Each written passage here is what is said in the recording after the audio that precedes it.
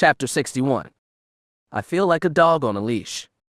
Avaryss followed in her master's wake as they approached her ship. She found herself surrounded not only by her master's family and advisors, but his bodyguards as well. 12 fully trained Sith warriors from his holdings in the Zahn system. These men were a mix of marauders and assassins. Their skill alone was enough to give her pause. Not that she would act so foolishly. In fact, she had been slightly insulted when he informed her that his guards would be accompanying them. Does he not trust me anymore? It is not like I would get him on board and, as soon as we were safely away, shove him out the nearest airlock. The thought, though ridiculous, did make her smile. On second thought, perhaps, Lord Feer is right not to board my ship alone. It would have presented her with an excellent opportunity.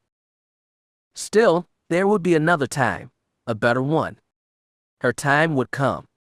Since he had re-established his dominance over her, Lord Feer had reclaimed pretty much everything that she had brought back with her, both her supplies and her people. He had even commandeered her interceptor. He saw the ship as a safer alternative to taking a shuttle up to the Terror. The dreadnought had just arrived in the Dromund system.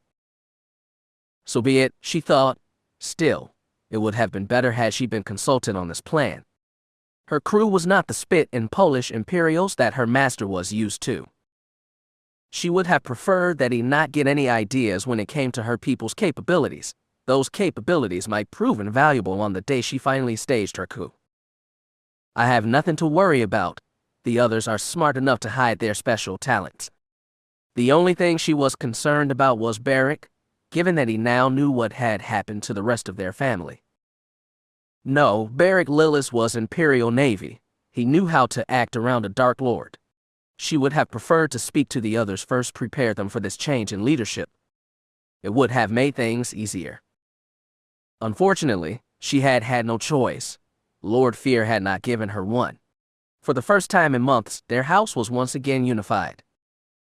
He had no intention of splitting up again, not when total war was so close. Lord Trik had proclaimed himself both the voice and will of the Force, and by doing so, he had all but claimed dominion over both the Sith and the Jedi. She had no idea how the Jedi would respond to the mad cyborg's demands, but the Sith at least were prepared to do what was necessary. Trik's madness could not be allowed to continue. The mad fool needed to die. Lord Mar was in charge of the operation, but given the history between Feer and Trik, her master was now the counselor's first and greatest advisor. Feer was eager to prove himself and see his old rival finally brought low.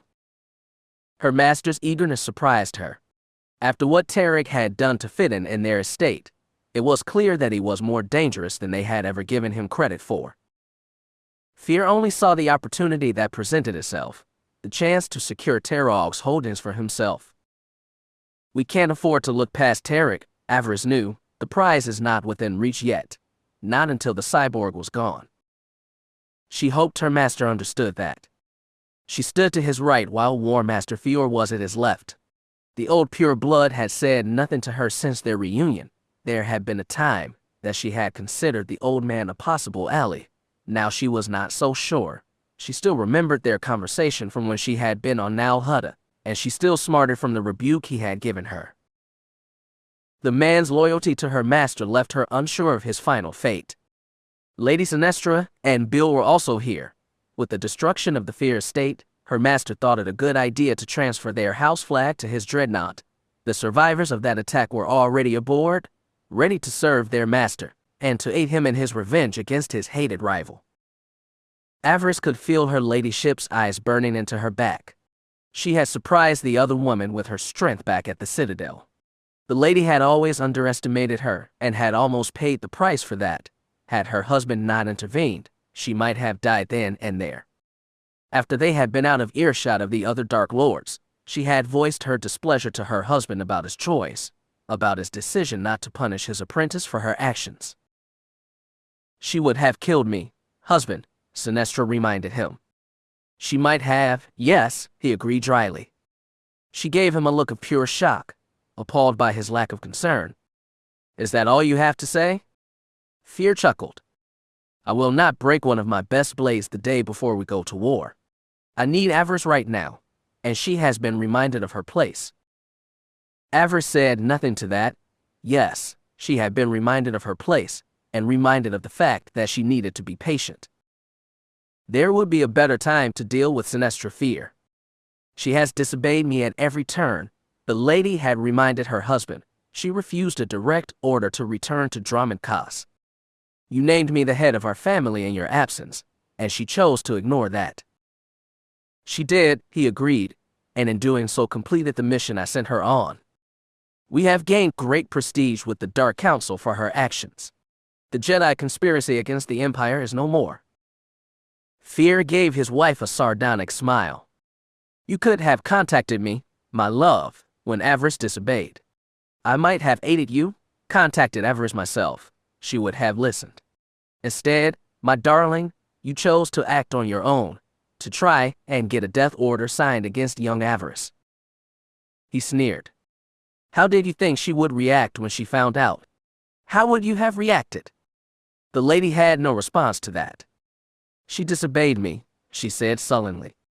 And I've disciplined her for it, but now is not the time to squabble amongst ourselves. Trik has shown himself to be not only a threat to us, but to the Empire as a whole. Feer grinned triumphantly. The Council knows of my relationship with Trik, how I've been preparing to deal with him. My preparations make our house the best suited to deal with this threat. Lord Mar understands that. We must put our best foot forward now, and push on. We must continue to impress the Dark Council. He turned to both Avaryss and his wife. There will be no infighting or bickering from this point on. We have a real enemy to deal with. I expect you both to keep that in mind and work towards seeing our star continue to rise both during and after this crisis. Am I clear? Avaryss nodded. She kept her expression neutral. Sinestra hesitated, but eventually did nod sullenly. It was clear to Avaryss that the lady was not done with her. Fine, Avaryss thought. I'm not done with her either. This is most exciting, Father, Feer said. I've long looked forward for a chance to test myself against the cyborg's pawns. Avaryss almost rolled her eyes at the statement. Bill had grown up quite a bit since their last meeting. Gone was cringing little rodent that had haunted her chambers, and in his place stood a proper young man. Physically anyway, it appeared that the young master had had his final growth spurt, and had shot up to his full height. Though he bore the features of his father, he stood taller, and was far more broad-shouldered. He had grown into a handsome young man, but that did not change what Avaryss sensed through the Force, nor change the boy's actions back at the estate. He had hid with his mother and the rest of the survivors. It was a smart move perhaps, but not one that one would expect from a young Sith looking to take over his father's holdings one day. As always, she could feel his regard, his eyes crawling over her body. It was enough to make her shudder. He might not look it anymore, but he was still the little rodent she remembered. She also noticed that he was wearing a lightsaber now. She was not sure where he had gotten it from, but had he chosen to engage fell, or rather thing that had been fell, he would have fallen for sure outside the estate, a shame that that battle had not taken place. She was not sure if Beale would be joining them on this mission, or if his father would decide the time had finally come to send him off to Corbin. It would likely be for the best. If he did, she hoped her master was smart enough to take the blade away. If Beale thought wearing a lightsaber on Corbin would make him more feared, he was gravely mistaken. The blade would be the equivalent of putting a target on his back. Every senior student in the academy would be eager to take him down, to prove their superiority. Of course, if that did happen, it would be in her best interest to say nothing. Beale being gone would move her plans forward, and it would definitely distract Lady Sinestra. No, she would keep quiet. If Beale was that stupid, then he deserved his fate. The life of a Sith acolyte was not easy, nor should it be. Only the strong survived. It would be interesting to see just how strong the young master was. Her crew waiting outside when they arrived. Avaryss' heart skipped a beat when her master regarded her people, wondering how he would react. He smiled. "You have all served House Feer well," he called out. "Your work on the behalf of my apprentice has been most appreciated. You will all find that me most generous in the days to come." I know how to reward good service. Avaryss said nothing. If her master was trying to turn her crew to his side, then he had gravely misread the situation. She had fought beside these people, bled with them. It would take more than the promise of mere rewards to sway them from her side now. He barely acknowledged Ensign Holly, and why would he? The changeling girl had already been in his service when Avaryss had first been given the ship. She doubted her master had any idea how talented the young engineer was. He passed rank with the barest of nods. Feer likely thought the young man was used up, and was now simply a plaything of his apprentice. Once again, not true. The force continued to flow strangely around the former street rat. Avaryss was most eager to see how that would finally manifest itself. Beric stood at attention, in full combat gear and helmet. On the surface he was the perfect soldier. When he had first entered their service, she had wisely chosen to list only Beric's operating number in her report to her master. If he had done any digging, her would have discovered that he was her brother, but she did not think Feer would have bothered. Beric was not force-sensitive, and in her master's eyes, that meant that he was simply a tool to be used and then discarded when the time was right. That belief served his apprentice well. She would do nothing to discourage it. Her master stayed before her brother a bit longer than Holly, but finally nodded and moved on. She could feel his attention shifting fully to the last 3 members of her crew. These ones were what truly interested him. HK stood silently as her master inspected him. She had ordered the droid to say nothing in the presence of her master, to speak only when spoken to, and not to inform her master of his meatbag status, no matter how much the droid longed to do so. She doubted that her master would very understand about such a thing. It was then that her master's eyes fell on her 2 apprentices. Zen and Quinaya kneeled as he approached. The 2 could sense the power that her master wielded. They were wise to do so. Feer sneered and turned to her. It seems that you have upgraded your arsenal since we last spoke, apprentice. Introduce me to these young ladies. As you will, master, she replied. Darth Feer, may I present Zen Lure and Quinaya Malik, both formerly of the Jedi Order. Ladies, he said, bowing his head in greetings. Apprentices, she said to the 2, this is my master, Darth Feer, Dark Lord, and master of the Zahn and Itae systems. Greetings, my lord, they said in unison. Nothing was out of place, neither radiated anything but submission. Avaryss was pleased. Apprentices, Lady Sinestra sneered as she regarded the 2. And who is your master? Master Avaryss, my lord, Quinaya responded. She is our master and teacher, Zen added. Sinestra rolled her eyes. The girls are both fools to think that you are worthy of teaching them anything. Avaryss said nothing, though her hand did clench into a fist. You have no idea what I'm capable of, which, she thought. If my master was not here. Sinestra, be civil, Feer said dismissively. I can sense the loyalty of these 2. They trust our young Avaryss, that in their desire to know more about the dark side. He turned to his apprentice with a pleased smile. You have grown since our first meeting on Corbin. The force is strong with you, and now you are learning how to bring others into your service. I'm most pleased with your progress. He turned back to Zen and Quinaya. You will serve your master well, just as she serves me well. The houses of Feer and Avaryss are allies. I look forward to seeing your skills in defending that alliance. We are being ready, my lord, Quinaya said, bowing her head. We are eager to serve, Zen responded, her voice a sensual purr. Bill grinned hungrily as he took in Zen for the first time. Unlike Quinaya, who had chosen a simple black bodysuit and cloak, Zen's outfit was more provocative. Skin-tight leggings, a hooded top with a plunging neckline. The former Jedi was only just learning to revel in her emotions and those of others. It seemed that she has chosen lust to be one of the first, inspiring it. The outfit had the expected result on Bill. He was practically drooling. Boys, Avaryss thought with a shake of her head. You do have good taste, Avaryss, Bill said, reaching out and raising Zen's chin. Her features were all but hidden by the cowl she wore. Her yellow Sith eyes shone beneath it. Lovely, the boy murmured. He let his finger drift up the girl's face. Enchanting eye. Zen's hand shot out. She seized his fingers and twisted them. Bill gasped but did not cry out. He glared down at Zen, who glared right back. Sinestra Feer's eyes widened, but she did not move. Zen sneered at Bill, his eyes wide with surprise. When she spoke again, her voice was iron. "I was not making an offer, boy." She spat. She released his hand. Bill pulled it back quickly, his glare never leaving Zen's face. Avaryss waited for the tantrum, for Bill to go crying to his mother. Surprisingly, it did not come. He shook his wounded hand, and then he smiled wickedly. "You're spirited," he said. Leaning in close to her, Avaryss had needed the force to hear what he said next. "I like you." Avaryss rolled her eyes. Really, she thought. Bill continued to watch Zen as he returned to his mother's side. Avaryss did not think that she had heard her son's final words. She radiated worry, but Bill shrugged her off.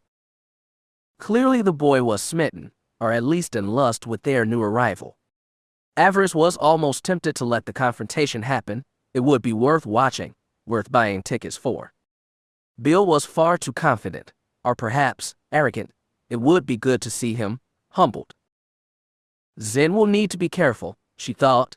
The former Jedi could take care of herself, but it would not do to provoke Sinestra's wrath so quickly, if her darling boy was harmed.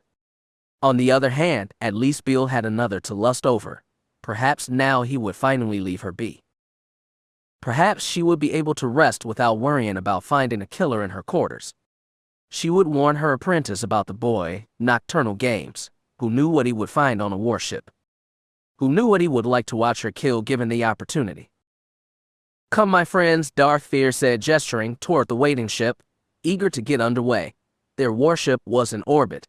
The sooner they arrived, the sooner they would get underway. War waits. Hours later, Avaryss found herself in the officers' ready room behind the bridge.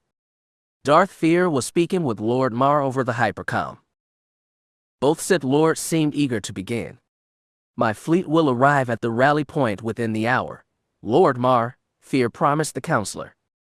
"Then, we shall begin." "We are waiting," Mar informed him. "The first of our recon ships have returned from the coordinates that Trik mentioned in his grand announcement." The masked lord shook his head. "The traitor is ready for us." Though Avaryss had not heard the message herself, she did know its contents.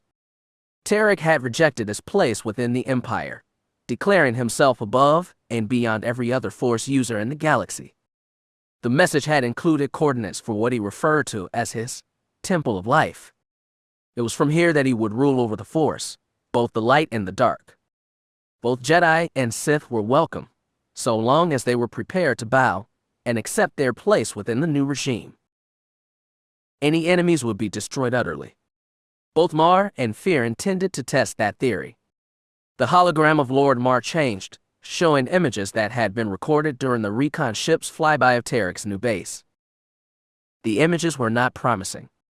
The Temple of Life, as Trik had called it, was no mere temple at all, but a space station, a large spherical habitat, with 4 long pylons rising up from its center. The station itself appeared to be floating on the edge of a nebula.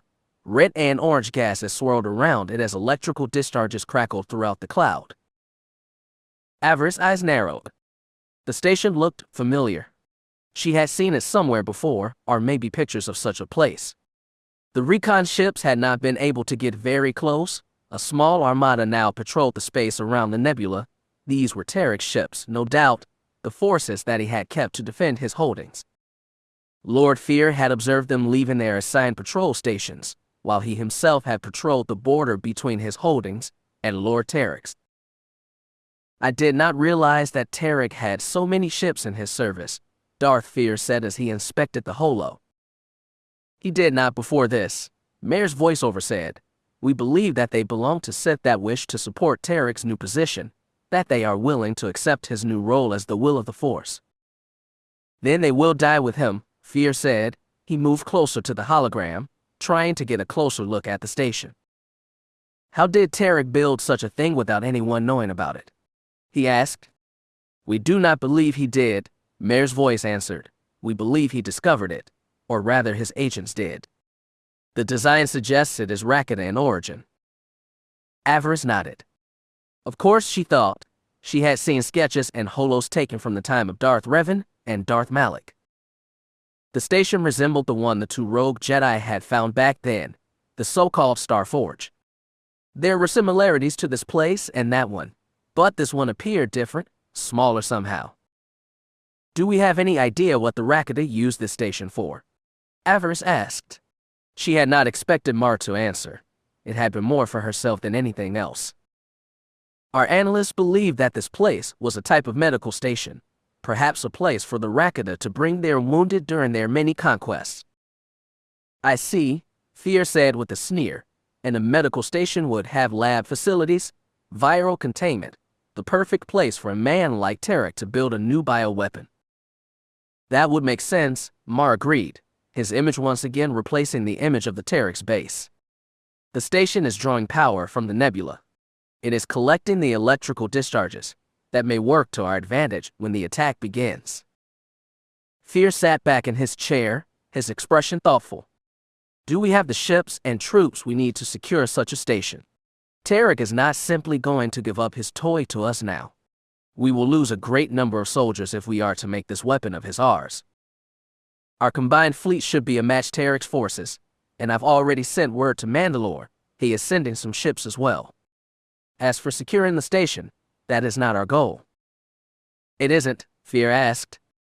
The counselor shook his head. The council has already decided. Once we have dealt with the traitor and acquired a sample of the vaccine he had created, the station itself is to be destroyed. The virus and all research material related to its creation will be erased from existence. Feer's eyes widened. Lord Mar, are you sure? This virus could be valuable to us. The Jedi. Our forces are already superior to the Jedi. We cannot risk the Republic gaining access to this weapon. It is too dangerous. It threatens the Force itself, and the very fiber of what we are. Lord Mar is right, Master, Avaryss added. What happened in the past is all the proof we need of why this abomination needs to be destroyed. Does it? Feer said with a sneer. What exactly does history say about destroying a weapon that could eliminate the Jedi's connection to the Force? What does history say about us being able to win any possible future war with one swift stroke? Avaryss frowned. Her master might not agree, but Lord Mar was right.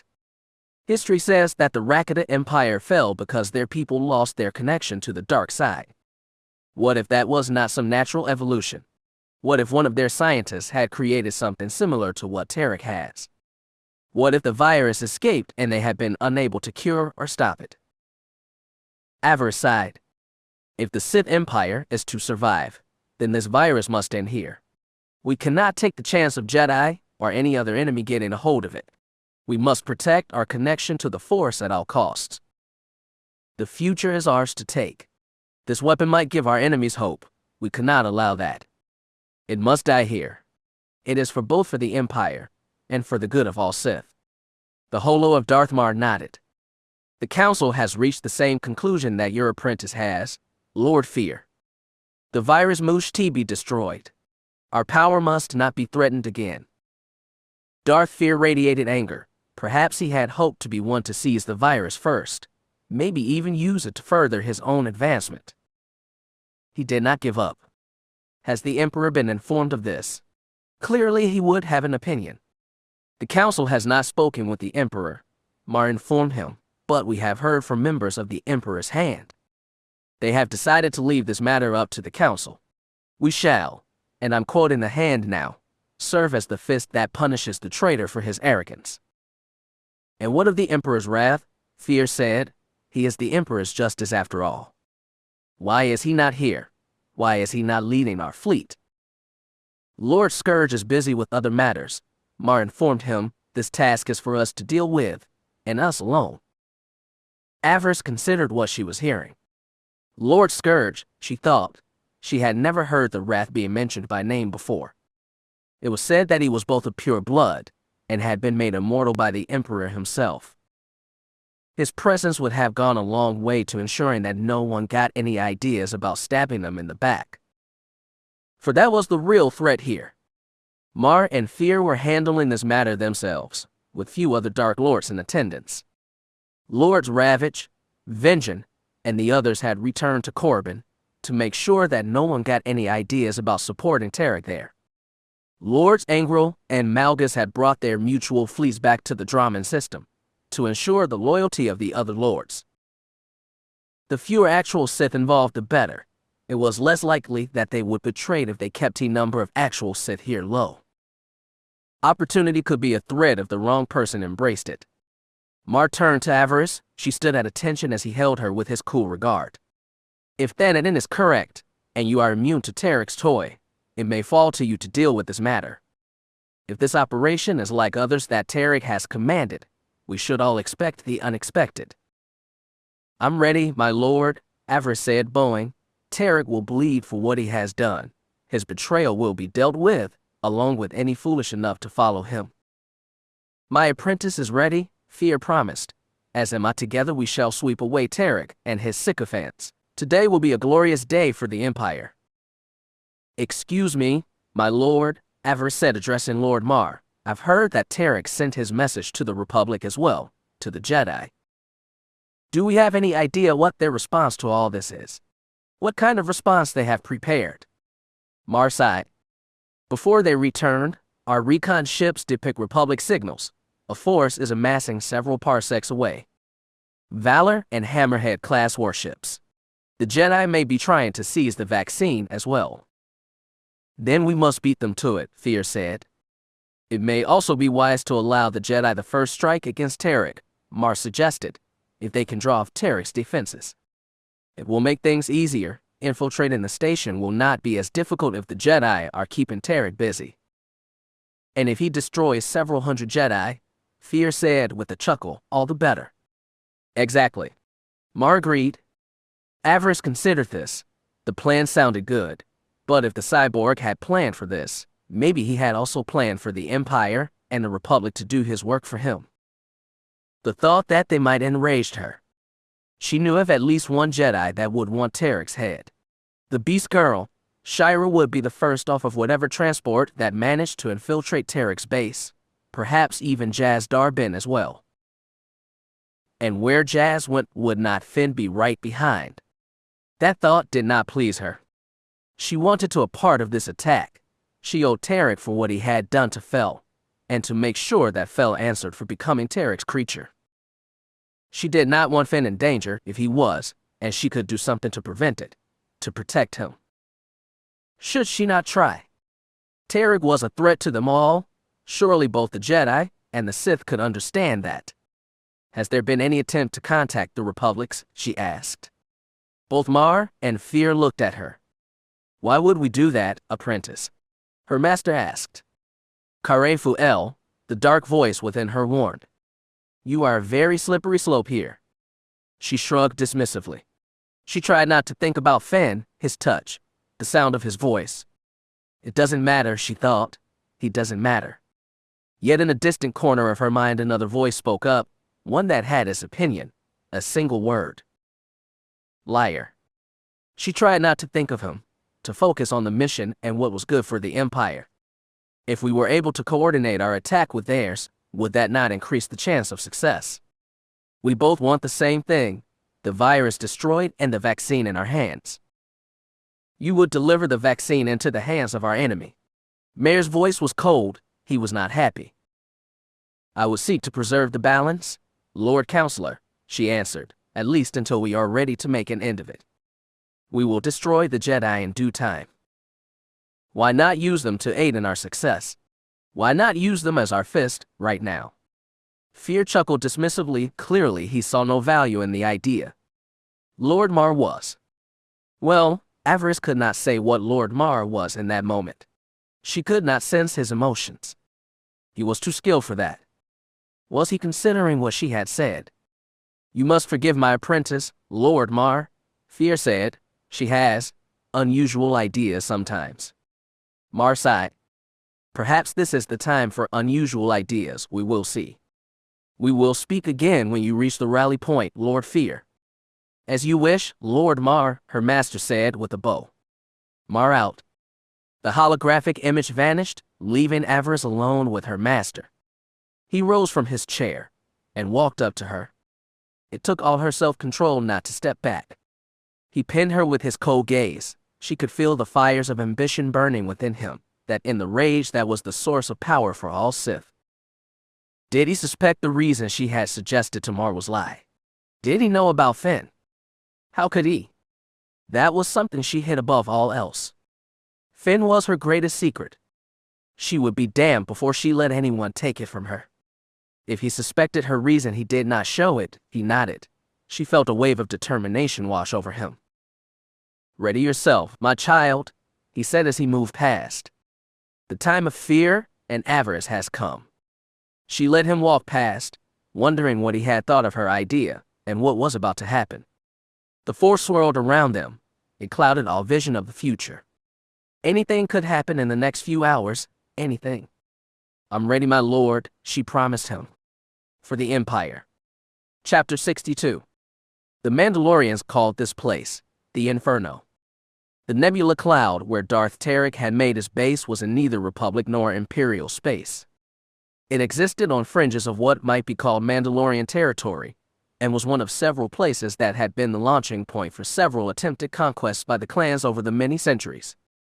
The Inferno Nebula had long served the Mandalorians throughout their history of war and conquest. Its radiation masking the presence of attack fleets, while at the same time providing necessary minerals and gases when the warriors needed them, either to enhance their ships or their weapons. It was unlikely that the children of Mandalore had ever known that there was a station here. Until recently, the cloud had covered much of this sector, but all the conflicts in recent years had forced the warriors to begin mining this area far more than they ever had in the past. The cloud had been shrinking for over a decade and a half, and as it had shrunk, the Rakuten medical station had been revealed again. How it had been swallowed by the nebula in the first place none could say, but now it stood revealed, and was in the hands of Darth Trik. He had claimed it as his own, calling it his Temple of Life, the new home of the living will of the Force. It was to this place that both his allies and enemies had gathered, either to swear fealty or to try and destroy the Dark Lord. The stage was set. All that remained now was the spark to get things moving.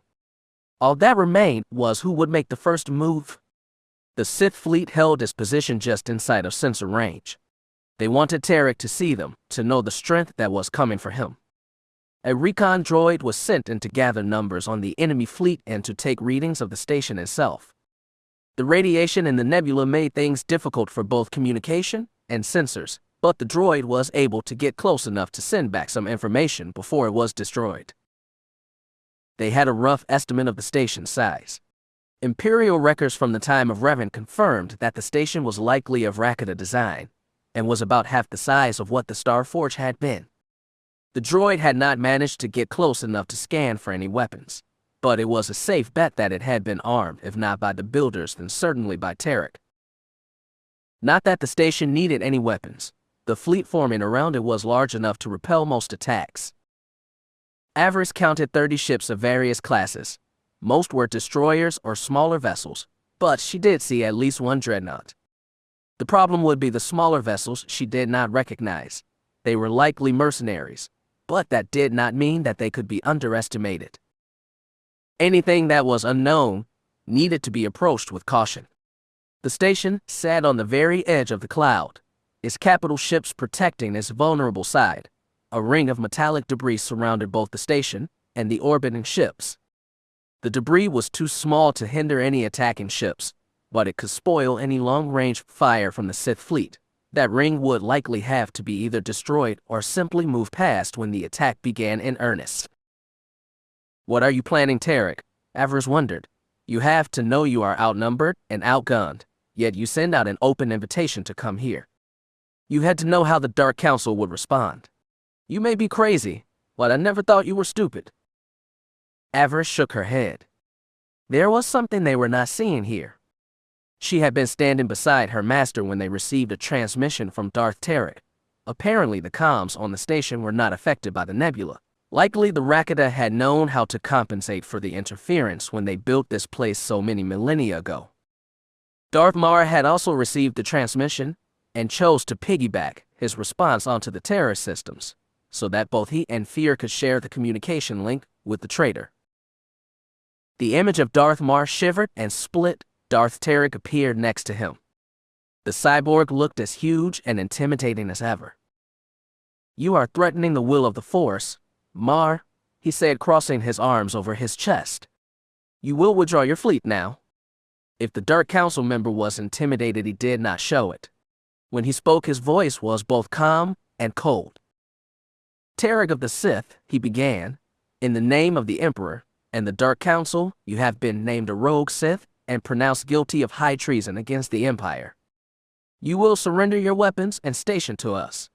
Do this now, and I promise you will be granted a swift and painless execution. You have 1 hour to comply." Trik made the laughing sound she remembered from the gathering. It was as creepy now as it had been then. Clearly, he did not think that they were able to carry out their threat. "I have grown beyond your empire and your council," he informed them. "I have embraced a higher calling now. I stand above the light and the dark. Even the Emperor can no longer dictate terms to me." Heresy, Avaryss thought. The Emperor was the greatest of them all. How dare Trik think to put himself above him? "You should tell him that yourself," Mar suggested. "Hearing that might amuse him, at the very least. It may grant you a few extra minutes of life." "Perhaps I would," Trik replied, "if he bothered to remove himself from his seclusion." What little was left of the cyborg's lips twisted, perhaps his version of a frown. "Our empire has stagnated since the last war. While the Emperor cowers in his fortress, both the dark side and the Empire suffers. We need a new direction, Mar. The dark side deserves new purpose." The cyborg radiated with dark satisfaction. "I am prepared to offer both the Sith and the Jedi both." Darth Feer remained silent during the conversation. Avaryss could almost hear the wheels in her master's head turning, waiting for the right opportunity to respond to his rival. "The fleet is going nowhere, Trik," Mar said flatly. "If we attack, the ships you have protecting your station will not be enough to defend you. Between Lord Feer and myself, we outnumber you 2-1. And even your collection of sycophants succeed in pushing us back. There is a Republic fleet at the edge of the system, flanking you. What we do not finish, it is safe to say that they will." "End this now," Mar demanded. "End it and accept your fate." Trik's synthetic eyes seemed to glow brighter. Anger radiated off the image of him. Avaryss could only imagine what that might feel like in person. "You think me trapped? You are a bigger fool than I took you for, Mar. Allow you to show you the extent of my power. Allow me to show you what happens to those that seek to oppose the living will of the Force." Trik pressed a button on his gauntlet. Suddenly, warnings rang out from the communications console on the Terror's bridge.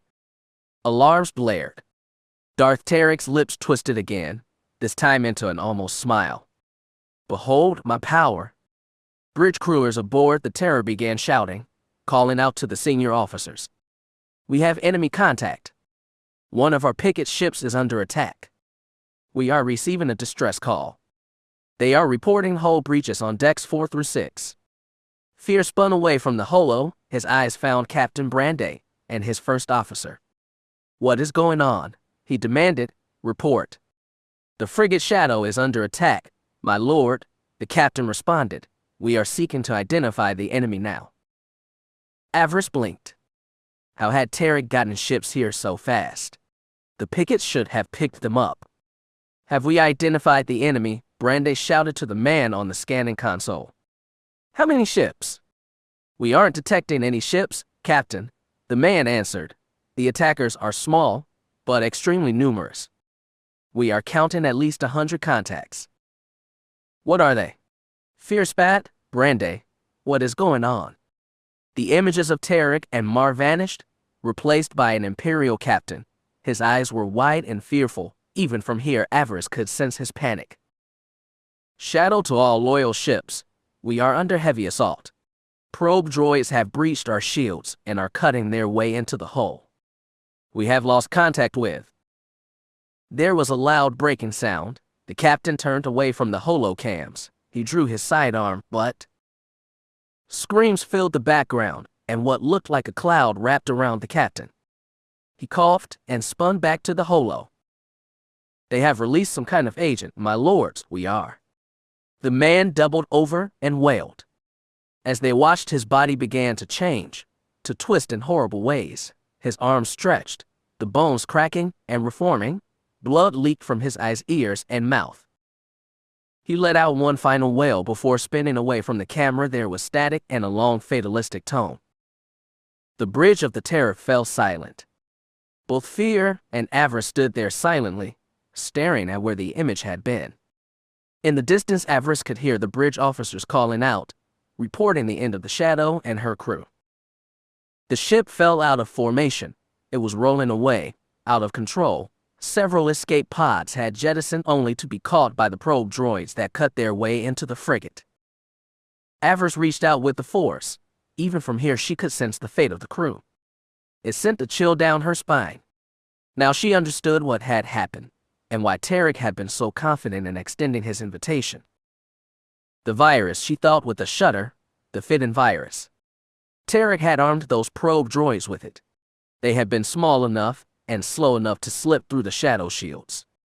They had cut their way in through the frigate's weak points and released their viral payload. The crew of the Shadow was gone, mutated or dying. The images of Mar and Trik reappeared over the holotank. The cyborg radiated with satisfaction. As you can see, Mar, he purred, my followers and I are quite safe from your forces here. The image shifted again, showing a fleet of probe droids moving against the void of space. There were hundreds of them, perhaps thousands. The builders of this station were quite inventive. Trik's voice rang out over the image. These droids were used as a means of getting medical supplies to sections of ships that had been cut off by battle damage. Their processors designed to find weak spots and breach them, also that they could render aid to those that needed it. Trik laughed. A few minor modifications have made them the perfect little soldiers. This station has the capability of producing hundreds of new droids every hour. They carry my greatest creation now. They are tools of evolution now. I will soon know them as they spread my gift throughout the galaxy. Avaryss' eyes narrowed. Clever, she thought, clever and ruthless. What she had thought of as a debris cloud floating around the station was nothing of the sort. It was a fleet of Trik's probe droids, thousands of them, maybe tens of thousands. If the station produced them, there was no limit to how quickly Trik could deliver his plague. A few hundred probes could infect ships approaching a planet, or stow away aboard and deliver the plague to a planet's surface. It was cruelly ingenious. The image of the cyborg returned. He sneered at Lords Mar and Feer. I offer you the same term you gave me. You have 1 hour to withdraw. Refuse this offer, and my droids will spread my gift among your fleet. The Republic and Jedi have already withdrawn. You will find no help there. Those few ships that escape my gift will be easy prey for my followers. They will destroy the survivors easily. Feer snarled and brought his fists down on the comm panel. He glared hatefully at his rival. You will not get away with this madness, Trik. We are not done. The cyborg made that laughing sound again. You no longer matter, Feer, he said. I've outgrown you and your petty desires. He turned back to the holo of Darth Mar. You have 1 hour, Mar. The will of the Force has spoken. The hologram faded. Darth Mar, Dark Lord of the Sith, and member of the Dark Council, was silent. He stood as still as a statue. My lord, Darth Feer said, we cannot let him get away with this. We must smash through his defenses. We will drown in blood, but we will reach the station. We will. Mar raised his hand. Darth Feer fell silent. The counselor sighed. Lord Feer, he said, I need to contact the council, inform them of what has happened here. He turned to Avaryss. All the apprentices will report to their ships. We will have need of them when the time comes. To attack? Feer asked. Again Mar ignored him. All of the apprentices, Feer, he repeated, including your own. I will update you after I've informed the council. Mar out. The image faded. Darth Feer growled like an angry predator. He pounded his fist on the holo console. Damn that man. He shouted, damn Trik, and damn Mar. Avaryss said nothing. She stood silently, like a good apprentice. What are your orders, my lord? Feer hissed and shook his head. To your fury, my child, he said. We must await the council's wishes. Avaryss nodded and turned. Once she was off the bridge, she would contact her crew and make sure that they were ready. What they were going to do, however, she could not say. Even if they could fight their way through the probes, they would lose ships, too many ships. Whole decks would need to be sealed off to prevent infected crews from stopping the advance. Those ships that made it through would be easy prey for Trik's gunners.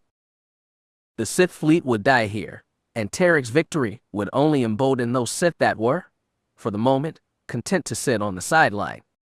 Support for the cyborg would swell, his armies would grow, and they would advance with his plague-carrying droids as their advance force. She shook her head. She feared that even the Emperor would be hard-pressed to contain this threat. We can't retreat, she thought. If we do, Trik's power will only grow.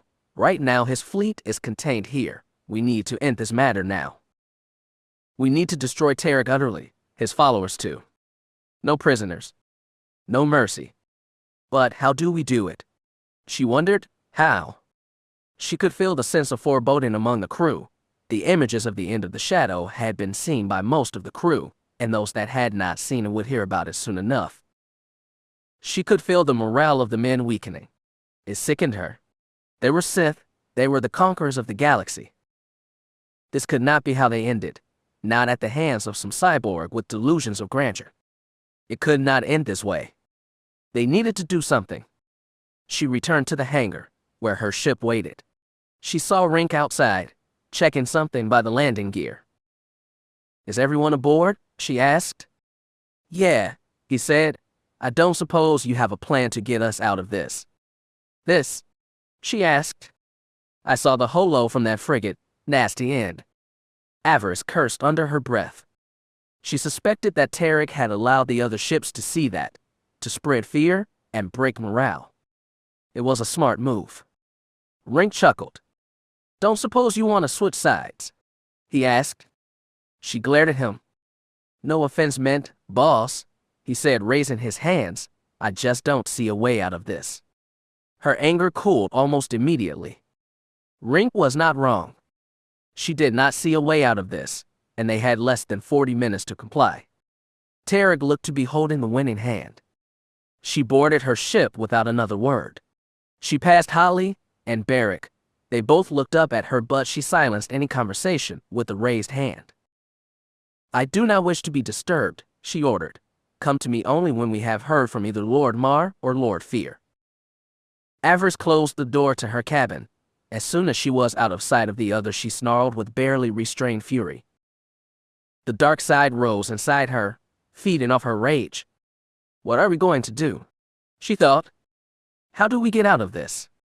She knelt beside her bed and closed her eyes. She turned her focus inward, seeking out the dark heart of her power, the full might of the dark side. As she slipped deeper into the darkness, she was suddenly pulled away.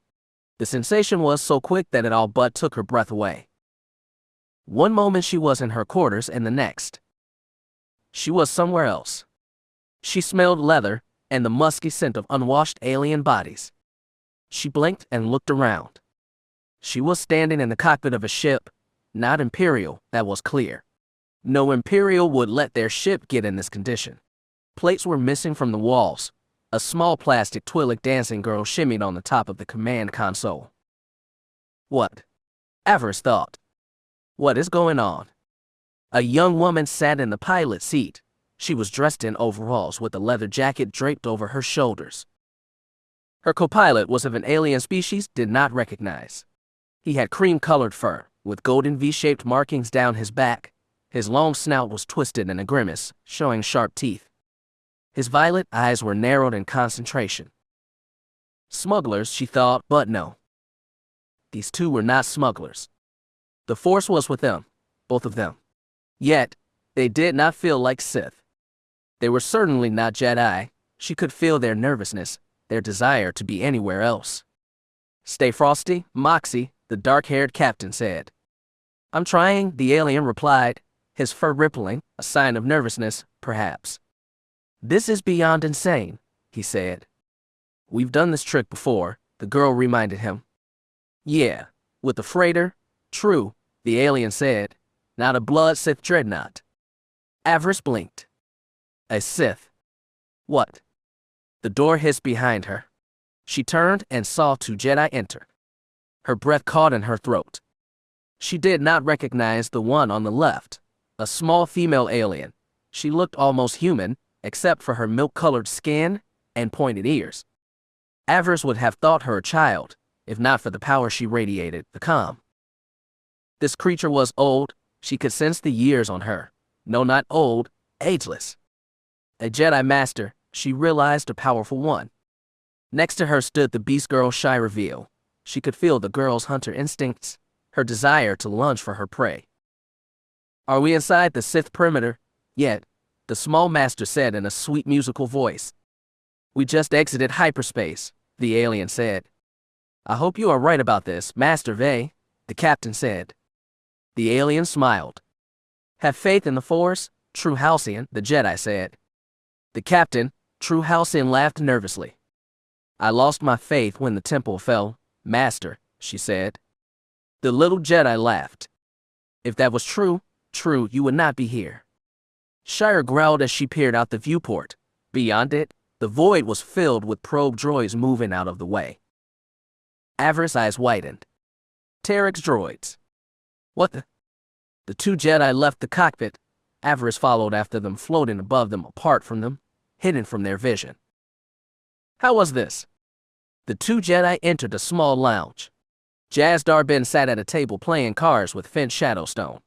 Avaryss could feel their connection, the slivery glow whenever they were connected. We are inside the monster's defenses, they informed them. Are you both ready? Jazdar Ben lowered his cards and sighed. As ready as I can be, he said. The small Jedi Master gave him an understanding look. Trust in the Force, my young Padawan, she said. Jaz laughed. You haven't called me that in a long time. Old habits, Vey said, plus when you get to be my age. How old are you again? Finn asked.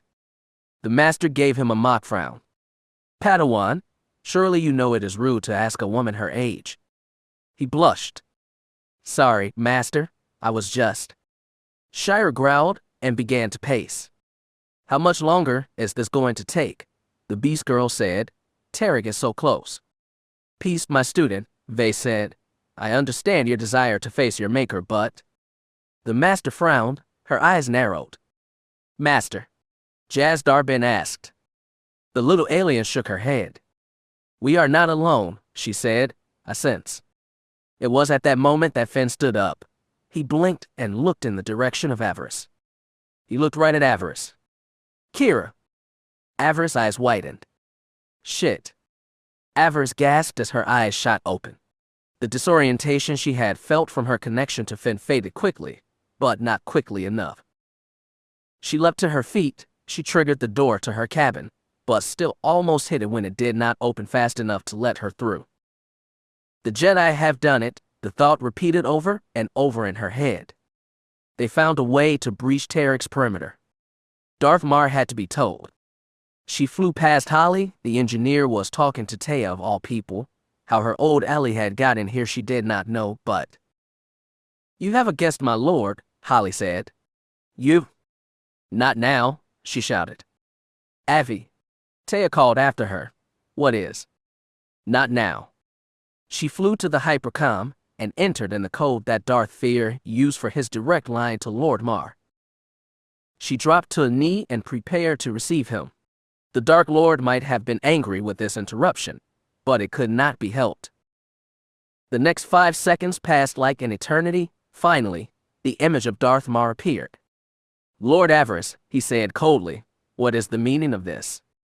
It was all she could do to keep from babbling. Her excitement was so great. My lord, she said, willing herself to be calm, I've just sensed a disturbance in the Force. I believe that a Jedi strike team has found a way to breach Trik's defenses. I think they are inside his defensive perimeter right now. Mar crossed his arms. I see, he said. Avaryss' eyes widened. You see, She almost gasped. Was that all he was going to say? We must act quickly, my lord, she said. This was not some random dream. I know it. The Jedi are almost aboard Trik station. We can use this distraction, turn it to our advantage. She expected him to say that she should have informed her master, or that he would confer with the other council members, that they would consider this information into whatever plan they were hatching. He said none of those things. His next words surprised her more than anything else. I know about the Jedi, Lord Avaryss. Everything is going according to plan. She blinked. You know. Mar nodded. You are not the only one capable of coming up with unusual strategies, Lord Avaryss. She blinked. You contacted the Jedi. I made an offer of over an encrypted comm channel that the Republic cracked during the last war, he said. What they chose to do with that information was entirely up them. Avaryss grinned. Some on the council might call that treasonous, my lord. Mar shrugged. It is only treason if we fail, and if we fail, we will likely all be dead. Avaryss nodded. He did make a good point. Mar stood straighter. Now you have your own part to play, he informed her. Are you aboard your ship? I am. Good, he said with a nod. Are you ready to risk your life for the Empire, Lord Avaryss? I'm ready, Lord Counselor, she said. Command me. Trik wanted you to join him, back during his attack on the Feer estate. That is what is said in your report, and he offered you the chance to join him. He did. Excellent, Mar said, gesturing to someone off the screen. A sequence of numbers appeared on the holo table.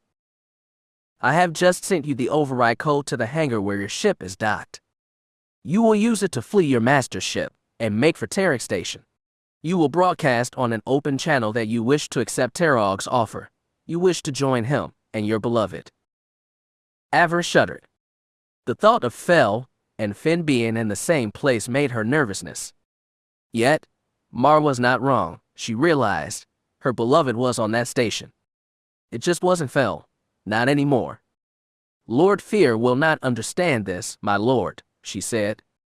I will inform him of the plan after you are aboard Trik station and engaging his forces. Your mission is to disable the probe droid screen, succeed, and our fleet will be free to do the rest. Avaryss grinned. You are putting a lot of trust in me, Lord Counselor. I trust your ambition, Lord Avaryss. Am I wrong to do so? Not at all, my lord, she said. Not at all. She only just managed to suppress a girlish giggle. She hated to admit it, but she liked this plan. It was insane, desperate, and utterly mad. She loved it. If you fail, Mar reminded her, if Trik decides not to accept your coming, you and your crew will be attacked by his probes. Your people will be infected by the virus, and you will need to destroy them. And even if you survive, you will find succor on neither side. You will be considered a traitor to both. Do you understand? She nodded. There was a risk, but the reward if she succeeded. She smiled. No risk, no reward. I understand, my lord, and yet my duty is clear. Mar nodded. Brave girl, he said, if we both survive this crisis, we shall need to speak privately. The Empire needs to change as it moves forward. Leaders will be needed. I have already approached a few. She nodded again. She was not sure what he was offering, but she was intrigued. Leaders. She remembered her vision of herself on the throne. Was this how that destiny began? Was supporting Mar the smart move? Was it the right move? There was only one way to find out. Something was happening, she knew. If she survived, she was most interested to see where this all would go. I will leave immediately, my lord. For the Emperor and Dark Council. She stood at attention, raised her fist. For Sith Order. Long live the Empire. Long live the Empire, Lord Avaryss. May the Force serve you well. May it serve you well, Lord Counselor. Mar vanished without another word. Avaryss made for the bridge. There was no time to waste. Avi. She looked up and smiled at Taya. What are you doing here? She asked. Lord Gaul sent me over with a message for Lord Feer. When I saw your ship, I thought I would stop in and say hello. Avaryss laughed. Only Itae would think to stop and chat while they were in the middle of a crisis, but perhaps it was a blessing in disguise.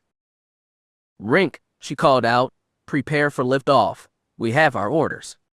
What is going on, boss? He asked from the pilot seat. The higher-ups finally have a plan. They do, she said, the same plan that you suggested. Her eyes twinkled with mischief. We are about to switch sides. Both Brink and Itae's eyes widened. Boss, Brink said, you know that I was kidding about that, right? Itae said, her eyes as white as saucers, you can't mean to. Avaryss laughed. Last chance, Itae, she said. You can stay here and play it safe, or take the chance and be either a hero or a traitor. The blonde swallowed hard. She looked around quickly, perhaps looking for an escape route. Finally, she laughed nervously. No risk, no reward, she said. Her old friend smiled. Exactly. There is a code inside the hypercom, she informed Brink. It will open the hangar for us. Do not respond to hangar control. When we are clear, open the channel to the station. I need to let Trik know of our intentions to join him. We are joining Trik. Avaryss turned to find Beric and Zen standing before her. Both soldier and Sith Apprentice looked confused. Mar has ordered me to do this. We need to breach the station's defenses. A Jedi strike team is already inside the perimeter. We must be there, and prepare to take advantage. Beric nodded. We're going to have to time this right, he said. It is insane, but... Are we sure the Jedi are there? Zen asked. How does Lord Mar know this? I saw it, Avaryss said. There was a ship, a smuggler vessel of some type. There was a girl and an alien at the helm. I heard the name True something. Zen grinned. It is the True Heart. It has to be, she said. The pilot was True Halcyon, and the alien you saw was Mox de Vernelia, her bot and co-pilot. You know these people? Avaryss asked. Zen grinned. Of course I do. They were Padawan pack, like me. Mox and True left the Order, turned to smuggling supplies for the Order. The Sith Apprentice's eyes flashed hungrily. I wonder if Finn is with them. It would be nice to see my old friends again, and kill them for their failures to save me from Master Sai. Avaryss frowned. Trik comes first, Zen, she warned the girl. Can I trust you not to lose control? The girl bowed. You are my master. I would follow you into the darkest hell. You can trust me? Avaryss snorted. They would see. Get us out of here, Brink, she ordered. The chrono is ticking. The pilot powered up the engines. He spun the ship around quickly. He turned off the comm when the hangar control tried to hail them. Here we go, Avaryss thought. One last mission. She smiled gamely. For the Empire. Chapter 63. Talk to me, Holly. Things are getting a little hot up here. Shields down to 42%. I'm transferring power from non-essential systems, redirecting it all into the aft shields. That should. K.A. The interceptor bucked beneath their feet. Avaryss was forced to grab onto the back of Brink's chair to keep from being tossed against the bulkhead. What was that? Brink shouted. Holly's response came back garbled, over the loud buzzing static. It was almost impossible to hear. We just lost our port solar array, she informed them. Brink cursed loudly. Damn it, he shouted. Stop blowing off parts of my ship. Shields down to 36%. I have a fire back here. Holly added, Tuvi, help me. We gotta get this under control. The ship bucked again as another blaster bolt hit, then another and another. Alarms wailed in the cockpit. Avaryss' grip tightened on the back of the captain's chair. Brink's hands flew over the console. The ship spun and juked as it shot away from the Sith fleet in towards Darth Tarik's station, his so-called Temple of Life. They were hit again, and once more Avaryss was almost thrown down. A Sith curse escaped her lips. What did Mar think he was doing?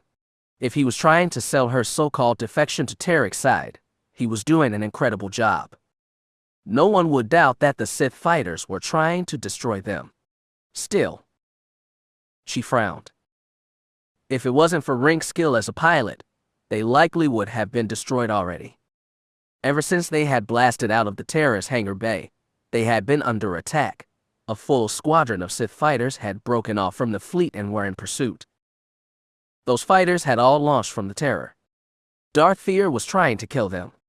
The realization almost made the young Sith want to scream. I guess no one has told my master yet. Well, Mar said he would only inform Lord Feer after we were on the station. How lovely, she thought. Thanks, Lord Mar. She dared to look outside the viewport. She could make out the enemy fleet and the ring of probe droids that surrounded the ancient Rakuten station. She had done as Mar had asked and broadcast her decision to join Trik on an open channel. No sooner had those words left her mouth, the attack had come down on her in earnest. She stared out at the field of probe droids, a virtual minefield of viral death. If Darth Trik refused to accept her, if he believed her coming over was a trap, none of them would be around long enough to care, one way or the other. The ship shook again as Rink sent her into a spinning dive. 2 concussion missiles shot past and exploded. The gentle thrum of the engines turned into an angry whine. She said nothing to Rink. The pilot had enough to worry about right now. Hold it together, baby, he murmured softly. Hold it together for Daddy. They continued to rush towards Trik's defensive perimeter. Hopefully the Dark Lord would accept her offer and let them pass by unmolested. If he did not, well, they would be too dead to care. Avaryss stumbled over to the communications console. Was it possible that Trik had not received her message? The nebula might have blocked it if that was the case. She pressed the send button, slipping on a headset. She did not have time for a full holographic communication. This is incoming interceptor to Trik control station. We are taking heavy fire and request safe passage and immediate clearance to land. This is Avaryss of the Sith. I seek an audience with Lord Trik. My lord, if you can hear me, know that I accept your offer. You sent your apprentice to me on Dromund Kaas. He said you saw potential in me. I submit myself to your teachings. I humbly request safe passage and an audience. Repeat, this is... The ship shook as it was struck again. Avaryss was almost flung off her feet. Did anyone hear that? She wondered. Did it make a whit of difference? She looked up at Itae. Her old friend was radiating nervousness.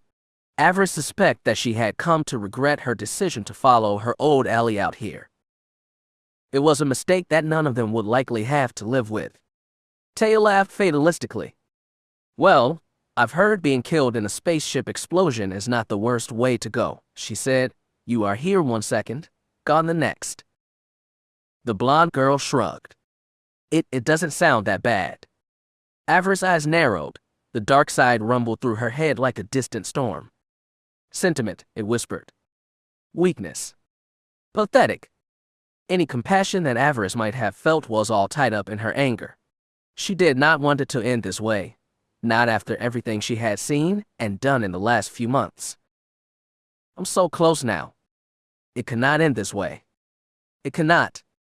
In spite of his evasive maneuvers, Rink still managed to get them to the defensive perimeter that Lord Trik's forces had set up. As they drew closer, Avaryss could just start to make out the probe droids that made up the station's defensive screen, black spidery-looking things with antennae and too many arms. When Avaryss closed her eyes, she could almost see the probe's optics powering up. She could sense their approach. The living death they carried stood out against the void like the light from a candle. 20 of the droids broke off from the main group. They sped towards the damaged interceptor, and the ships pursuing it. Here we go, Avaryss thought. Moment of truth. Come on, Trik, she murmured. Take the bait. Take the bloody bait. She closed her eyes and reached out with the force, trying to sense what would happen next. Time slowed down, and in that moment she was assaulted by so many possible futures. The probes attacked them, and they were destroyed. The Sith fighters' blast destroyed them. They made it through the droids only to explode from the damage they had taken getting here. They had. Boss. Look. Avaryss opened her eyes as Trik's weaponized probes flew past them. She did not need to look at the scanners to know that their pursuers were trying to fall back, to retreat, and make it back to the fleet.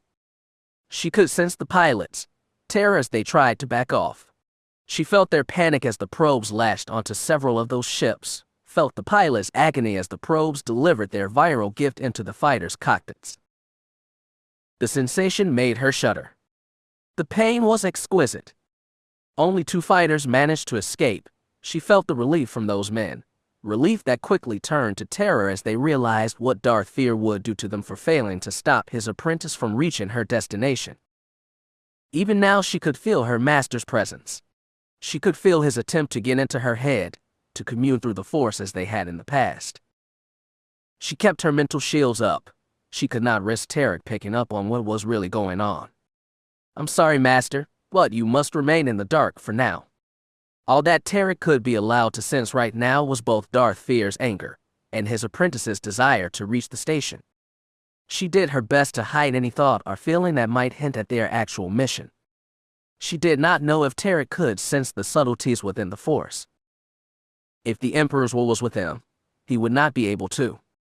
If this works, she thought, everyone that has fallen because of Trik's mad schemes would be avenged, including the brave pilots that just died to sell this ruse. Distantly she felt shame for what had happened. These pilots had been loyal sons and daughters of the Empire, and their bravery had been manipulated by Darth Mar, used to sell his story, his plan that she was trying to defect to their enemy. "It is the duty of the lesser to serve the greater," the darkness whispered within her. "The strong are served, that is the way of the Sith." She nodded. Yes, she thought, it is the way. But it is also the way to seek vengeance for those that died in the service of the Empire. Avaryss would avenge those pilots, just as she would avenge herself. Trik would die screaming. No longer under attack, Rink made straight for the station. The probes moved out of the way for the damaged ship. Rink shook his head as 6 of the probes flew in front of them, forming a wedge to see them safely through. "Looks like we have an escort," he said with a nervous laugh. The pilot shook his head. "I think we are okay now. I have a good feeling about this." Itae laughed nervously. Avaryss could feel her relief, that and her desire to pull her old friend into an embrace and a passionate kiss. "Looks like we won," Itae said. "We have a victory." Avaryss sighed. They had achieved an objective. It was not a victory. The comm panel in front of Rink blinked red. He pressed one of the buttons. They were receiving an incoming call. "This is Temple Control to incoming interceptor. Welcome, Apprentice. The will of the Force is expecting you." A feminine voice said over the comm. Avaryss resisted the urge to sneer. The will of the Force indeed. They would just see what title Trik was worthy of when this was all over. For now, though, she needed to play nice. "This is Avaryss. Thanks for the assist, Temple Control." The Trik loyalist laughed. "Set course 2.7. Our droids will guide you into Hangar 6. A welcoming party is already on their way, and will escort you to the Master." There was a brief pause. "He is most excited to meet you and begin your evolution." The transmission ended. Avaryss frowned as she thought about what she had heard. Her evolution. So Trik already had ideas about how he could improve her. He wasn't for a big surprise. From what she had heard over the comm, the Jedi had not reached the station yet. As soon as they began their attack, she would be ready to begin hers, to make use of the distraction. "You must not give in to Trik's desires." The voice that whispered in her ear did not sound like the one she was used to hearing. The dark side would often speak to her, but this did not sound the same. The voice was different. It was colder, and yet, somehow, familiar. "Your blood is pure, it must remain so. Trik's work does not improve, it profanes. You are still young, you must continue to grow on your own. You must come into your own without interference. Destroy the traitor. Destroy them all. Your line must continue. It must not end with you." Avaryss nodded. The future was always in motion. She could not say what it held at that moment. Before great events there was always uncertainty, the Force shifting quickly with even the smallest choice, the minutest detail. She would need to be ready. What was about to happen was beyond any mere task her master had assigned. She needed to remain true to the goal. She needed to trust in the dark side. They flew past Trik's fleet, the ships that were both his and those of his sycophants. None tried to stop their advance, none tried to hinder them in any way. So far so good, she thought. Mare's plan was working. She checked her chrono. They only had about 20 minutes until Trik's deadline. They needed to be on the station and mission underway before that happened. They would keep Darth Trik and his forces distracted. They needed to give the fleet time and the chance to strike at this place directly. If they did that, all else would fall into place. As they approached the station, Avaryss was once again taken aback by how large it was. The information section claimed that it was about half the size that the Star Forge had been, but that did not mean that it was still not a massive. As they drew closer, she could sense the growing strength of the dark side. The station radiated with it. It was a heady sensation. It almost made her sway where she stood. It was not what she had come to expect from a medical station, a place of healing. Taya felt it too. Her old ally giggled. I can feel why the traitor feels so comfortable here, the blonde said, smiling. This place feels intoxicating. Yes, Avaryss agreed. It will be a shame to destroy it. She watched as they drew closer. At first she had thought they would be docking at an airlock.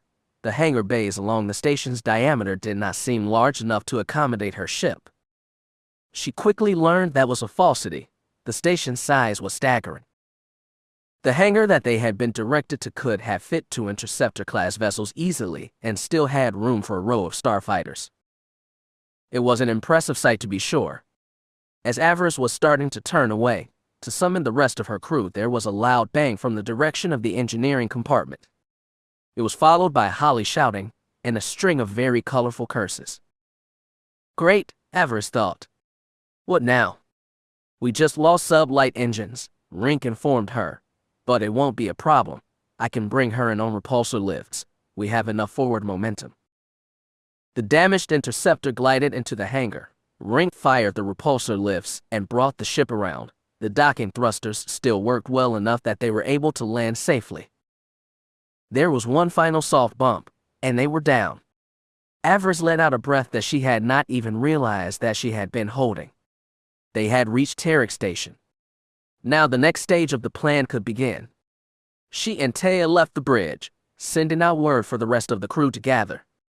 They did not have much time. Trik's welcoming party would be there shortly. They needed to have a plan in place before they arrived. So, Holly began, do you want the good news or the bad news, my lord? The engineer's face was more dirty than usual. The soot and smoke from the fire she and 2V had put out had left her a bit of a mess. Her eyes shifted color quickly from blue to green to red. It was likely a sign of nervousness, the changeling's equivalent of a nervous twitch. Bad and good news, she thought the latter was unexpected considering where they were. Avaryss smirked. They were on mission. Bad news seemed appropriate. Better to face it head on. What is the bad news? She asked. The sublight motivator has been fried. The ship is not going anywhere without that. Voices filled the meeting room, some angry, some on the verge of despair. Avaryss stopped both with a raised hand. Now was not the time for weakness. They still had a mission to complete, even if this turned out to be a one-way trip. What is the good news? Taya asked, if there really is any. Ensign Holly smiled. The good news is that I have a spare motivator in storage. It will take some time to install, though. Avaryss nodded. So they were not trapped here after all. Good. How much time do you need to install it? Barrick asked. Holly frowned. An hour, maybe 2, if I get to work on it right now and am uninterrupted. Avaryss shook her head. I'm likely going to need you to help shut down Trik's probe droids. Your skills are necessary for the completion of this mission. We will have to find another ship then, Holly said. This one isn't going anywhere. Avaryss cursed under her breath. She did not want to lose her ship. It had become a home of sorts over the last few months. Of course, if they failed, it would not matter, would it? They would all be dead. You can take Holly with you, boss. It will be all right. Rink smiled broadly. I can't get the ship up and running. Everyone on the crew looked at him. The pilot's cocky grin faded. What? He asked. What is with all the looks? Holly laughed. You are going to replace the motivator? She asked. Yeah, You. Rink snorted. He sounded almost insulted. Just because I've gone legit since joining the Empire doesn't mean that I've forgotten my past. He turned to Avaryss. Sublight motivators were worth a lot of credits on NAR Shadow, boss. I used to strip the things out of ships in 20 minutes back home. He turned back to Holly. Yeah, I can install your motivator, Holly girl. Don't think that I can't. The engineer gave him a dubious look. Clearly she was not convinced. What pressure do the motivator's couplings have to be at for it to function during a long deep space flight? She asked. 4.7, he answered. A ship like this can handle 4.9, but why push it if you don't have to? Avaryss looked at Holly. She gave the changeling an arch look. Holly sniffed. It is 4.6, actually, she said, shaking her head. She turned to Avaryss. I think he can do it, maybe. The Sith nodded. Holly will go with us. Rink will get the motivator replaced, and 2V, R9 will help you. She said. Of course, Master, the servant droid said, happy to serve, and not be left in pieces. All hail the Empire. She looked at the pilot. Work quickly, this ship is our way out of this place when all is done. It will be done, Walls, Rink promised. Piece of cake. See that it is, Mr. Rink. I'm going to need someone to watch my back, though, he said. When the bad guys figure out what we're doing, things could turn ugly real quick.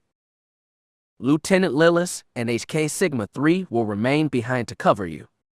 Beric looked at her. Are you sure about this, my lord? He asked. The ship needs to be kept safe, she reminded him. We will be fine. HK made that clear in his throat sound. Query, Master. How can you even think about going into wanton slaughter and not want to include me? Have I failed you in some way? Not at all, my friend, she replied. When they realize what is going on, our enemies will try to destroy our ship. They will be rushing headlong into this hangar, thinking to overwhelm this position with sheer numbers. Avaryss smiled. All the meatbags you want to kill will be coming to you. You will not need to follow me. They will practically be throwing themselves on your weapons, and while you are destroying them, you are serving my will, protecting my ship and slaying my enemies. That is your function, yes. HK fell silent, digesting what he had heard. Statement. I find your logic acceptable, Master. I will slay any who approach without your leave. The meatbag soldier and the meatbag fool pilot will be kept safe. Both Beric and Rink looked at the droid. Meatbag soldier. Fool pilot. Heroi. Avaryss smiled. Do not try and kill each other while I'm gone, she ordered. I should be staying too, Master. Quinai offered. Avaryss looked at the Devish. Nothing against Lieutenant Lillis or your droid, but you will be needing a Force user if Trik attacks this ship. The traitor may be sending his own Sith. Rink and Lilas could be overwhelmed. My new powers may be proving most useful, if that happens. And what new powers might those be, she asked. Quinai smiled. I will be showing you when Lord Tarik's welcoming party arrives. There came a beep from up front, towards the cockpit. It was the ship's proximity alarm. People were approaching. Tarik's welcoming committee had arrived. Avaryss straightened her hooded cloak. She checked her combat suit over one last time before they begun. Rink, get to work on the ship, she ordered. The rest of you, follow me. She led them down the corridor towards the boarding ramp. This is it, she thought. And here we go. She walked beside Beric. She could feel her brother's concern, his worry for her safety. It was sweet, but unnecessary. They needed to do what they needed to do. If I should not return, she murmured, you know what to do. He nodded grimly. She had prepared a message for him after her battle with Sidarbin's master. Her near death during that fight had caused her to reevaluate some things, make preparations should something go amiss. Beric had seen the message. He might not have liked it, but he understood why she had composed it. I know, he agreed, but that does not mean that I don't want you to come back. I would miss you, sis, if you were gone. He gave her a sad smile. It is the destiny of soldiers to lose those they care about. I suppose it is, she agreed, just not yet. He nodded, his expression one of both worry and brotherly love. Yeah, not yet. As the boarding ramp lowered, they were all assaulted by the smell of the alien station, a stench that was a mix of both medicine and decay. Avaryss wrinkled her nose. She had expected for this place to smell like a medical bay, the antiseptic smell that seemed to get everywhere, even when you had only stopped for a few moments. This station did not smell like that. It was akin to what she had gotten and used to on the battlefield. Decay mixed with whatever supplies the med droids used to try and aid the wounded. The hangar itself was made of a strange dark copper-colored metal, with white glowing light panels built into the floor. Along each wall stood 4 bronze-colored alien statues, kneeling creatures with long conic-shaped heads and eye stalks.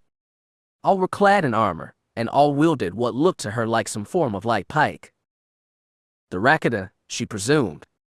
There had been a time, many millennia ago, that the Rakata and their so-called infinite empire had been the growing power in the universe. They had been the Sith of their time, one of the first truly space-faring races, enforcing their will through the might of their technology and the dark side of the Force. To her knowledge, only the Sith people had managed to resist them, only their pure blood ancestors had stopped the tide of the invaders. It would be many centuries later that the Dark Jedi exiles would make sense of what the Rakata had left behind, and started forming an empire of their own.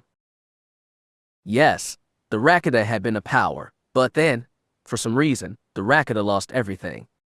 Their connection to the Force was severed, and their empire fell. History was not really sure why, and few records remained of that bygone era. Occasionally, Rakata technology or monuments were discovered on this world or that, but since the time of the Star Forge, she had heard nothing about any significant find with military applications had been discovered. Until now? She looked around, taking in her surroundings. If this was a medical station like their agents thought, she was surprised to find warrior statues. Wouldn't the Rakata have chosen something less authoritarian to decorate such a place? The Sith certainly did not pay tribute to their conquests at their medical stations. What would be the point? The hatch at the end of the landing bay opened. A company of 12 soldiers entered, led by a woman in black and red armor. Avaryss could sense the Force in this person. The connection seemed normal, which meant this was one of Trik's recent converts, not one of his apprentices. The soldiers seemed normal as well. They did not feel like the monstrous things that had attacked the Feer state. Avaryss smiled and went down the ramp to meet these new arrivals. Her crew followed after her. She could sense their feelings, the jittery excitement that all felt before going into battle. And still, nothing from the Jedi, she thought with a shake of her head. Perhaps Mayor's plan was not going as well as he had hoped. Perhaps the Jedi were already dead. They aren't, the dark voice within her whispered. You would know if Finn was dead. You would feel it in your bones. He was alive, and probably his friends too. They were likely up to something. Perhaps Master Jazz had a plan, but what was it? What could it possibly be? The leader of the welcoming party waved to her as she approached. For this meeting, Avaryss had left her battle helmet and mask behind, though she did wear the bracer that had come with it. She did not need the helmet to use it as a weapon if she needed to. Part of her had hoped that either Fel or Trik would have been among the ones to greet her. That would have made things easier. They are smarter than I thought. Trik took the bait, but only so far. Lucky him. Well, isn't this a surprise? The group's leader said when she finally got a look at Avaryss and her crew. She was a young woman, about Avaryss' age, perhaps a little older, blonde-haired and blue eyes, but with a nasty scar running down the left side of her face. She grinned at Avaryss, an ugly thing what with the scar and all. Hello there, Farm girl, the other Sith said.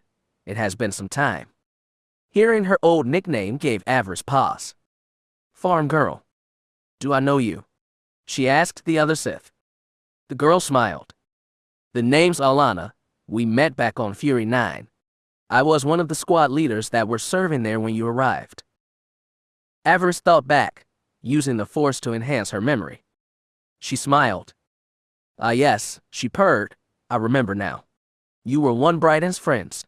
You led the training group that always got picked to train with us. Alana nodded. Brighton could be an ass, but he knew what he wanted and how to get it out of other people. She gave Avaryss a sly look. So, did you ever let him up your loading ramp? He seemed pretty obsessed with you back then. Avaryss' fingers clenched into a fist. Yes, she remembered Brighton and his obsession. He had expected her to surrender to him because he was, at the time, stronger than her. When she resisted, when she did not give in to his charms, he had tried to kill her, motivated as much by his own petty desires as he was by Darth Feer's promises to rise him up if he succeeded. Brighton and I were never close, she replied. I was focused on my studies at the time, and had no time for such distractions. I'm surprised to hear that. He was never the one to take no for an answer. No, he wasn't, Avaryss agreed. Which is why I killed him. Of course she did not tell her old classmate that. She wanted to keep things cordial, at least for a few moments more. Looks like we're on the same side now, the other girl said. Master Trik told us to bring you to the lab straight away. He will meet with you as soon as he had dealt with the enemy ships outside. The traitors don't stand a chance against the Sith fleet. Those enemy ships are the Sith fleet, Avaryss thought. The only traitors in here are you and your allies. Alana was just starting to natter on about her life after Fury 9 when the alarms first went off. Avaryss tilted her head and reached out with the Force. The aura of the dark side was powerful here, but it did not entirely eclipse the light that had found its way onto the station. The deck plate rumbled underneath them. What was that? Alana said, looking around. She turned to two of her soldiers. Caston, Trell, go find out what is going on. What is up with that alert? Oh, that won't be necessary, Avaryss informed them with a wicked smile. Alana gave her a confused look. Huh. It has been a pleasure seeing you again, Alana, the young Sith said warmly. I would say that we should do this again, but... What are you talking about, farm girl? Avaryss smirked. Goodbye, Alana, and when you Brighton, tell him hello. What are you? The traitor did not get the chance to finish her sentence. Avaryss activated her lightsaber, the blade up her sleeve, hidden until that moment. The weapon had been less than a centimeter from Alana's ribcage when the blade emerged and punched through her chest, piercing her heart. Alana gasped and looked down, seeing the crimson blade buried up to the hilt in her chest. Wow. She fell without another word, not really understanding what had happened and what was going on. Avaryss and her allies drew their weapons and struck at Trik's soldiers. The escort troops had not been prepared for battle, much less to fight for Sith. An HK droid, a changeling, and an Imperial commando, they all died swiftly. Not a single one reached the alarm. Beric and HK targeted the security cameras, both in the hangar and outside of it. She could not say that they still had the element of surprise, but for the moment they had secured the hangar. The purging of Trik Station had begun. No survivors. No mercy. She looked down at the slain former squad leader. Alana had never done her any harm personally. She had been Shutta, just like her fellow squad leaders, but she had been nothing special. Now that she was dead, Avaryss felt a little more free. Another person from her past was gone, another person that had known her before Avaryss. Destroy the past so that you can embrace the future. Master Adaz had taught her that. It was one many of his lessons that remained relevant today. We need to secure this hangar, she said as she deactivated her lightsaber. Beric, deploy some of the sentry guns from our stores. We can use them to funnel any would-be attackers into a kill box. Holly, find me a computer terminal. See if you can download the schematics for this place. If we are going to find the controls to those probes outside, we will need a map. and I will be providing us with reinforcements, my master, Quinaya said, smiling. With your leave, of course. Avaryss blinked. Reinforcements. She was not sure what the dervish meant exactly. Proceed, apprentice. Quinaya nodded. As you will, master. The dervish reached out with both her hands and force. She closed her eyes and began to murmur. Avaryss did not recognize the language, probably something from Deveron. Maybe. All my life, Quinaya whispered, my whole life I've been a slave to the dead. Ancestors whose accomplishments haunted my very steps, ghosts of the past being more great than I could have ever hoped to be. My masters were being no better, men who could only say how weak I was, how I was being a disgrace to the name of Malik. The dark side rose up and began to sing. The melody was as beautiful as it was terrible. Quinaya opened her eyes, they blazed with green light. Death is not being the end, it is the being the beginning, my beginning. I will never be a slave to the dead again. The dead are being mine now. They are being my slaves. They will be the ones serving for my glory, my power. She raised her hands overhead. Rise, my puppets. Why, oh why are being called to serve? Rise. As one, the bodies of the slain escort troopers began to twitch. Alana's body spasmed as she sat up and looked around with dead eyes. Avaryss took a step back as the men and women they had slain stood up, or at least tried to. One or two had lost a leg during the fight. Quinaya smirked as the bodies she had raised stumbled over and picked up their weapons, picked them up, and began taking defensive positions around the ship. Quinaya nodded, pleased with herself. She looked exhausted, but Avaryss shook her head. She had no idea that Quinaya had known how to do that. Where did you learn that? She asked. I was having some time to read while you were in quarantine, she confessed. There were being some very interesting Sith texts in the Citadel on Dromund Kaas, and the librarian had such a weak mind. Devish smirked. It is amazing that every Sith on the planet is not helping themselves to those archives. Avaryss nodded. This was unexpected, but useful nonetheless. Quinaya had grown since they had met outside that Jedi safe house. No one could doubt her allegiance to the Sith now. So you are a necropath? Taya said. I've heard of your kind, but I've never seen one until now. Quinaya laughed. A necropath. That is not being my name. What it does, yes. Quinaya turned to her, giving her a toothy predator's grin. Quinaya Malik is being no more. I am being Necros now. I am Necros, apprentice to Lord Avaryss. She bowed before her master. My power and my puppets are being at your service, my lord. Avaryss nodded. Necros, she thought.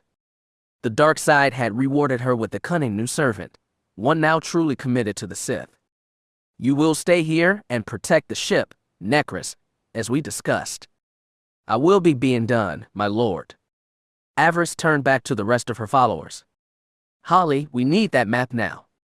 Finding it now, my lord, the engineer promised. Her data pad blinked as she plugged into one of the station's computer terminals. The young Sith nodded. Everything was falling into place. Today, House Trik would fall, and House Avaryss would rise.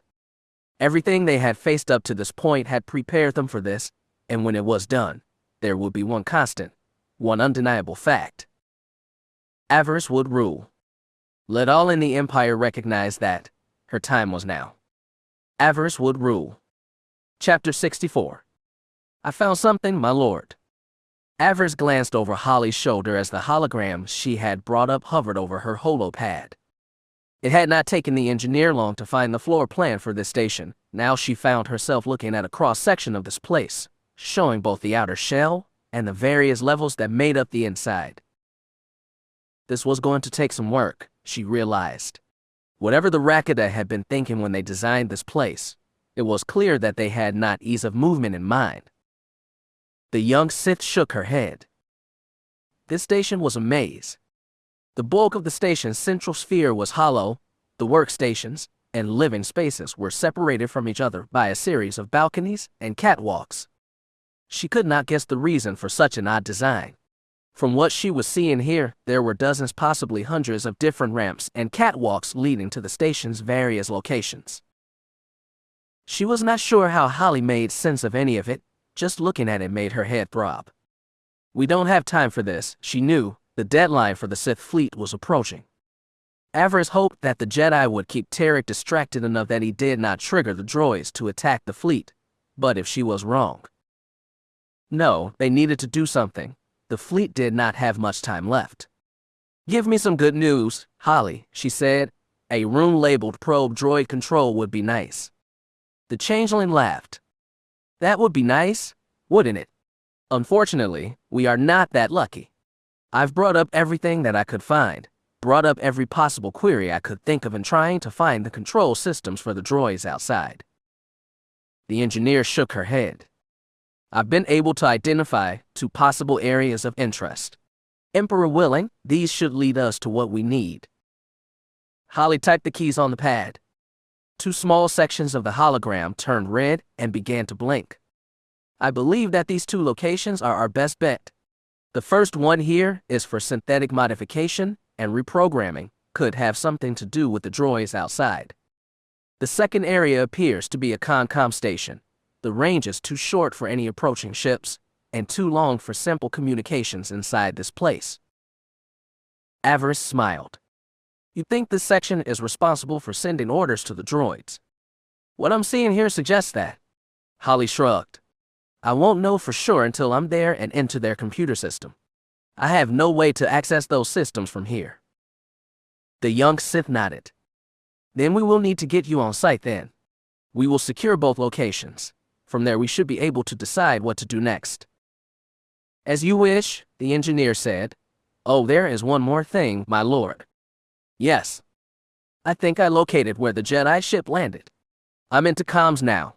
I should be able to trigger alerts in other areas, should I try to direct station security towards them, and them alone.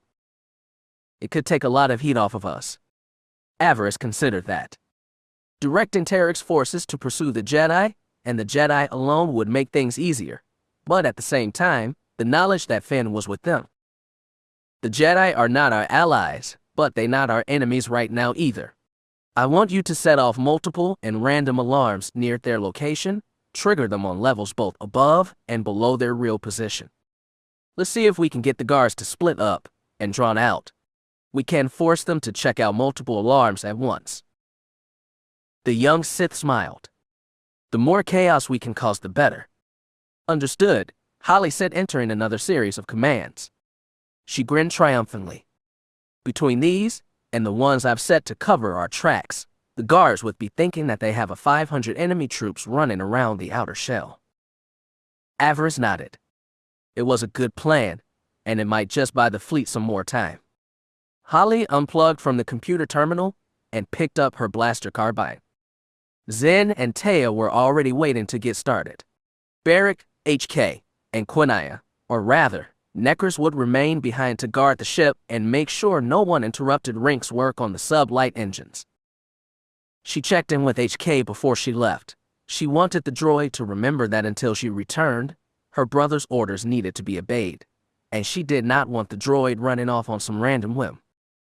The ship needed to be protected. Before they got going, Beric pulled her aside. He said there was something that they needed to discuss. She asked him to make it quick. The longer they waited her, the more likely that Trik's reinforcements would have time to cut them off from places they needed to go. This is important, he assured her. She nodded and asked him to continue. Her brother looked around and came in closer, speaking softly so that only she would be able to hear him. I don't trust her, he said. Trust who? She asked. Quinaya, she has changed. I think that there is something wrong with her. You disapprove of Necros' choices. Quinaya, Necros, or whatever she chooses to call herself now, should not be left alone here, sister. I can no longer say for sure what side she is on. Not that I had a good idea before. The soldier shook his head. I think I liked her better when she was an angry former Jedi moping around the ship, lamenting that we had ruined her life. This new Quinaya. He shook his head again.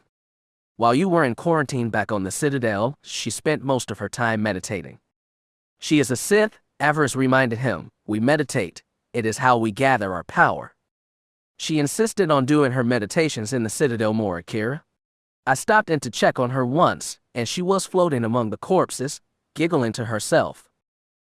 Her brother shivered. It is creepy. I may not know much about the Force, but I know when something and someone might become a problem. Avaryss nodded. She understood his concern. Necro's new range of abilities made her a little leery too, but it was not like they had many options right now. They were on mission. Necro's power, her puppets would be useful in keeping the ship safe. They needed her right now, no matter how creepy her abilities might seem. If it makes you feel better, then watch her close, Avaryss advised, but do nothing to provoke her. She is still Sith, and my apprentice. Avaryss smiled. If things look like they about to turn sideways, bring HK into this. He has programming for killing Force sensitives, but do not do so lightly. Necro's mind do not seek to provoke while we are deep in enemy territory. He nodded grimly. Understood, I'll watch her, but I will remain respectful. Good, his sister said. I know the dark side can be complicated, brother, but do not let it frighten you. It is the power that will allow us to conquer this galaxy.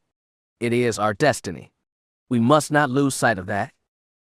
Understood, my lord, he said. He gently brushed her hand with his. Good luck, little sister. Be careful in here. She nodded.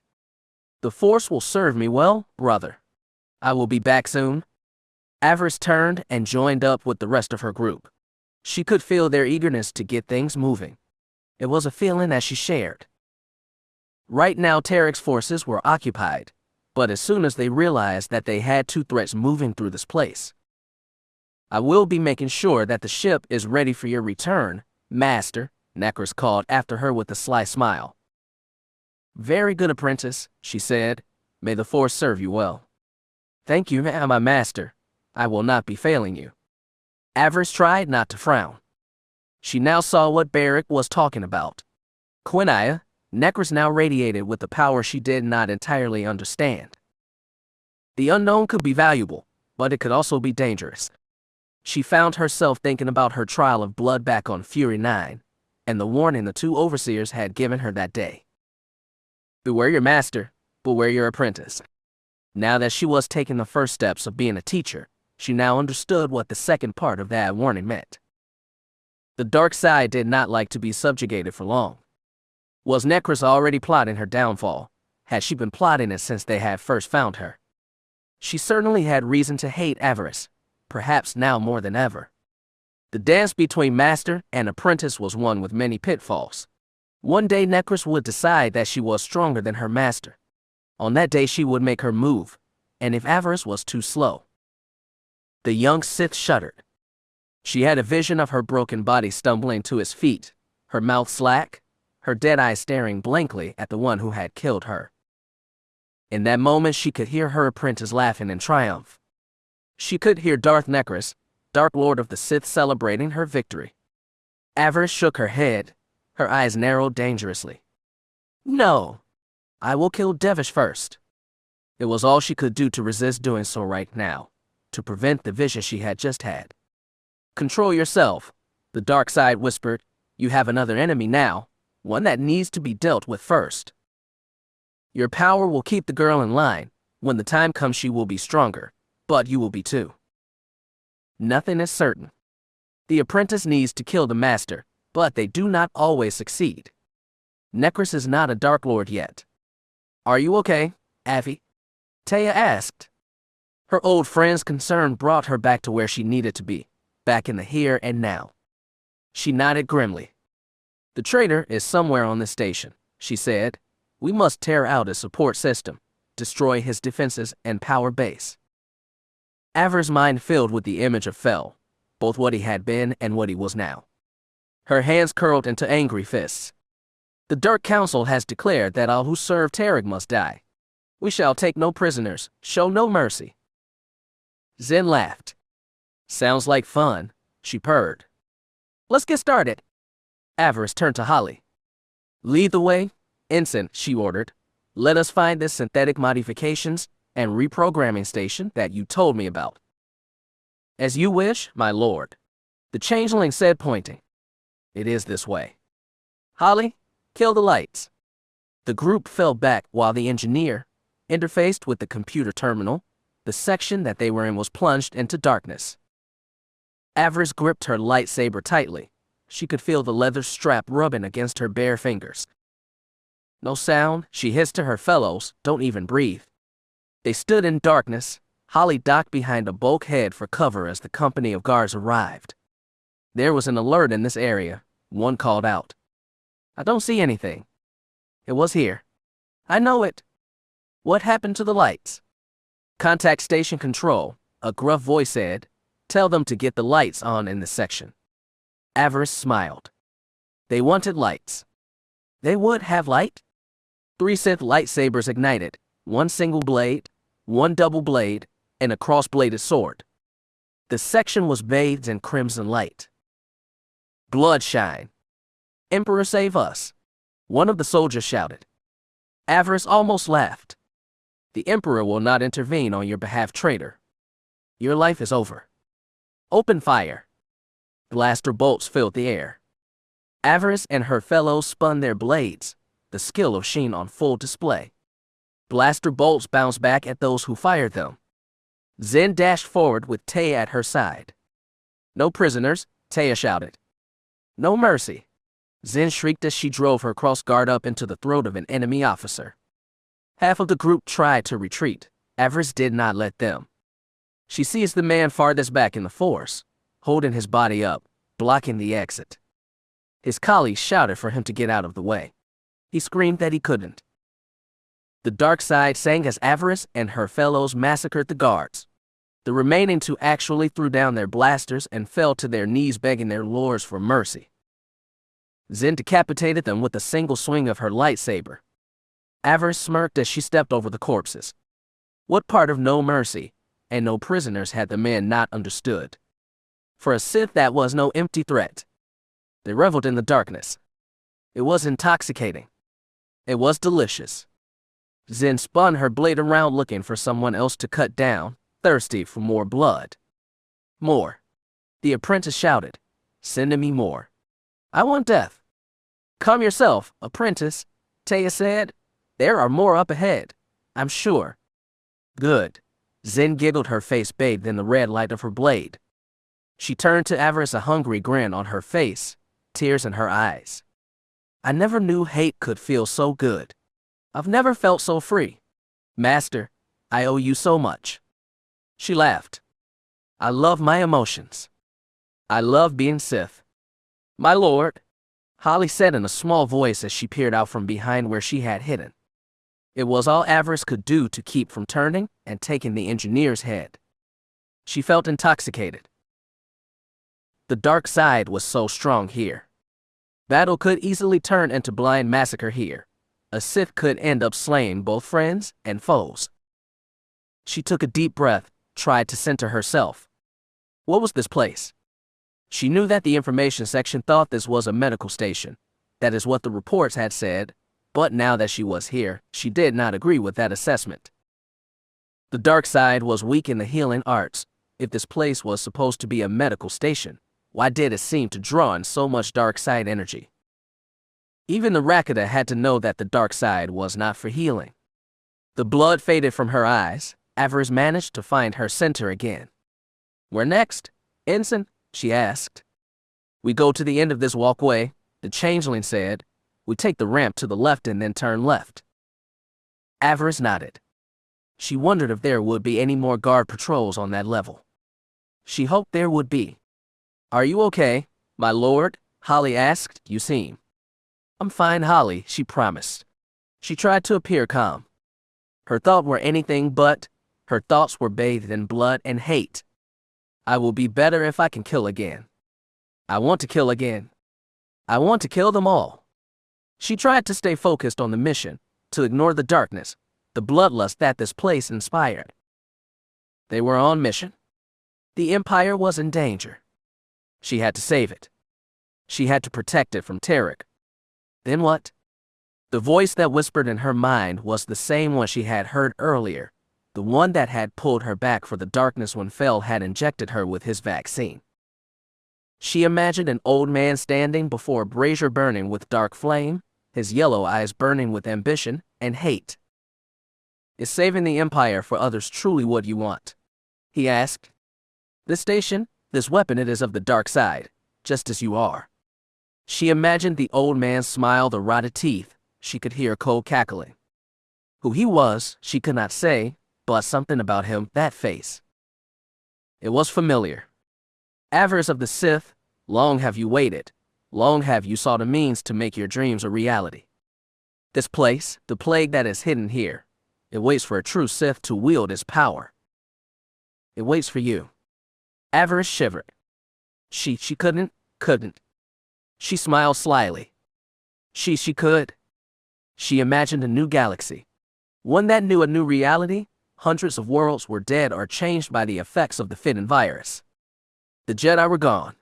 Coruscant was an infected wasteland, with only several hundred mutated things crawling through its ruins. Corbin and Dromund Kaas were silent. They had been warned. The price of resistance was too high. She saw the Citadel in her mind's eye. She saw the Lords of the Sith on their knees, the Dark Council on their knees. Mar and the others knelt. They knelt or became a head shorter. Darth Feer was brought before her in chains. His foul family would die first. He would know her pain. He would know her loss. "Daughter," she heard him shriek. "Why?" From her place on the Sith throne, Avaryss cackled. "Because it amuses me, you old fool. Because your pain enriches me."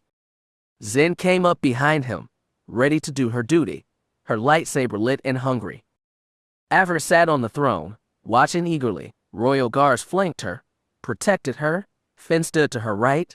Her advisor and lover, Itae, was to her left, smiling excitedly at the show. "And what of the Emperor?" the old man's voice whispered. Avaryss almost laughed.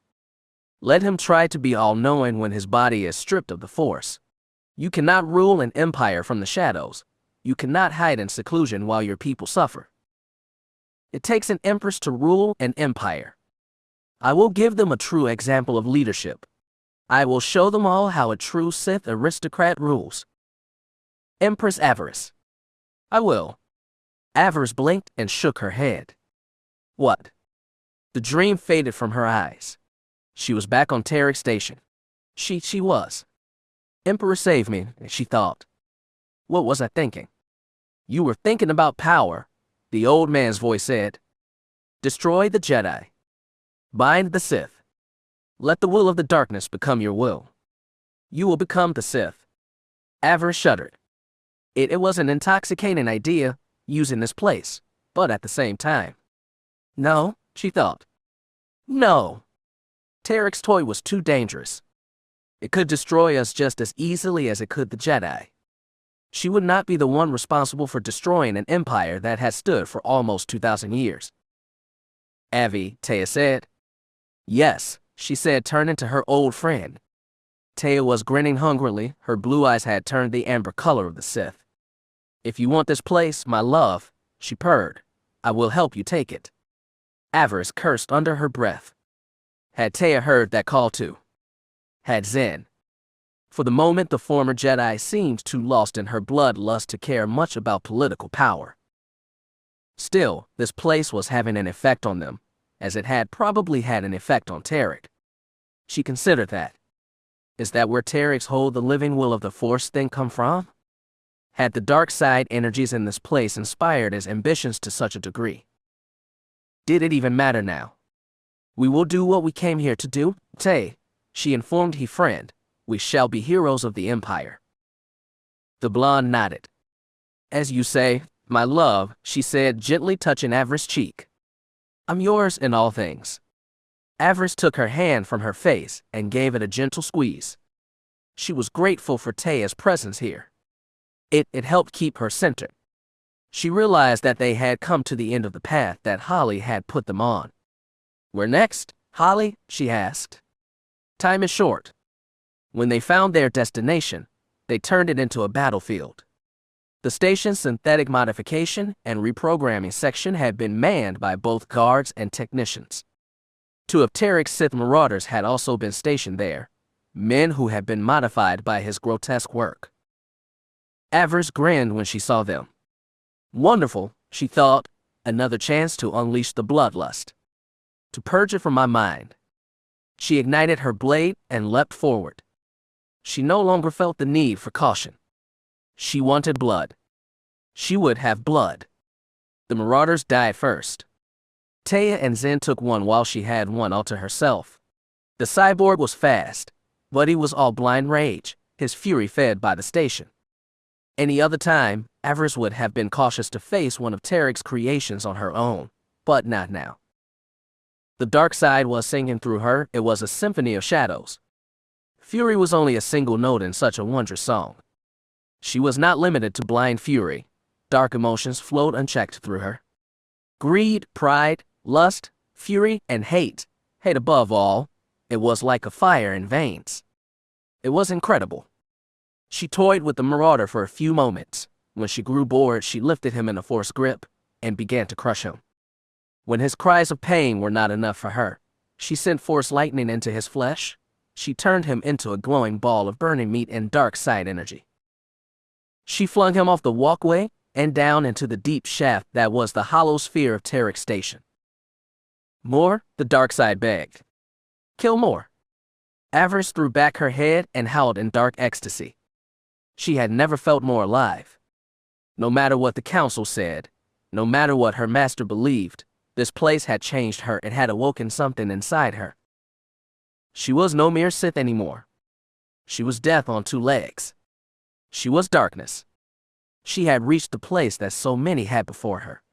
She had found the plateau that Revan, Malik, Mar, Vengeance, and so many others had reached. She was changed. It did not matter what others said. She was Darth Avaryss now. And Darth Avaryss hungered for death. Zen and Itae had finished their opponent. They now were dealing with the remaining guards, cutting down some, and deflecting blaster bolts back at others. Technicians cowered behind their stations. Avaryss grinned hungrily. More victims to slaughter. Delicious. She seized the first one she saw with the force, and lifted him to the ceiling. She was just about to disembowel him with her lightsaber when the force flared. A warning. Avaryss spun around, her crimson blade meant an emerald-colored one. The blade cut her off from striking the technician. She snarled with fury. She was met by the face of a hated foe. The face of an animal glared out from beneath a brown-robed cowl. A long brown muscle curled back showing long sharp teeth. You, Shireville snarled. Mongrel, Avaryss purred, her voice dripping with sweet venom. How nice. She released the technician and spun away, dropping into a Makashi fighting stance. The Jedi stood before her in her own fighting stance. Come on, witch, she hissed. I'm waiting. As am I, Avaryss thought. I've waited a long time for this. She spun her blade and with a war cry lunged forward. Jedi and Sith clashed, their blades hissing and sparking. Kill her, the darkness cried. Slaughter her now. Avaryss lunged. She would do just that. Avi. She heard Itae cry out over her bloodlust, the pounding of her heart. The Jedi are here. No kidding, Avaryss thought dryly, but no matter. They were just more victims. She lunged again at the beast girl only to have her parry her attack and strike back with one of her own. A flurry of blows rained down. Avaryss turned them back, but only just barely. So strong, she thought, I had forgotten how much stronger this creature was. She almost laughed. Fortunately, she was stronger too. She sent force lightning at her enemy. Shira caught it with her blade. Avaryss sent chairs flying at her back. The beast leapt over them, cutting them as they passed, and flung them at Avaryss. She dodged out of the way and snarled hungrily. Why, you flea-bitten brat. I'll make a coat out of you. She was so caught up with her fight with the beast girl that she no longer cared about the control room. She no longer cared about her people. All that mattered was killing Shireville, avenging her defeat on the wreck. She would. Kira. The voice cut through the rage and bloodlust. It cut through the hate and anger.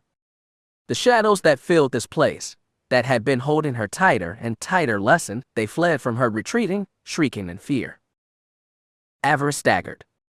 The force around her changed, becoming that comfortable silver shine that she had grown so used to. How the force felt when he was around. She kept her guard up. Shireville had ceased her own attack. She was panting as she looked across her green blade at her enemy. Standing behind her was Finn Shadowstone and his master Jas Darbin. The two smugglers and the small childlike Jedi master was there as well. Yet, Avaryss had eyes only for Finn. It was he that had brought her back. It was his words and presence that had pulled her out of the darkness she had been drowning in. "That is enough, Kira," he said. His own blade was out, but not raised, not threatening. "I know why you are here," he said. "There is no reason for this." His Lupin companion did not feel that way. The creature radiated a desire to destroy her. "She is Sith," Shire growled. "She was butchering these people. She is no better than Trik." "I've come to stop him," Avaryss hissed. "I've come to save my home." She could feel the bloodlust. It was still there, but Finn, his presence, had allowed her think again. She was no longer killing for the sake of killing. She was back in control again. Shira looked past her, her eyes widened. "Get away from there," she shouted. "If I don't disable the alarms," Holly shouted back, "every guard in this place will be walking up that ramp in a minute." Avaryss dared a glance behind her. Holly was at a terminal pressing buttons and pulling levers. Avaryss took a deep breath. Her anger was back under control again. "Hello, Master Jas," she said with a nod. "We meet again." "So we do," the Jedi Master said. She could sense a coolness about him that had not been there before. "He knows," the dark side whispered. "He knows what you did to his brother." She smiled. Part of her was tempted to taunt him with Side Darbin's death, but that might undo everything that they had done up to this point. There were too many lightsabers lit in this room. It was a bomb waiting to go off. She chose not to press the detonator. She looked at Finn. "You have come to secure this place?" she asked. It was Jas Darbin that answered. "He felt your presence here, your fury. You were out of control," Finn added. "I came to help." She almost laughed. He wanted to help. He wanted to save her. Wasn't that sweet? Avaryss felt warmth through their connection in the Force. Warmth and need. She swallowed. Her throat had suddenly gone very dry. She wasn't sure what she wanted in that moment. She was surrounded by blood and death. Part of her wanted to attack Finn, to punish him for daring to stop her fun. Another part of her wanted to take him into her arms. A shiver ran down her spine. "I want him," she thought lustfully. "I want to take him right here and now." It might have been her imagination, but she thought he might be blushing. Had he picked up on her desire? Possibly. She smiled at him. Kira's soft smile. Shire growled like the animal she was. "This one is not worthy of saving," she said. "All are worthy of saving, Padawan," the little alien master said. She approached the two girls. "Lower your blades," she said. Her voice was a song that demanded to be obeyed. "There will be no more violence here, not for the moment." Shira obeyed without another word. Her green blade powered down. Avaryss was slower to deactivate her weapon, but she did. She looked at the little alien.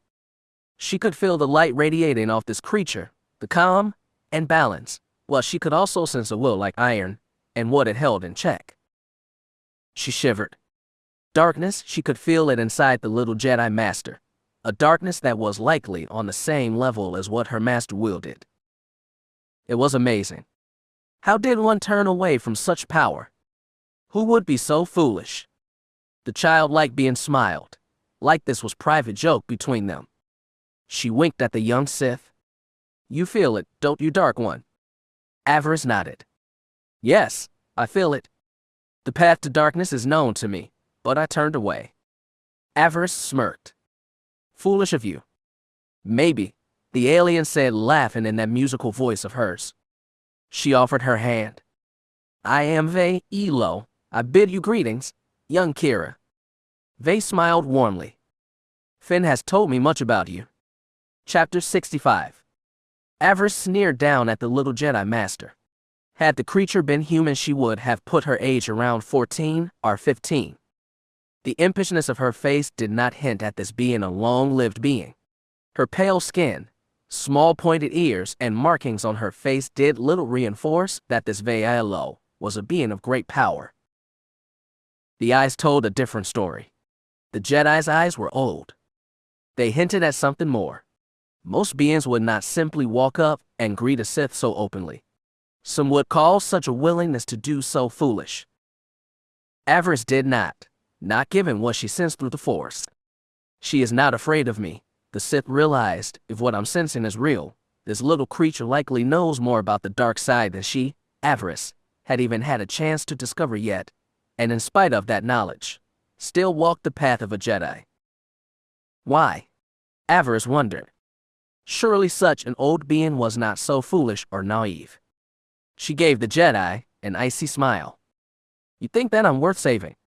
Betrayal smiled. I take it that you feel that you are not.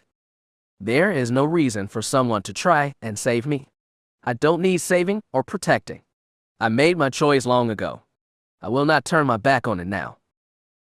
Perhaps, the Jedi Master said. Her expression did not suggest that she believed her. Avaryss' eyes narrowed. They did not have time for this. She was not about to surrender this place to the Jedi, not until Holly was able to figure out a way to save the Sith fleet. She looked at the Jedi being here as a useful distraction, nothing more. Avaryss glanced over at Shire Veal and Jaz Darbin. She had enemies here. For the moment they were trying to deal with larger threat, but what would happen if they decided that she was the more immediate problem? I don't want to waste time and energy killing these fools, she thought. Trik was the real problem, but she could not allow the Jedi to hamper her efforts to stop him. There was tension in the room. The Jedi and their allies, Avaryss and hers, they had secured this control station, but it would not be long until Trik's forces realized that it had been lost and send people to try and reclaim it. They would need to. Avaryss turned her head. Itae had stayed near the back of the room when the Jedi had arrived. The look on her old ally's face was a mix of pain and surprise. Itae, she asked. I don't feel. Itae's eyes rolled back in her head as she collapsed, her lightsaber falling from her hand. Avaryss' eyes widened. What was going? What had happened? Holly was out of her chair and at the blonde girl's side. It was at that moment that Avaryss realized that Itae must have been injured when they had attacked. Her friend gripped her side, moaning weakly. Avaryss felt her life flicker in the Force. Holly looked up at her. She is cut pretty bad, my lord, the engineer informed her. I thought she got hit when we were dealing with Trik's pet, Zen said coldly. Avaryss' apprentice smiled. I guess she wasn't as fast as she thought she was. The young Sith almost snarled at the girl, but doing so seemed pointless now. She could sense what was happening in the Force. Itae was dying. That realization hit Avaryss like an asteroid. Itae was dying. No. She could not be. No. In that moment she almost forgot about the Jedi, and about her mission. She almost ran to her friend's side. They us? She couldn't think. She wanted to go Itae's side. There had to be something she could do. She had saved Quinaya, but in doing so had changed the girl, made her into necromancy. She could not tell if that was a good thing or not. I can help her. I can't save her, but... Avaryss' eyes narrowed. Weakness, the darkness whispered. You cannot show weakness. She swallowed hard. No, she could not. Not in front of enemies. Or in front of allies. She looked coldly down on Itae. She couldn't and wouldn't let the Jedi see weakness. She would not let them see her in such a state. At the same time, she could not allow Zen to see her rush to her ally's side. The former Jedi had taken to the dark side with a dedication that most Sith hopefuls did not possess. She dared not show any weakness before her new apprentice. If she did, it would be the first nail in her coffin. Zen would use that knowledge against her. She could not allow that. So she stood there, watching her friend, perhaps her only true friend, dying. Holly looked up at her. Avaryss shook her head. "Return to your work, Ensign," she ordered. "There is nothing we can do." Holly's eyes widened. "My lord, She is gone," Avaryss said flatly. "Leave her. She is dead." "I can't believe you people." Avaryss looked up, her hand on her lightsaber. "Who dares?" It was the Bothan that spoke. He pushed his way past the surviving technicians. He did not even look at Zen as he made his way to where Taya lay wounded. The alien looked up at Avaryss and bared his fangs. "How did your people ever manage to build an empire?" he spat. "If you give up on your own so easily." She sneered at the Bothan. "Taya is Sith," she said. "She knows what it means to fall, to fail." Avaryss stood taller.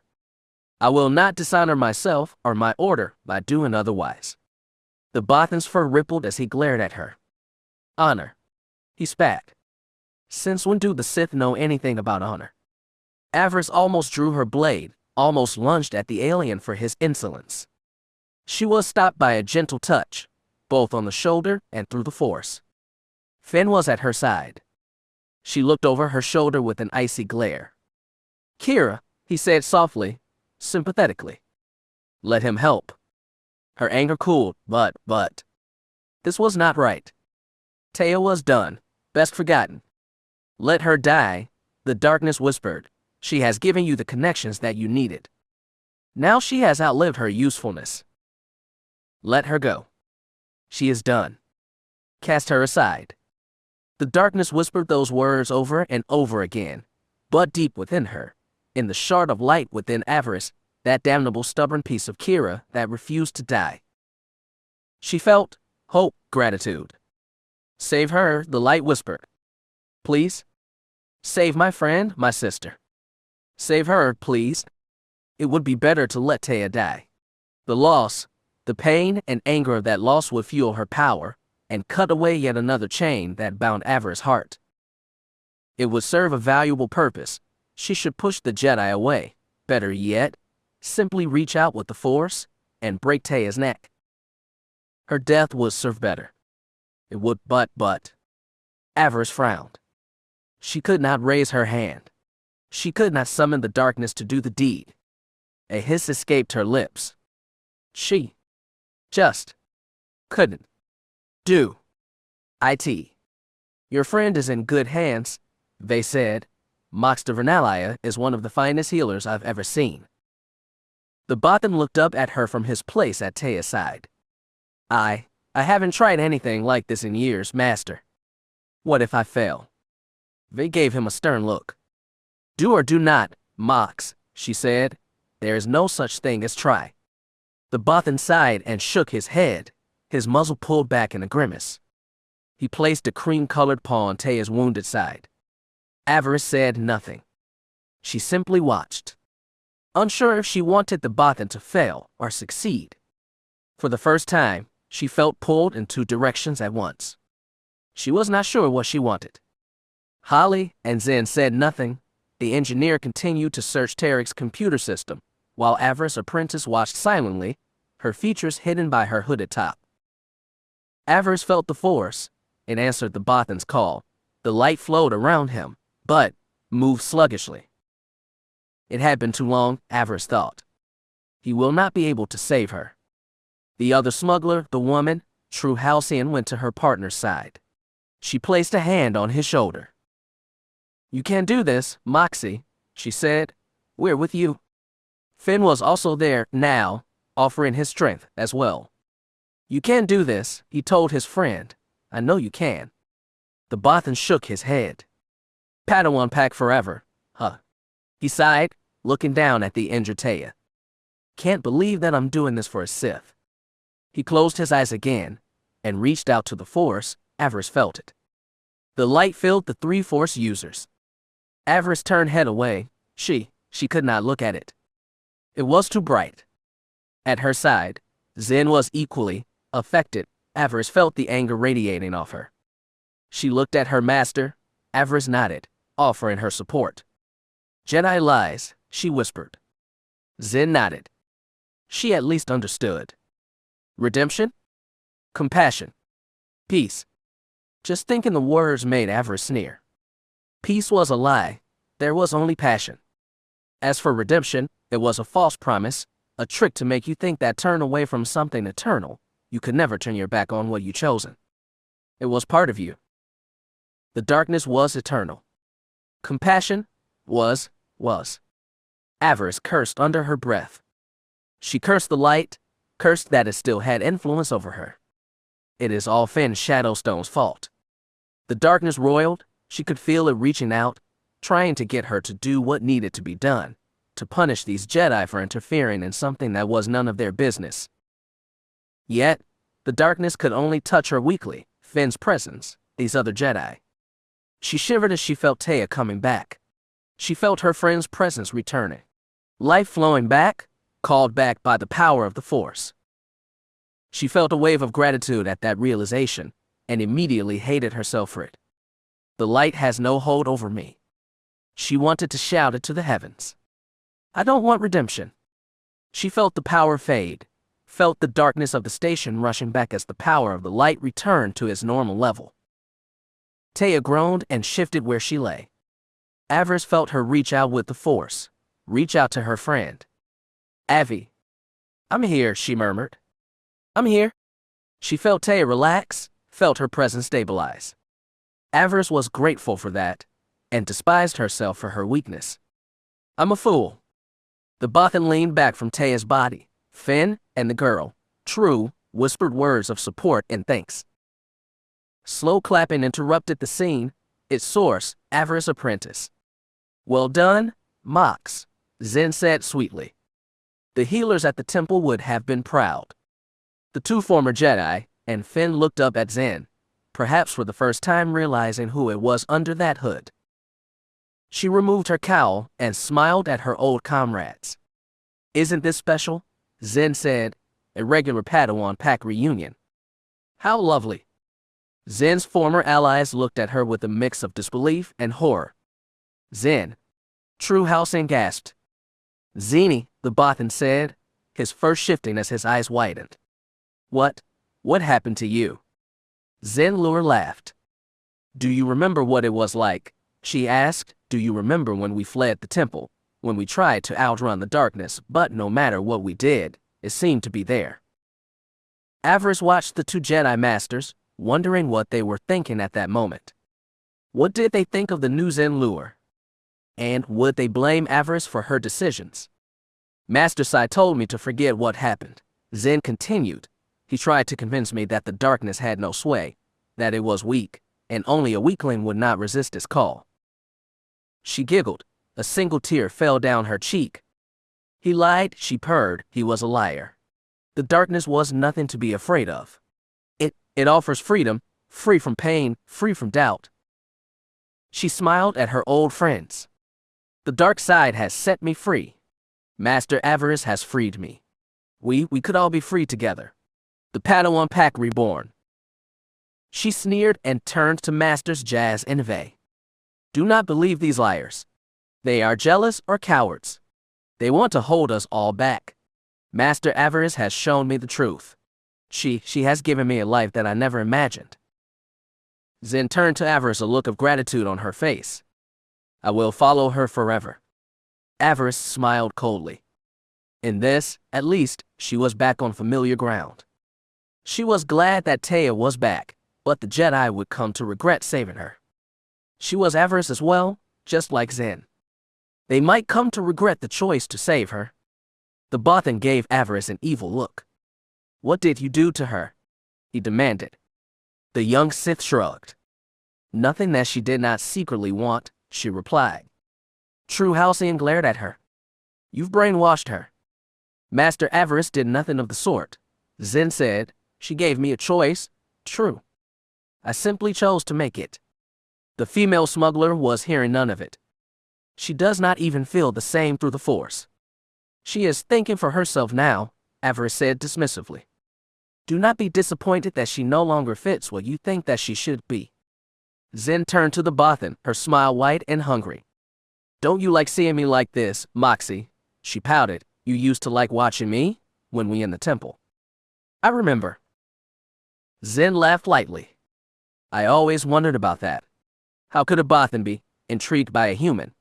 I remember when you always tried to find ways to stand close to me.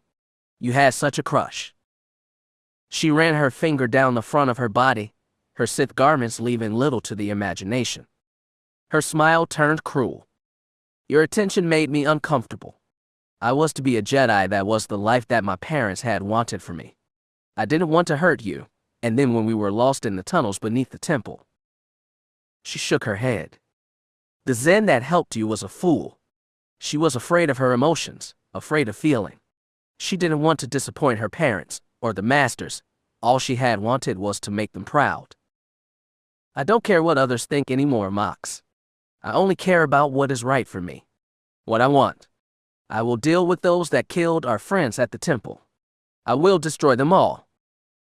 She held out her hand. You can come with me, she offered. Neither of us are Jedi now. Would you like to explore what that means? She gave him a seductive come-hither look. It could be fun. Mox de Vernalia did not respond with words. He radiated with a sense of distaste through the Force. Zen felt it. She sniffed. You don't like me anymore. Fine. She turned away petulantly. I won't waste my time then. She looked at Avaryss. The look on her face was almost worshipful. The Bothan growled at the Sith. I hope you are proud of what you did to her. Avaryss shrugged. I'm afraid that Side Darbin deserves most of the credit, she replied, her eyes turning back to Master Jazz. Your hut spawn of a brother did this to her.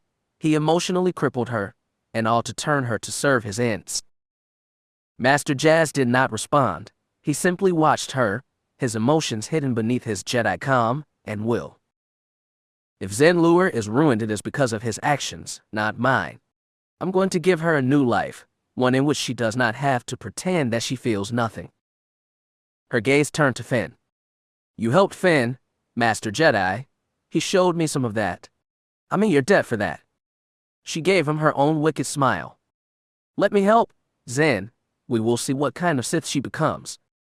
The sound of armored boots drew their attention. Through the viewport of the control room, they could see more soldiers approaching. All the arguments and blame ceased. Both Jedi and Sith drew their weapons. Lightsabers activated. Their hum filled the room. I will shield Taya, Avaryss said to her apprentice. Feel free to indulge yourself with these fools. Zen giggled eagerly. I was hoping you would say that, Master. She whirled her cross-guarded lightsaber around. More nerfs to the slaughter. It did not take the two groups long to deal with the next wave of attackers. In this, at least, the Jedi and Sith had a common enemy. Darth Trik needed to die. These were not like the guards that had been protecting this place. These were modified. They were like the creatures that Trik used to burn the Feer estate. Avaryss was limited in her range of attacks because she was keeping Taya safe. Her friend was awake, but it was clear that she was not strong enough yet to join in the fun. That is fine, Avaryss thought. More for us. The Jedi attacked Trik's monsters with the cool efficiency of droids. She found herself watching Master Vey especially. The little Jedi Master's style was a blend of Adaru of Avaryss' own Sarisu. The Sith tried to absorb what she was seeing. If the day ever came that she would need to kill the little Jedi, she wanted to have an idea of what such a challenge might be like. It would be quite the battle, that was for sure. This one should not have survived the first war, she thought. She should have been eliminated. Her knowledge of the dark side is a threat. When she returned to Dromund Kaas, she would see what Imperial intelligence had on Master Vey. Such threats should not be ignored. The two smugglers proved equally interesting. They did not use lightsabers, despite their strength in the Force. Their reliance on blasters was a bit odd, but not in the way most would think. Avaryss watched as the two fired on Finn, not to hit up, but to use him to deflect their bolts at targets they could not have hit normally. It was an impressive display. It seemed that the Jedi were taking this matter seriously, not risking their own lives with pointless displays of mercy. She was happy to see that the Jedi did not even try to offer mercy to Trik's freaks. Even they could see that these monsters were beyond saving. Darth Trik and his Avaryss was a threat to both sides, both orders, no matter what either side thought of the other. They needed to deal with this quickly. Time was short. And they still had another control room to secure, or so Holly believed. We need to get moving, Avaryss thought. We have been here far too long already. The battle ended with the last of Trik's monsters falling. That was a victory in itself, but of equal importance were the deaths of the remaining technicians. They had been torn to pieces by the Dark Lord's foul creation. The Jedi had managed to cut them down, but they were too late to save the remaining scientists. Now only one of the creatures remained. It was badly wounded, but it still tried to crawl forward, snarling at his master's enemies. Finn ended his life with a single downward strike with his lightsaber. The blue blade impaled the creature's head. A ruthless tactic, Avaryss thought with a smile. There is hope for him yet. She turned to Holly. Hopefully the engineer has something for them, something they could use to push forward. The changeling smiled triumphantly. I have something, my lord, she said. Avaryss grinned. Perfect. Using the system here, I've been able to create a data spike, the engineer informed her. If we can get it into Trik's probes, we will be able to reset their targeting parameters. They will only attack what we want them to. And what target are we setting? The Sith asked. Themselves, of course. Once this program goes live, every probe outside this station will target its nearest neighbor and not stop until all other probes are either destroyed or it ceases to function. Well done, Ensign, Avaryss said. Release the program. It is not that easy, I'm afraid, Holly admitted sheepishly. The transmitter in here is not strong enough to reach the probes. We are going to have to slave this signal through the com station that I told you about earlier. The engineer fidgeted. We're going to need someone here to run the program interface, and someone in control and communications to broadcast the new commands to the closest droids. Can't we get them all at once? Avaryss asked. Their CPUs aren't designed that way, but then again, they don't need to be. These droids are receiving constant updates from their fellow CPUs. All we need to do is program one, and it will spread the new commands like a virus. Fitting, Avaryss thought, Trik's plague carriers would be brought down by a virus of their own. The irony was as hilarious as it was delicious. She could not wait to set this plan in motion. Jazdarbin came up to her. She still felt his icy regard. You seem pleased, Sith, he said dryly. Should I feel sorry for someone? For Darth Trik, she replied. My engineer has a way to disable his plague carriers, but someone will have to remain here, the console here, and in the control and communications room up ahead need to be accessed at the same time. Jaz nodded thoughtfully. True and Mox can handle that, he offered. Avaryss gave him a cool look. You will excuse me if I prefer to have one of my own people handle this. We both want the same thing, do we not? He reminded her. True, but I will do it, Avi. She looked up to see Taya back on her feet. Her friend was a little wobbly, but she had her weapon in hand again. Taya gave her a sheepish look. I could not keep up with you even if I wanted to, she admitted, but I can keep Trik's goons back if they try to enter, and I can certainly handle using the data spike. Avaryss nodded. She did not like the thought of leaving Taya here alone, but she turned to Master Jaz. Shall we compromise, Master Jedi? What do you have in mind, Sith? Taya and your smugglers will remain behind. I trust that I have your word that they will not interfere in his mission. Those droids do need to be deactivated. Jazdarbin nodded.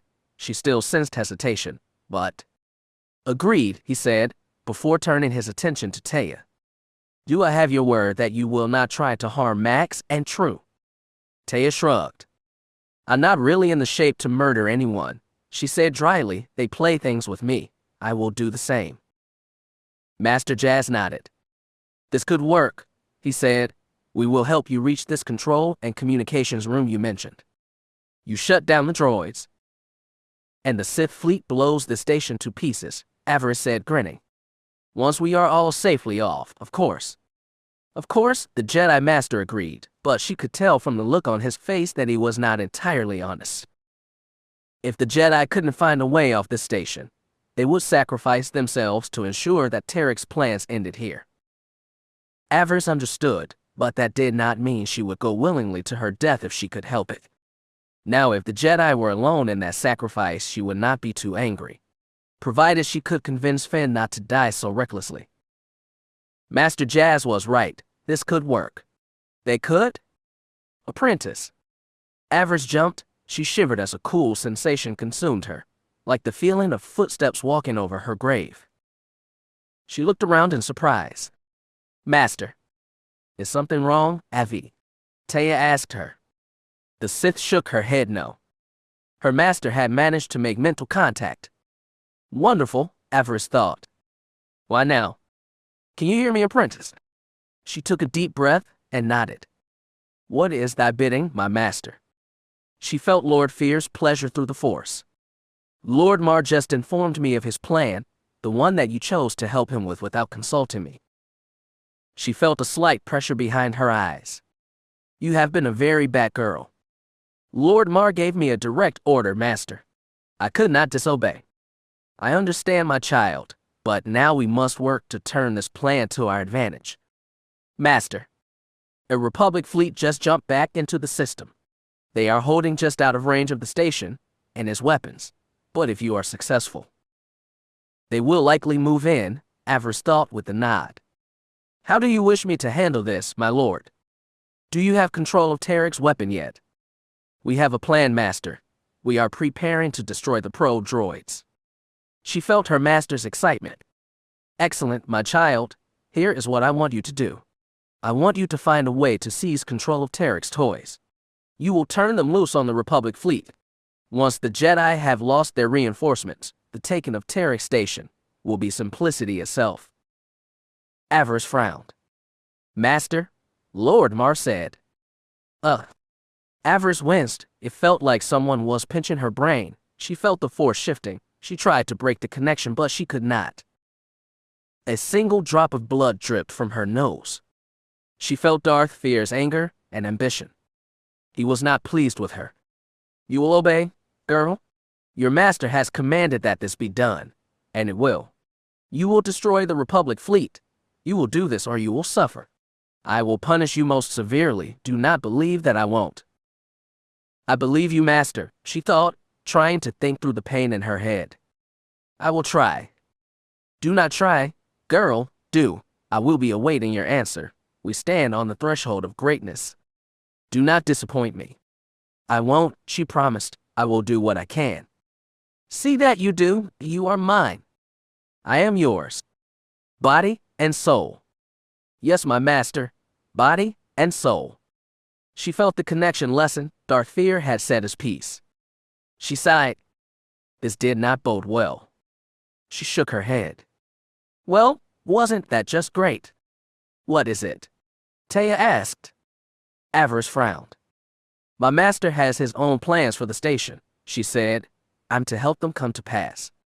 Taya frowned. She no doubt could guess what Darth Feer wanted of them. So what are we going to do? Avaryss shook her head. She did not really know.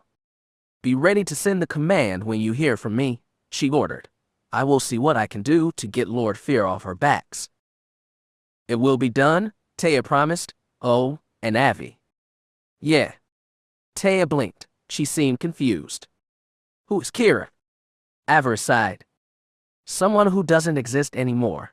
She was weak, so I cast her away. She died the day that I became Avaryss. Oh, the blonde said. It sounded like it was not that simple, Avi. What I heard between you and that Jedi boy, it sounds complicated. Avaryss sighed. You have no idea, Tay. You have no idea? Until today, she had thought that Kira was gone.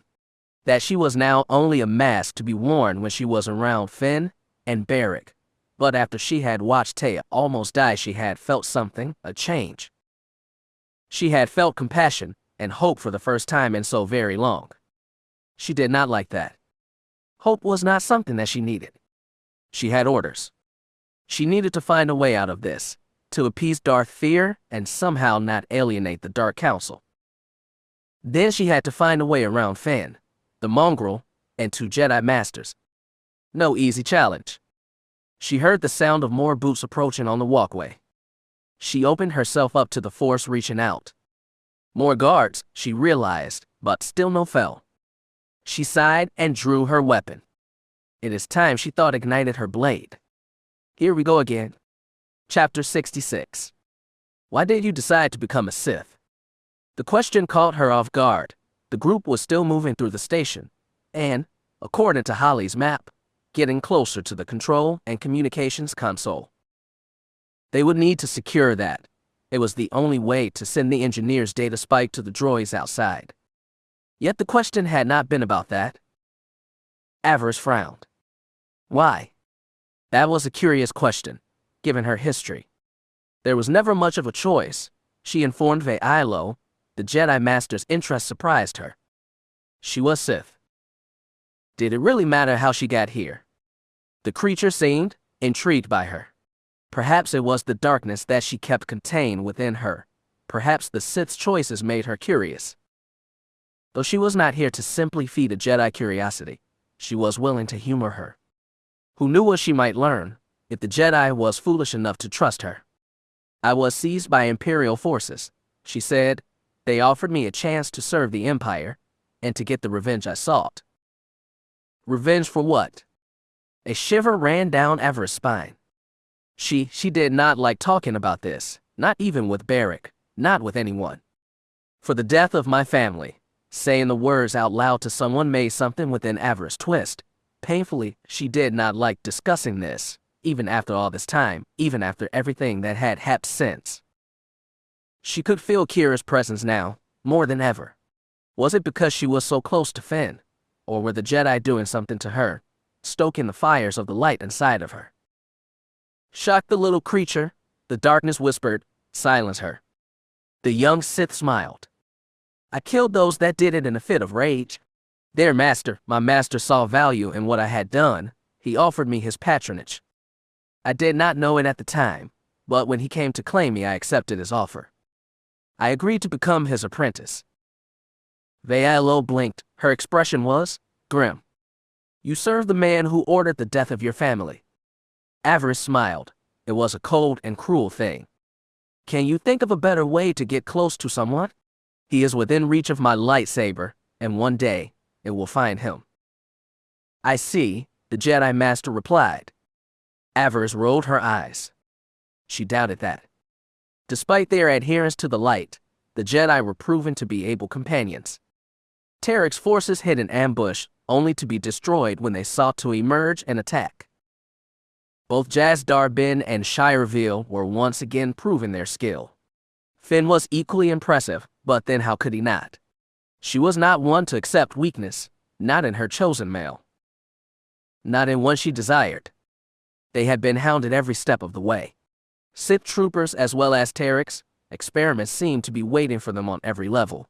The worst of these had revealed itself while they had been passing through a large balcony containing what seemed to have been a series of what looked like Koto tanks, misshapen bodies floating inside. As they had tried to pass by, one the creature within had awoke and smashed through the glass. It had flung Finn and Master Jazz back into a console behind them. Before the creature could continue the attack, both Avaryss and Shira Veal had leapt in and drove it back. The Jedi had gone low while the Sith had went high. The creature had lost both his legs and an arm, yet still it did not yield. It still snapped and bit and used the Force to try and reach its prey. Its features were fluid, switching quickly between humanoid and something more animalistic, just as Shira herself did. The Jedi looked down on the broken thing with pity-sadness. Avaryss put it out of his misery. She reached out with the Force and snapped his neck. The creature's head twisted with a satisfying crunch. Far better a fate than the misshapen thing had deserved, but they did not have time for anything else. The mission still came first. Shira knelt down before it, touching the face of thing. Avaryss could sense the doubt in the Jedi, the pain at what she was seeing. Trik had created her, That is what Master Jazz had said during their adventure aboard the wreck. Perhaps the Jedi girl had been birthed from a similar tank. Perhaps seeing this thing dead took her back to that time. Avaryss smiled. She decided to twist the blade. Family member, she asked dryly. I do see a bit of a resemblance. Shut up, the Padawan growled. Trik has been busy, she added. Maybe he has returned to whatever work he was doing when you were born. Quiet, the beast girl spat. The Sith smirked, enjoying the girl's pain. Zen giggled while the Jedi said nothing, waiting to see what the young Padawan would do. Kira, Finn warned. Avaryss did not stop. Who knows, mongrel? Maybe you will get lucky on this mission. Maybe Trik created a male, whatever it is that you are. She laughed lightly. Wouldn't that be nice? A male who might be able to. The Jedi looked up at her, her features starting to morph into their more animalistic state. Her anger flashed through her eyes. She looked about to spring, to lunge like a predator towards a prey animal's throat. Avaryss was not worried. She was no one's prey. Silence, witch, Shira spat. You have no idea what I am. I prefer the term sorceress, actually. As to what I prefer for myself, I don't give a damn what you prefer. I'll. Padawan, they said trill softly, her musical voice soothing. Enough. The beast girl nodded. She took a deep breath and blew out her anger, but through the force she still radiated with a desire to seize Avaryss by the throat and start squeezing. The Sith shrugged. She could relate to such desires. You did not have to do that, Finn reminded her. We're fighting together, why provoke her? Avaryss shrugged. He would not understand. She cared for him, possibly more than simply cared, but he was not Sith, he wouldn't get it. Shireville had embarrassed her during their first meeting. She longed to pay the abomination back. They were allies for the moment, but that would not always be the case. She welcomed the chance to settle up with her, to finally settle matters between them. One day, no one would get between them when they dueled, and on that day only one would walk away. Avaryss was determined that it would be her. Having dealt with the creature, they moved on. Trik's guards continued to harry them, and more alchemical beasts continued to slither, crawl, or bound down the walkways, seeking to block their path. The group met them all, turning them back with a ferocity that even a Sith master would respect. Avaryss could feel the dark side pulsing within this place. The way it hung over everything, even pushing the Jedi to a savagery that they might not normally turn to. They have to hold back, the Sith realized, fortunately for her and her apprentice, that was not the case. Avaryss and Zen were in their element, however, the dark side made them strong. I thought this place was supposed to be a medical station. Zen said, that is what the Imperial spies thought. They laughed lightly at her comment. Have you ever felt such darkness in a medical station? Do you honestly believe that is what this place was? We are far from any main hyperspace route. Even the Rakata would have had to use those routes, so I put a station for their soldiers in such an isolated location. Zen pursed her lips, thinking about this. Avaryss shook her head. She thought she got it now. They had seen nothing that looked like medical wards on the way up. Most of the examination tables they had passed were outfitted with restraints. Those chemical tanks they had seen were not of Sith design, which suggested that they had always been here. Adding up those facts led to one singular conclusion. This was not a medical station, she said flatly. It was a research lab, possibly military. The Sith nodded thoughtfully. The Rakata used this place for weapons research, the kind of research that they would not wish to be conducted on their home worlds. They were making plagues here, Shira growled, the fur on the back of her neck standing up, her features slowly morphing into a more animalistic. Research and development, she snarled. These Rakata were no better than Trik. If what is believed about them is true, Avaryss said dryly, they were likely worse. And the Force abandoned them, they said, and their empire fell. Good, her apprentice said. These people did not deserve the gifts of the Force. That was debatable, Avaryss thought. The Rakata were likely the first true disciples of the dark side. It had made them strong, led them to build an empire, and then she frowned.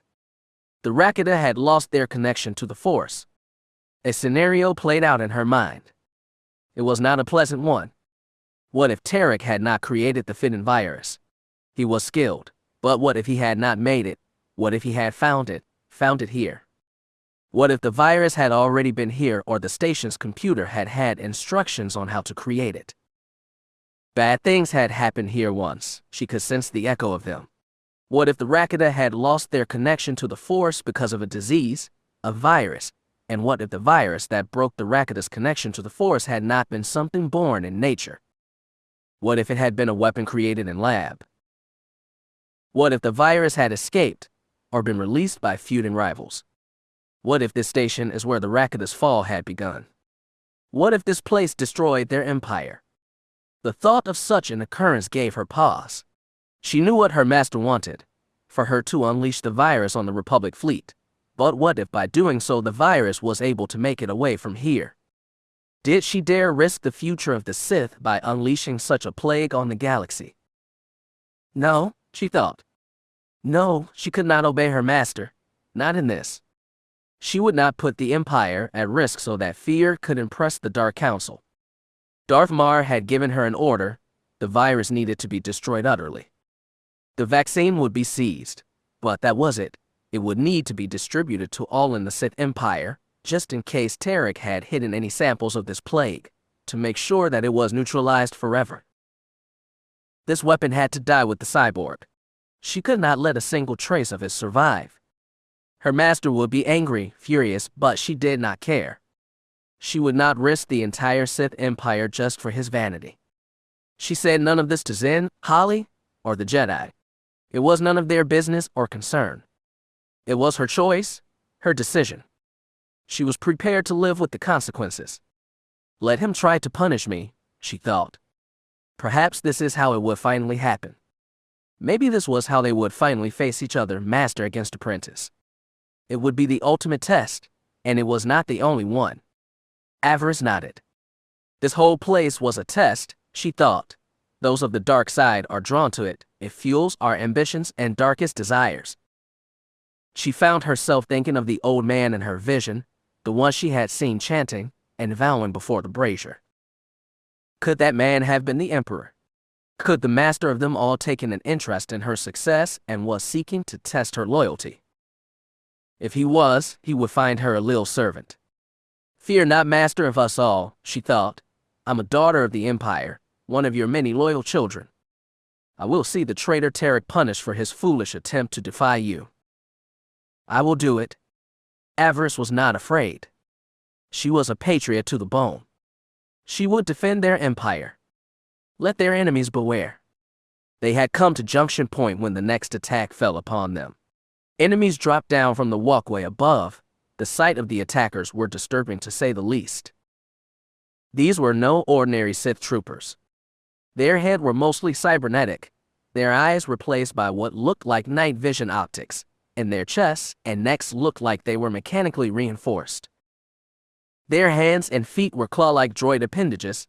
As they engaged their target, those hands split open to reveal a variety of weapons. The group of Force users had had little warning. Whatever Trik had done to these things seemed to mask them in the Force, hiding their presence until it was almost too late. Almost. There were 6 of them. 4 attacked the Jedi Masters, while the remaining 2 came for Avaryss, Holly, and the students. Finn engaged one with Zen backing him up. The 2 Padawan pack members still fought well despite the turn in Zen's allegiance.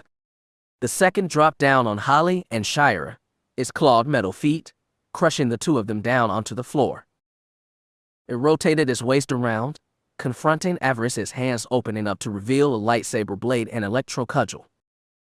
She blasted the cyborg with force lightning to little effect. It seems that Trik had prepared his creations for that type of response. It missed with its cudgel, as Avaryss parried his lightsaber blade. Reversing her strike, she took off the weapon's emitter. The blade vanished. The cyborg swung its club, snarling. Trik's pet would not go down easy. She fell back and switched tactics. She could hear both the engineer and Beast Girl crying out. The machine thing's clawed feet were pushing down harder, on both their backs. It was trying to break their spines, or worse. Avaryss reached out with the force. She lifted the thing into the air. It tried to hold onto its prey, but with deck no longer pushing down into their chests, Holly and Shira now had room to maneuver.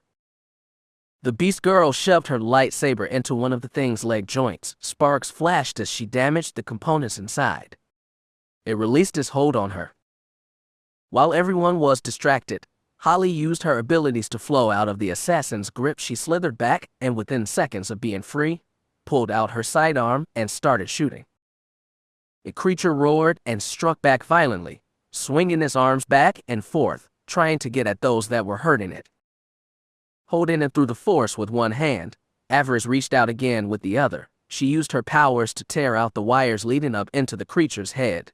Sparks and oil ran out, and down the thing's chest. The formerly organic being screamed. It was a scream that was part cry for help and part droid code. The neck and spine may have been armored, but that did not save the doomed thing. As it finally lost its grip on both Shira, Holly, and the deck, she blasted it again with force lightning. It did little to the armor, but the fluids flowing out of its damaged parts caught fire. Finally, distracted, fatally so, Avaryss flung the monster off the walkway. Its electronic screams echoed as it fell out of sight. The fires burning its skin faded to nothing as the creature disappeared down the shaft. Avaryss nodded. So end all who tried to oppose her. The price of resistance. She had no time to celebrate, however, the danger had not passed. She looked down on Holly and the mongrel. They did not seem permanently damaged. Are you well, Ensign? She asked. I'm okay, the changeling replied. Thank you, my lord. Avaryss gave Shira a sarcastic grin. Do you have anything to say? She asked. Anything you would like to say to me? I did not need your help, she said, though grudgingly. The young Sith could sense a small amount of gratitude, mixed with shame. It was a delicious combination, to be sure. You are welcome, she thought, with a pleasant smile. Now live with the fact that you needed my help to survive. Finn and Zenlure seemed okay. The two knew each other's moves, and had dealt with their opponent with some ease. Vay and Jaz Darbin still lived, as well, though the human Jedi was injured. He knelt on the deck clutching at his arm. Avaryss could feel the force flowing around the Jedi, his body cleansing itself through the power of the light. Had the Jedi been poisoned? Trik was not above using poisoned weapons. She found herself grateful that the Finn virus had not been used to coat the blade. It would be most unfortunate to lose Master Jaz to such an ignoble end. When he died, Avaryss wanted to be the one to kill him. She wanted him to die combat, as a test of both her skills and commitment. Such a death would be worth great prestige. Their journey paused while Master Jaz healed himself. Shira and Finn watched the path forward while Avaryss, Zen, and Holly watched the way they had come, to make sure no one was following in hopes of taking them in the rear. Again Avaryss found Vay low at her side. The Jedi wished to speak with her again, it seemed. She rolled her eyes. Wonderful. Thank you for saving my Padawan, she said. Shira will not say the words, but she is grateful as well. Avaryss sneered. I was saving my engineer. We will need her when we reach the control room. Vay smiled. Apparently she did not believe the young Sith's pragmatic answer. So what? Avaryss thought. Who gave a damn what the Jedi thought? I will kill your apprentice. One day, Avaryss promised her. She will not be grateful when that day comes. If it comes, Vay said. Avaryss shrugged. They would see. My Padawan, and I spoke of you when she returned from the wreck. She did not understand why she felt so hostile towards you. You are not the first Sith she has faced. She should count herself lucky, Avaryss said. Not many Jedi have survived encounters with me. Vay twittered softly, a laugh the Sith supposed. Perhaps the alien still did not understand what she was dealing with. Avaryss was no mere lark. She was servant of the dark side. There was nothing to joke about, not when it came to her. You are much alike, in many ways, Vay said with a hint of a smile. It is no surprise that you do not get along. Looking into a mirror can be hard at times. Avaryss sneered at that. We are nothing alike. Are you sure? The Jedi asked. Both of you were born into darkness. You have both pledged yourselves to the Force, and to orders and ideals that are bigger than yourselves, and you both are willing to give your lives in defense of those ideals. Avaryss frowned.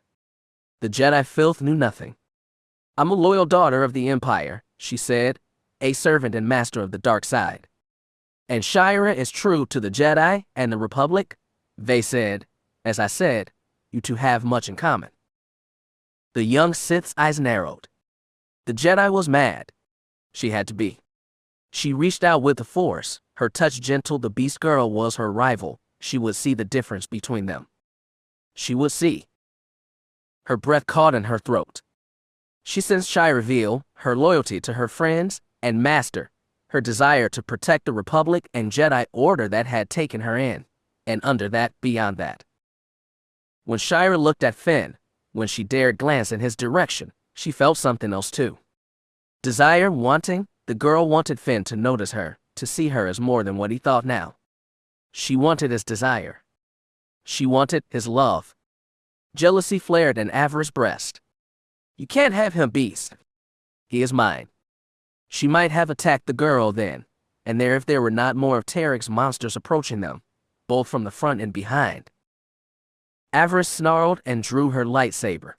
She harnessed her rage, the desire to kill the mongrel Jedi, and turned it towards Trik's pawns. The creatures howled as they approached Avaryss and her allies. More puppets, Avaryss thought, more pawns for them to destroy, but still no Trik. And no fell. The hate she felt in that moment for her former lover burned like acid in her veins. She had never beaten Fel in combat, and all the times that they had spared on Corbin she had never once defeated him. She was determined to do so now, no matter what enhancements that Trik had given him, they would not be enough. She would destroy him utterly. She would let Finn watch. She would prove both her strength and her dominance by slaying Trik's greatest champion. He would see her superiority, and any affection he felt for a certain animal would never grow into anything else. She would prove herself the strongest, no matter what it took. Master Jazz made it back to his feet. He joined the others in the defense, but he's slower now. Still, they made short work of Trik's beasts, all but the one that traveled with them. She would deal with that one, soon enough. When they finally reached the Concom, Avaryss was in no mood for talking. No sooner has the doors opened than she leapt into the room, killing anything in her path. She fought like one possessed, her hate and anger fueling her powers. Finn looked at her as she tore through the enemy. Was he shocked by what he saw? Was he impressed by her skill and savagery? She could not say for sure, yet the bond between them remained strong. Such a bond would be very hard to break. The battle was over quickly. None of the guards or technicians here escaped. The droids had even been slagged. Shira walked up to her, a disapproving sneer on her face. You couldn't even spare those that were unarmed, could you? Avaryss wheeled on her, her red eyes burning like volcanic flame. We do not have time to coddle prisoners. Trik must be stopped. Holly slipped past the two, interrupting any further conversation or argument. The engineer plugged her data pad into the nearest console. She brought up the commands for the communication system. They would now have a direct link to the droids. Now she had to decide what to do with it. On the screen above the panel, they could see where the Sith fleet waited, and also where the Republic fleet had fallen back to when they realized what had happened. Once the data spike was in, there would be no going back. She needed to decide what she was going to do now. Holly contacted Itae and the two smugglers. They had endured several attacks by Trik forces, but they were standing by.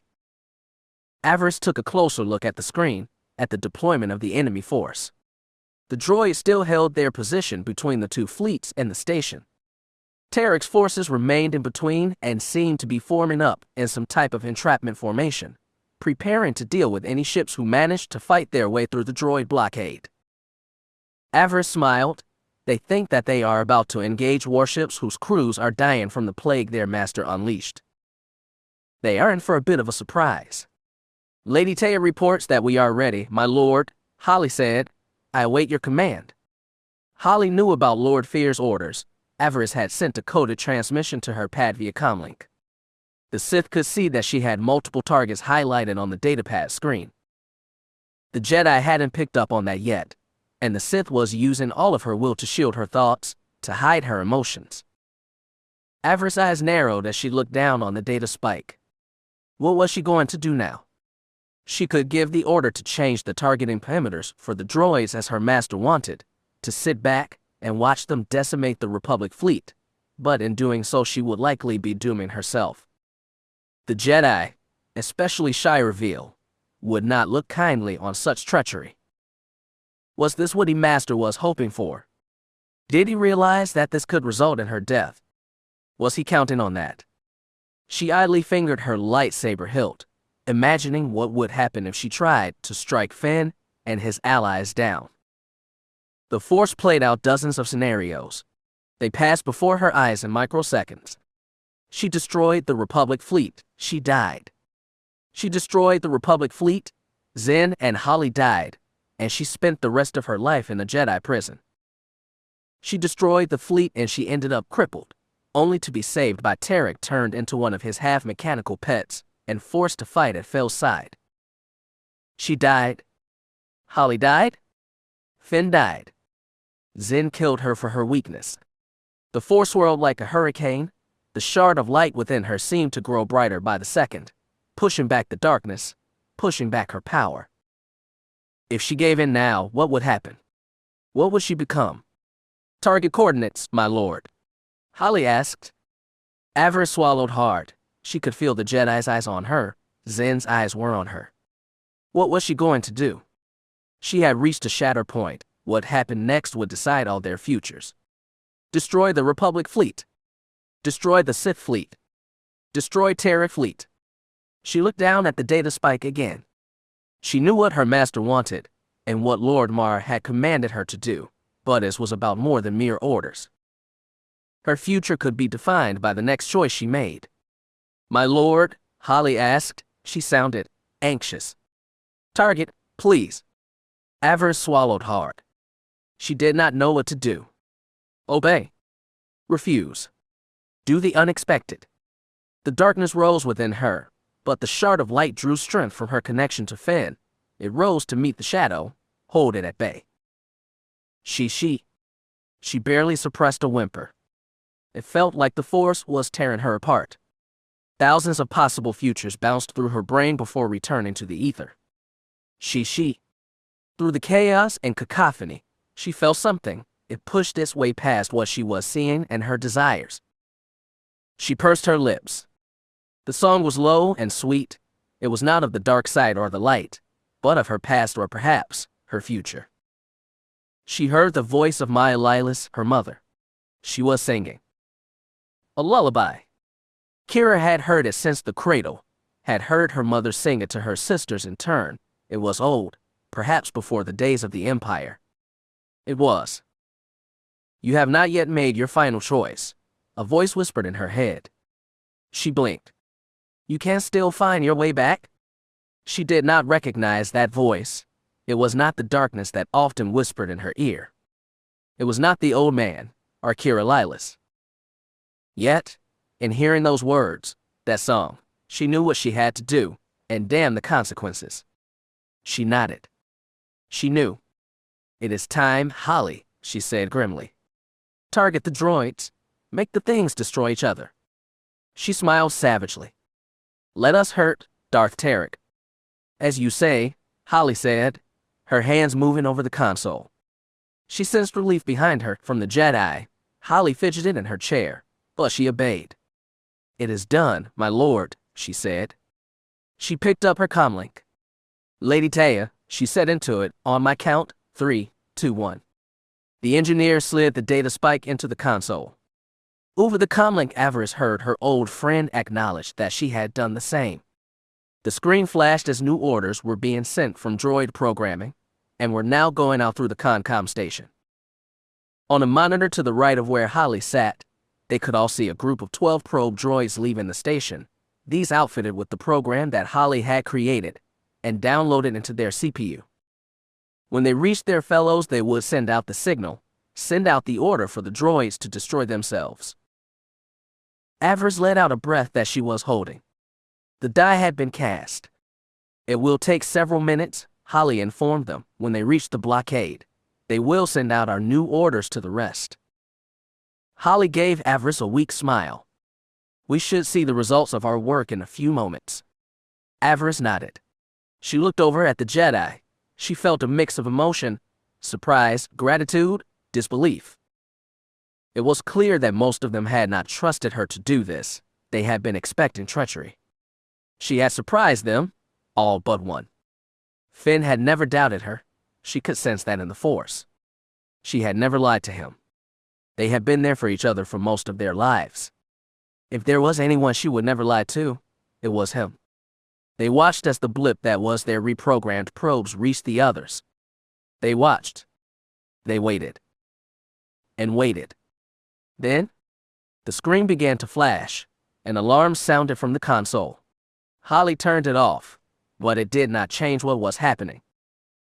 The droids they sent out were doing their work. The probe droids were attacking each other. Both Jedi and Sith watched as the swarm that protected the station began to fall out of formation and began to wink out one by one. The probe droids attacked their fellows with their cutting beams and arms, pulling each other apart. The defensive screen would be down in moments. The Sith fleet detected the change and began to advance. The Republic fleet did the same. Trik's ships were reoriented themselves again, preparing to engage this new threat, launching fighters. Avaryss should have been pleased. She could distantly hear the Jedi preparing for the next step of the plan, locating the vaccine, and then dealing with Trik. She could not join in the discussion. She could not move. Her eyes were glassy. There was an intense pain in her head. It felt like a vice squeeze in her mind. In that moment, she saw her master's face. Darth Feer's eyes were blazing with anger, his lips pulled back in a snarl. "You've betrayed me," he said through the Force, his anger crashing over her in a wave. "You shall pay." Chapter 67. The connection between teacher and pupil was strong. In the past, Avaryss had been able to hide things from her master, actions that she did not want him to know about. Her taking over of TCS, for example. That secret had led to the young apprentice to build a vast fortune since she had made her deal with the late Seagull servant droid. This time, however, she had no defense. Her master had used their connection to monitor her progress. He was likely even now meditating in his chamber aboard the Terror, reaching out to her through the bond they shared. Her decision to defy his direct orders had not gone unnoticed. Not this time. Darth Feer was not pleased. Her world had faded away. She could not move or see the real world. She had been pulled completely into the Force, into the connection she shared with her master. Pain and fury awaited her there. It was now all she knew. She could barely think. Her mind was both afire and at the same time being squeezed like it was stuck in a vice. All she could see was her master's face, his cold, disapproving gaze. She could not even look away. "Why must I always be disappointed?" Fear's voice echoed through her mind. His words were lashes stinging her thoughts, like a whip that in the real world would have cut her flesh. "Why must those that I take as my first apprentice always disappoint me? Why must I be forced to always punish those who serve me?" Avaryss tried to struggle, to draw on her rage and free herself. Unlike in the past, she was surprised to discover that Fear's grip was not as total as it once would have been. She was able to push back, some of the pain at least, enough to think again, if nothing else. Feer did not seem to acknowledge that, if he would even care. He thought he had her completely at his mercy. Sadly, he had just enough. She was stronger than she had been in the past, but still not strong enough. The realization of that infuriated her. "I've given everything to you," she wanted to say. "I've obeyed your orders and slain your enemies, but this time you were wrong. We could not risk this weapon falling into the hands of our enemies, or being released in an uncontrolled environment. It could have meant the end of us all. It could have been the end of the Empire itself." She wanted to say those words, but all that came out through their connection was UHH. Fear's gaze narrowed. She felt the vice tighten. She felt his grip growing stronger, threatening to push her mind down into the dark, into the place that he had sent before, the first time he had punished her. Panic nearly robbed her of her resolve. No. Please. Not again. I thought of you as a daughter, Feer continued. I thought you worthy of carrying on my legacy. Is this how a child repays that love? Is this how you reward your father? Hearing those words brought a snarl to Avaryss' lips. A daughter? A child? She knew what Feer had done to his real daughter, cast her aside like garbage when she did not have the force potential he desired. She still intended to make use of that one day, and would if she survived this. Once again his words gave her the fuel she needed. It fed her rage and hate. She continued to armor herself in the dark side, to push back her master's iron will. I will not be whipped like a defenseless youngling, she thought. I am Avaryss. I am Darth Avaryss. I am not your child, my master. I'm your future executioner. She discovered that she could think again. She was still in great pain, but it was not enough to keep her thoughts from flowing, from her mind working. She glared at her master's cruel visage. Just a little more, she thought. Just a little more hate. You will answer for this betrayal, Apprentice. I will flay your mind. I will leave you an empty husk on the floor of that station. Let your Jedi friends see the power of Darth Feer. She sensed his dark amusement, his laughter. Will your little Jedi toy mourn your breaking? I could not feel it before, your affection, your connection to this whelp. You masked well, but now I see it. I can feel it. The pain tried to increase, but Avaryss held it back, her own will and anger starting to shield her. She hissed. You will leave Finn alone. He is mine. She no longer felt helpless. She no longer felt lost. She was angry. The dark side blazed around her, burning away her master's iron grip. She was not strong enough to free herself, but she was strong enough to resist. She would not go into her punishment like an infant. She would fight. She would push back. She would endure. We will destroy the station, Feer said. Your crew and those Jedi will die with you, but you will not be there to see it. Your mind will be gone, lost in the darkness. You will be. Avaryss had heard enough. She pushed back. She freed herself with her rage, her white-hot hatred burning away the grip he had held her in. In that place within the Force, that place where their connection was strongest, Darth Avaryss stood her ground. She was not just angry. She was rage. Fury. She stood before her master, not bowing like a frightened child, but as a lord of the Sith, unbent and proud. She was unyielding. She was resistance itself. She sneered. Shut up. She roared. I've heard enough of your childish prattling. She sensed Feer's shock, his disbelief. What? What did you say to me? Her fingers curled into angry fists. He would listen. He would hear her. I've given everything to you, she spat back. I've hunted your enemies and destroyed their power bases. I've served your agenda, even when I did not agree with your position. I was a good apprentice. I was loyal. Feer lashed her with his fury, but she remained unbowed, unbroken. You forget yourself, girl. Who you were when I found you. Kira Lillis is dead. I'm not her, not anymore.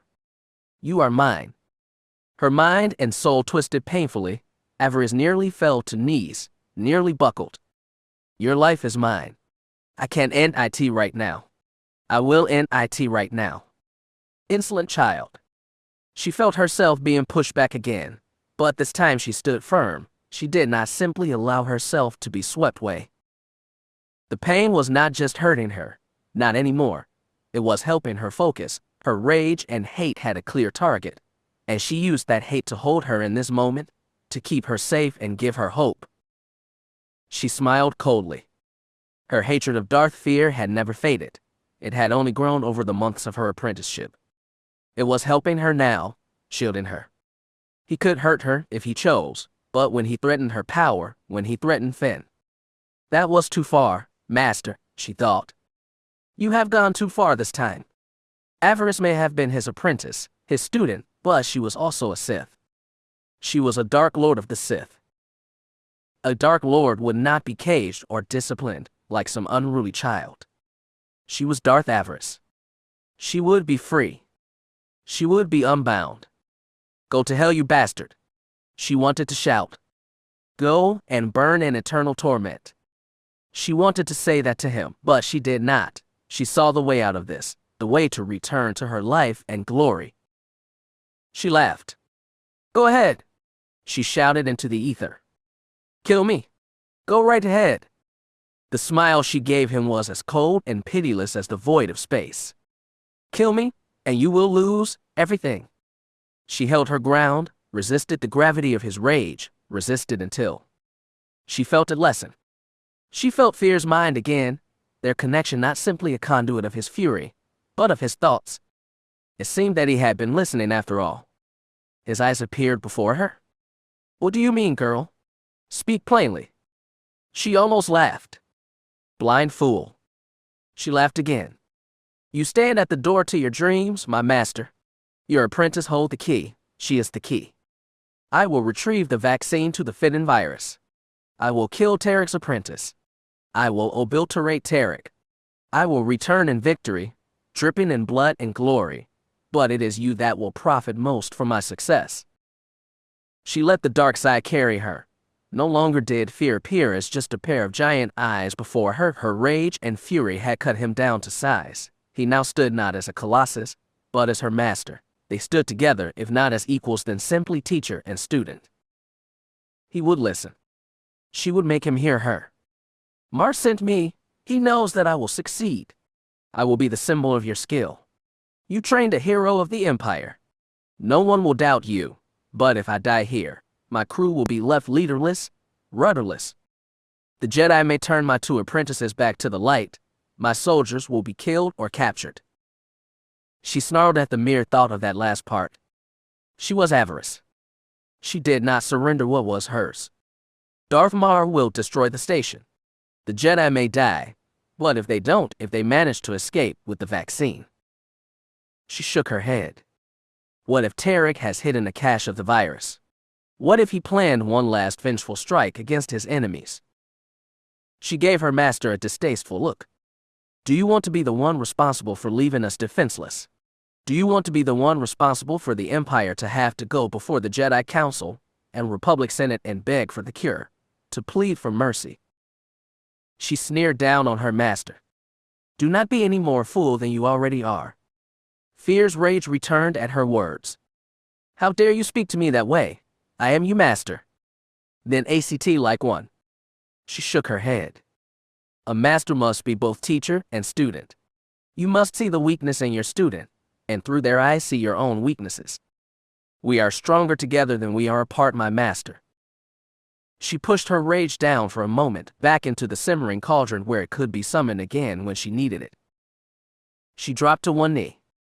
You are my master, she said.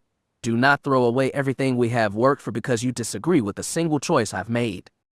My victory will be our victory. She gave him a seductive smile. You want a seat on the Dark Council, it will be yours. You want Trik's holdings, they will be yours, but only if we remember the promise we made to each other back on Corbin. We need to stand together, an alliance of Feer and Avaryss. Remember? She bowed her head submissively. Let me give you the galaxy, my master. Say the word and it is yours. She sighed. She knew what she had to say next. But it was not easy, it never was. What is thy bidding, my master? She could feel his cold regard, feel his anger at her insolence, but also a sense of pride, affection.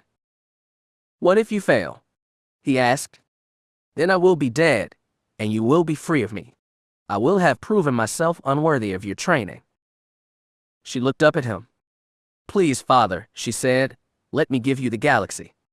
She sensed her master's thoughts, his emotions. He was considering her offer, what she had said. Finally, the pain she had been in stopped. She stood at her master's side. He was grinning. Time and my training have made my apprentice wise beyond her years, he said with a good-natured chuckle. Go forth, my child, bring me the galaxy. It will be done, my lord. He nodded, his expression stern. We will discuss your future upon your return. Your insolence will need to be answered for. The degree of your punishment will depend entirely on your success. She smiled. Then I will endeavor for total success, my lord. Do so, my apprentice. Do so. Avaryss blinked and stumbled. The sensation of coming back from the Force was disorienting. Kira. Finn was at her side, holding her up. Are you okay? She shook her head and coughed. Her hand went to her nose.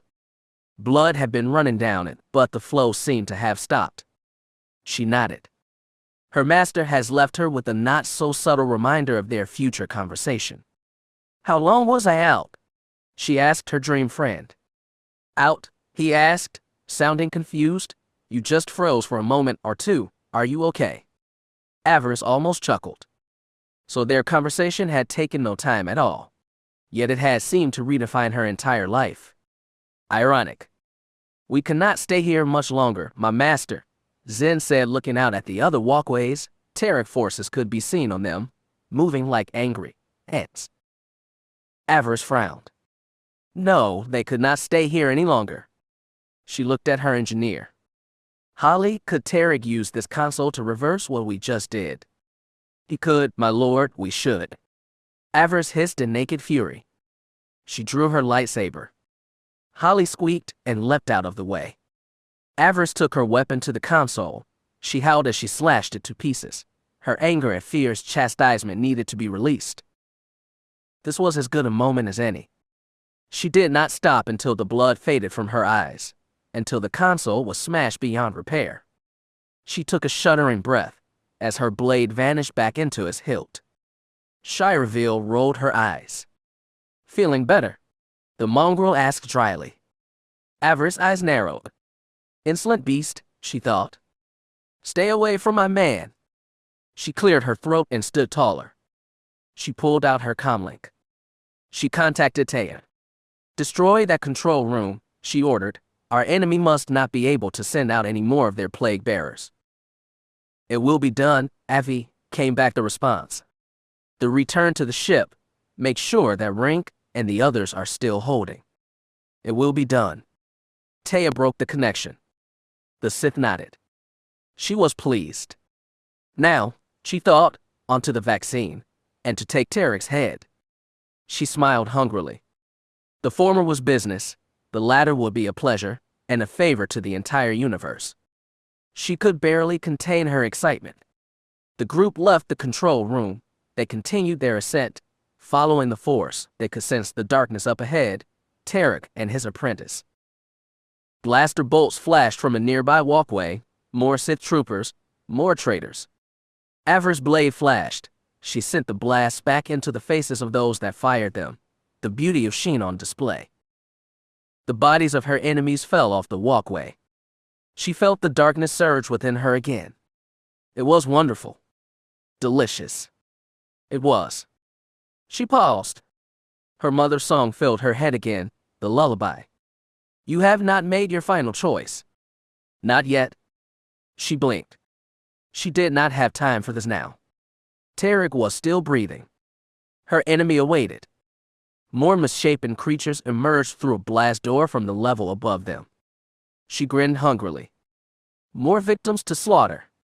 Zen was at her side, her cross-guarded lightsaber flared to life, its blaze rippling like an unrestrained inferno. The two Sith lunged ahead of the Jedi, let them fight defensively. The Sith way was aggression and naked fury. Avaryss was eager to indulge herself. She wanted glory. She wanted blood. She would have both. The monsters tried to push them back, but the two Sith were not alone. The Jedi were there too. Finn was there. They were standing back to back now, the Force singing between them, not light or dark, but radically both.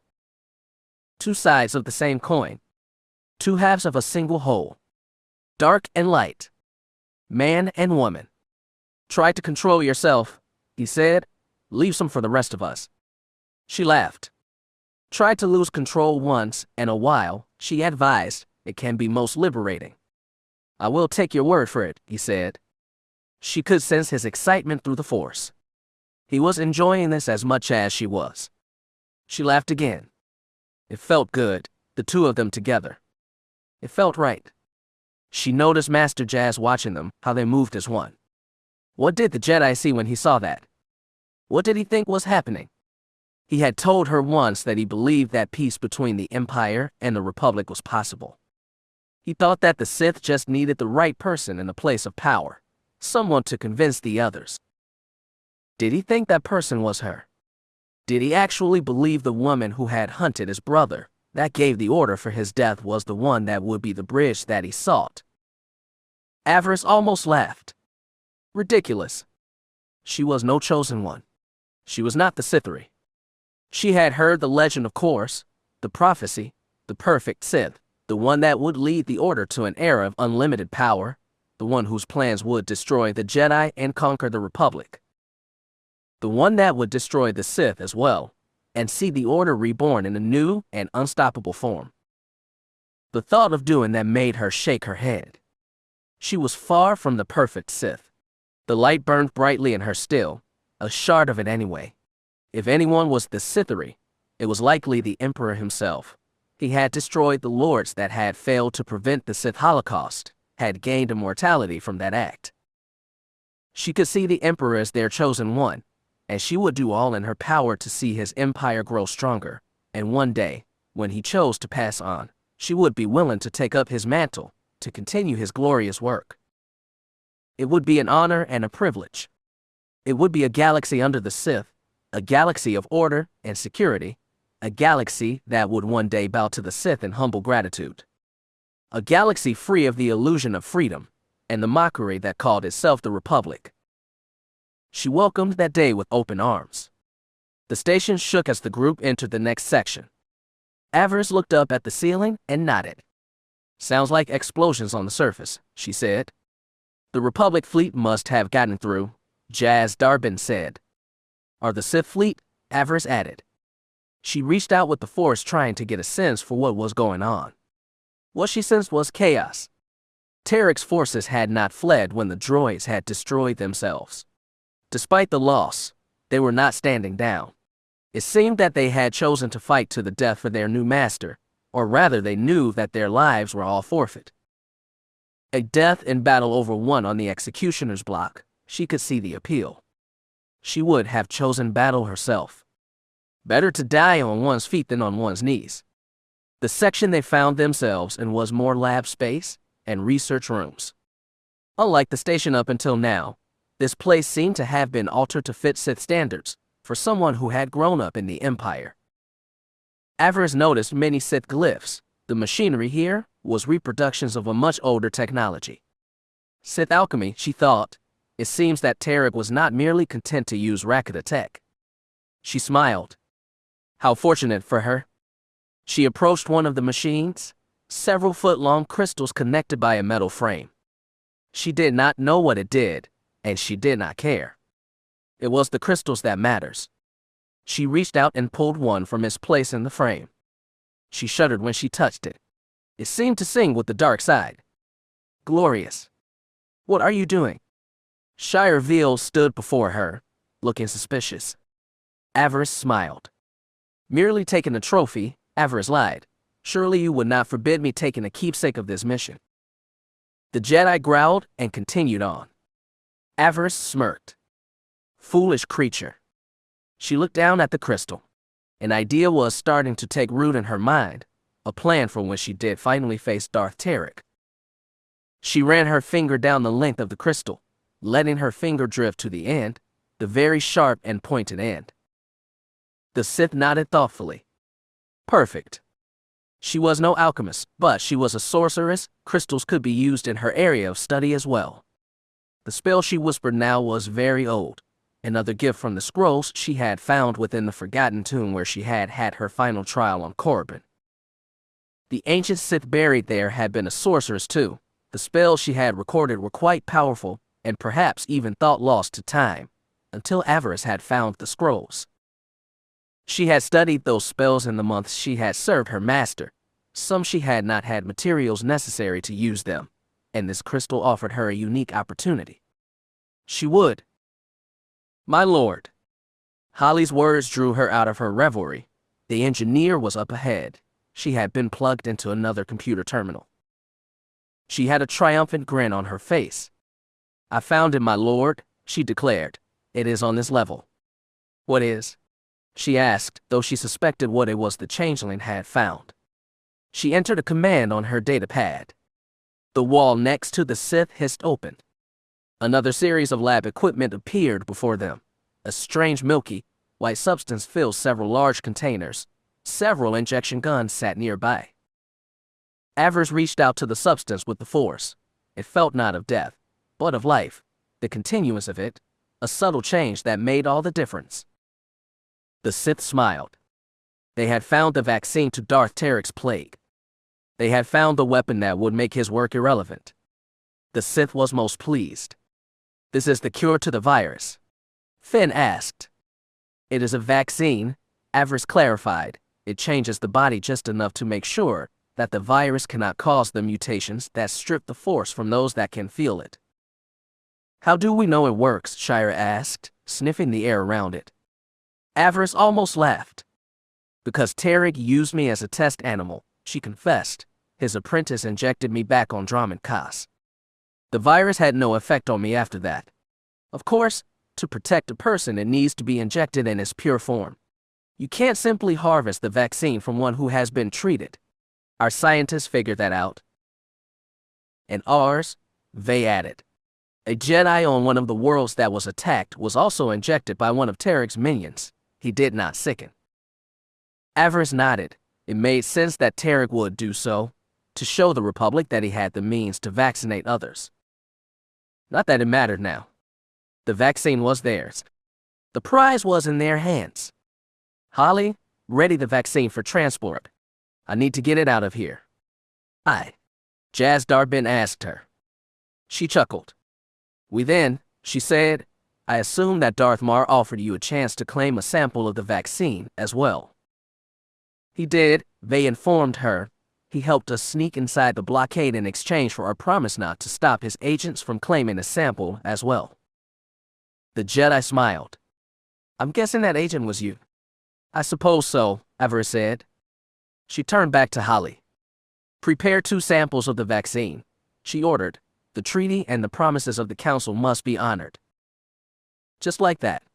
Shira asked, still suspicious of Avaryss' motives. The Sith did not blame her. She was only doing this to maintain the balance of power. Neither side would need to fear Trik or his virus after this. The Empire would be safe, Avaryss thought. Finn would be safe. She cared nothing for his Republic, only him. The boy will become your greatest weakness, the darkness whispered. Perhaps, she thought. But it was a weakness that she was more than willing to endure. They were one. She would not risk a part of herself, not if she did not have to. It did not take long to prepare 2 cases for transport. The whole extraction process was automated. Soon the 2 groups had their respective prizes. The Jedi tended to theirs while Avaryss and her allies tended to theirs, made sure it was secure and ready for travel. Avaryss gave hers to Zen. She motioned for Holly to join them. Get this back to the Fury, she ordered. Guard it with your lives. Of course, Master, Zen said, grinning. I will kill any that try to take it. Holly blinked, realizing something. You are not coming back with us, my lord. Avaryss shook her head. Trik and his apprentice are still here. The Force is with them. They must answer for their crimes, Master, Zen said. They cannot be allowed to escape. Escape is not their plan, Avaryss said with certainty. Trik has fallen too far to simply flee now. The battle may be turning against him, but who knows what weapons this station might possess, what other horrors that Trik might have stored in his vaults. They could not risk the Dark Lord surprising them, pulling out some surprise and destroying the fleet. He needed to be dealt with now. I go to face him, Avaryss informed her allies, alone. Avaryss spun away, her cloak billowing behind her. She felt the darkness surging within her, the eagerness, Trik was up ahead, waiting, and at his side stood Fel. She was ready. She would destroy them both. She had barely left the lab when she heard footsteps behind her. She paused. Really? Going somewhere? Which? She sighed and turned. Finn and Shira were both there. This is none of your concern, she said. This is Sith business. You are going after him, aren't you? Finn asked. Avaryss nodded. We are coming too, he said. Don't you have a vaccine to see to safety? Avaryss asked. The Masters will handle his safe return to the true heart, Shira said with a growl. The Beast Girl's eyes narrowed. Trik is mine. You wish to pay him back for your creation, do you? Avaryss said, to thank him for bringing you into this world a species of one. I'm going to bring him to justice, the Beast Girl said. Avaryss almost laughed. He is a Sith Lord. He does not care about your justice. If he resists, I will kill him. Finn chuckled. Wow, he said, a lot of intensity in here right now. He smiled at the two girls. Look, I can sense that Trik has hurt you, both of you. If you go in there all full of righteous fury, you are going to die. He sighed. Good thing that I'm coming along then, to keep you both balanced. No, Avaryss almost shouted. Trik had already stolen Fel from her. She did not want to lose Finn. She couldn't. You should stay, Shira said. It is too dangerous, Avaryss added. Now he did laugh. Well, you two finally agree on something amazing.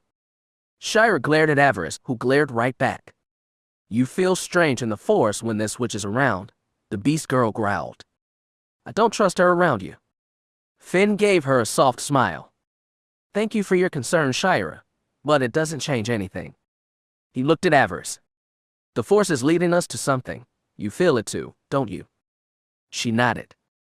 There was something coming. She did not know if this was it, or if this was simply another step on a longer journey. The station shook again. This time they could hear the explosion outside. We don't have time to simply stand around, Finn said.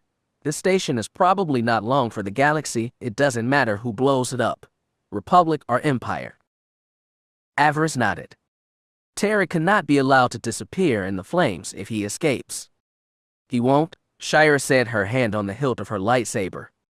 Then the path is clear. Our path is clear, Finn said. Drawing his own weapon, he ignited the blade. A beam of aqua-colored fire pointed forward. After you ladies, he said. Avaryss chuckled. Few in the galaxy would call her a lady.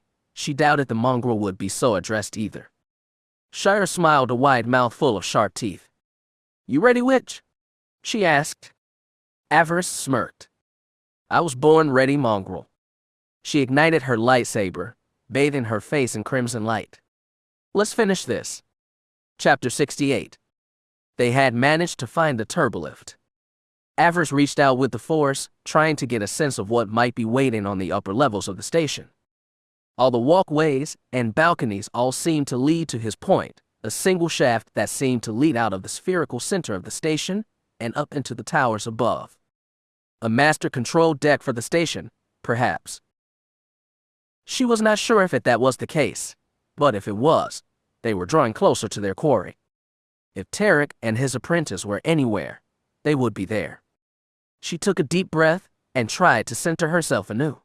The fighting had only grown more intense since leaving the control and communications room behind. Trik had to know they were here now. He had to know they were coming for him.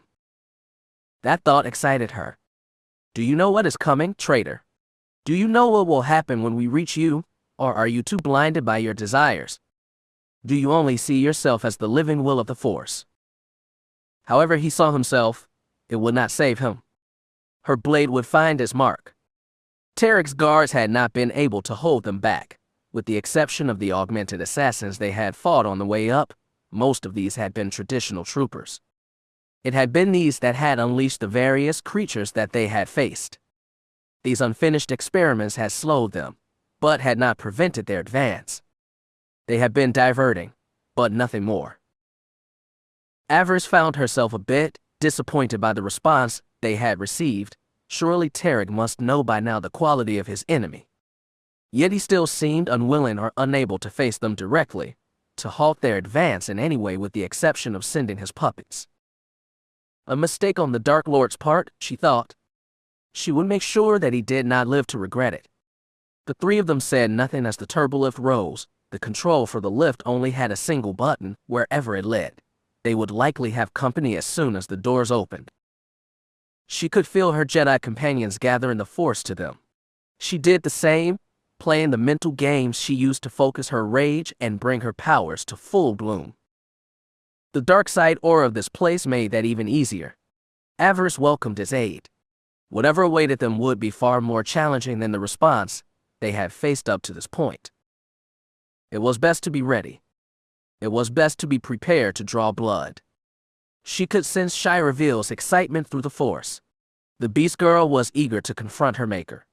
She kept her emotions in check, mostly, but she could not completely hide her desires. Avaryss had seen those desires during their time together on the wreck. The mongrel had been disappointed that Trik had not come himself to try to stop her. A strange thought occurred to her. What will you be once Darth Trik is dead, Shiravil? What will you be when you no longer have him to focus your darker impulses? The connection she felt to her creator was strong. What would happen to the creation when the creator was finally dead, when that link was finally broken? Would she stay true to the Jedi code, or would she realize just how powerful that anger could make her? It would be interesting to see what came out of all this. Not that the Jedi had a free pass to the traitor. Avaryss desired his death too. She was not the type to be denied, but she suspected neither was the Beast Girl. The Sith recognized that she would likely have competition when it came to killing her master's rival. That did not worry her. Despite his treason, Trik was still a Darth. A Darth did not die easy. The Beast Girl Jedi would learn that soon enough. If she failed, Avaryss hoped that she would at least wound the Dark Lord. She was not above taking such an advantage. As long as Trik did not survive their next meeting, she would be happy. Finn's presence continued to bolster both her power and her desire to see this through. She could sense her dream friend's worry. He was not a fool, and no doubt understood what was about to happen. It does not matter, Avaryss thought. We've come too far to stop now. She would have preferred that he had not followed her up here. Trik and Fel were her problem. Plus, she was not sure how Finn would react when he met Fel for the first time. It sounded kind of stupid, but she did not want Finn to judge her for what had happened back on Corbin between her and Fel, especially considering the state that Trik had left her former lover in. I would have preferred to face Fel alone, she thought, but that was not what the Force had in mind. Besides, she had gotten a taste of his skills back at the Feer estate. Fel would not fall easy. It would be useful to have an ally or two at her side. If anything, their presence here would keep her centered, keep her from letting her emotions run completely wild. Such a release could lead to great power, but given the enhancements and skills that Fel possessed, some restraint might prove useful. She took a deep breath and let it out quickly. She had no desire to die because she came at Fel and his master with only fire and no ice. Passion made a Sith superior, but sometimes it needed to be tempered with skill and patience. You needed to know just where to center those emotions, to use them for maximum effect. Avaryss thought that she could do that. She had come so far in the last few months. She was no longer the girl that had left Corbin with her master. She had grown strong, and now she had the chance to prove it. The turbo lift slowed and came to a stop. The two Jedi and the Sith readied themselves for what came next. The door hissed open, revealing another large room, this one filled with more lab equipment and row after row of birthing tanks. These machines were large table-like structures with one large central vat on top and ringed with 20 smaller ones. Some of these containers were the size of a full-grown person, the others smaller, perfect for the holding of infant subjects. Both the sight of the place and the way it felt in the Force only further fueled Avaryss' anger. Not at what the Dark Lord had done here, but what he had failed to do, what he could have done. There had been no reason to raise Fel in his fallen body, no reason to leave him as a monster, she thought. Trik could have grown him a new body, a perfect body. Of course, if he had done that, then it was far more likely that Fel would have rebelled against him, went off in search of her. Fel's cybernetic parts limited him, made him a more pliable weapon. Trik had not wanted an apprentice. He wanted Fel to be a weapon, a blunt instrument in his service. It wasn't right. It was sacrilege. You must kill him, the darkness whispered, not just because he is Trik's creature, but because he has become an insult to all that he had been before. You must free him from his chains. The machines hummed as they stepped out of the lift and out into the lab. The Sith girded herself for battle. Let us end this then. Let us see what the traitor is made of. She was about to take the lead when the mongrel pushed past her with an angry growl. Avaryss could feel the anger radiating off of her, the rage she felt being in a place like this. No, not just rage, she realized. Shira Veal was not merely angry. She was scared. Old memories, Avaryss wondered. Did being in this place bring back anything to the beast girl? She thought of teasing her rival again. No, not now, not when they all needed to stay focused. They were too close to their real enemy. What had Shira expected when she chose to follow Avaryss up here? She claimed that she wanted her creator's blood, but was that only part of the equation? Did she want more? Did she want to understand exactly what had motivated Trik to make her all those years ago? What would be the point, the Sith wondered, after all this time, who really cared? If Shira had come here looking for answers, Avaryss did not suspect that Trik would give them up easily, if at all. Best to forget about such things and focus on ending this threat. That is what she intended to do. For the Empire. She and Finn followed after her, slowly reaching out with the Force, trying to sense what threats awaited them up ahead. They did not have to wait long. 9 crimson armored warriors leapt out of their hiding place. Their weapons were a collection of vibro pikes, lightsabers, and electro staves. Avaryss sneered at the sight. What were these supposed to be? Trik's royal guard. For someone who has supposedly risen above Sith politics and power games, he still liked to using symbols of power that only a Sith could truly appreciate. You are nothing to me, she thought as she looked at the defenders. You are just obstacle in path. She smiled hungrily. Now, it is time to move you. Before she could take the lead and attack, Shira let out a terrifying howl and lunged at the closest guardsman. He tried to bring up his lightsaber, but was too slow. The beast girl did not even bother with her lightsaber. Her thick claws racked through the thick fabric that only partially protected the guard's neck. He spun around, his head only barely attached, likely only held together by a bit of skin, bone, and what was left of his armor. Shira did not let him fall. She force-pushed the body into the 2 closest guardsmen. They went down in a tumble of weapons, armor, and limbs. She spun her blade around and moved in for the kill. The remaining soldiers tried to surround her and close the kill box. It might have worked had the mongrel been alone. Finn and Avaryss did not let it happen. They joined the fight, the Force singing within them both. What followed was a dance, both chaotic and beautiful. It was a dance of life and death. The young Sith reveled in it. She was eager to test these soldiers. Typically, crimson armor on a guard signified that these were the best of the best. I don't believe it, she thought to herself. Let's put it to the test. The 3 that came for her tried to cut her off from her allies. They tried to surround her. One was wielding a lightsaber, the other 2 wielding vibro pikes. Avaryss snarled. She spun her blade, daring her enemy to try and close in. The 2 with pikes tried to pin her in place while the 3rd moved to engage her blade upon blade. The saber wielder's attacks were fast but predictable. This warrior used only the basics of Shicho. She could have overpowered him easily. Disappointing. She had no wish to play with him, not when she had so many toys that she could use. She reached out with the Force and found one of the birthing tanks. She tore the power cables from it and pulled them to her, ensnaring the saber wielder. The power flowing through it must have been intense because he was electrocuted in a matter of seconds. His burning corpse fell at her feet, twitching from the voltage. Avaryss smiled. One down, two to go. She dodged as one of the pike wielders tried to run her through. She spun around him, driving her elbow into his back, sending him stumbling forward. When his ally tried to take advantage, she caught the guard in a force grip and sent him flying back, crashing into one of the growth tanks. It shattered, spilling both fluid and whatever it was had been growing inside. The stillborn, the creature flopped around on the floor. The guard found himself impaled on a chunk of the broken tank. Despite this, it still tried to fight, pull itself free. She had little time to admire her work. The first attacker was back once again, jabbing with his weapon, trying to catch her with his point. She parried his attack. The pike withstood her lightsaber, its bladed edge causing her to back up a few steps. Her enemy whirled his weapon, trying to find a way past her guard.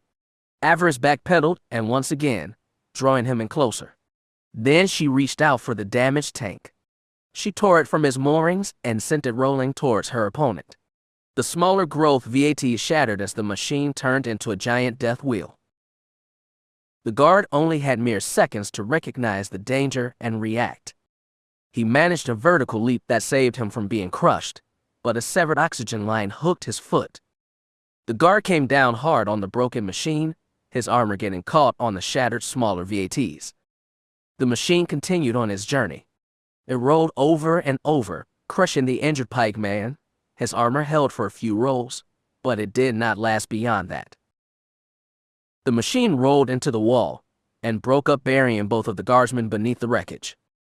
Their presences in the force finally winked out. Avaryss grinned triumphantly. 3 down, 0 to go, she thought. I win. Something sparked within the wreckage. The machine exploded violently. She was flung back hard. She reached out with her powers. Time slowed, but even then she barely had enough time to shield herself, to cocoon herself in the force. She collided with yet another tank, rupturing it and covering herself in broken glass and amniotic fluid. Unlike the two guards, her armor held, saving her. The young Sith found herself briefly submerged as the contents of the vat emptied on the floor. By the Emperor, she thought, what a stench. Disgusting. Avaryss spit and sputtered. She stank of chemicals as pure oxygen blew into her face from a broken air hose. She found herself eye to eye with the vat's occupant, a half-formed creature that looked almost human. As she tried to rise, the thing woke up. It looked at her with angry eyes, Sith eyes. Its fingers reached out and seized her, grasping her by the throat. It attacked her, started choking her, trying to either crush her neck or shove her head down into the chemicals within the vat, trying to drown her. She struggled, but to no avail. Even though they were only half-formed, those hands had a grip like iron. No, Avaryss tried to gasp. Let go.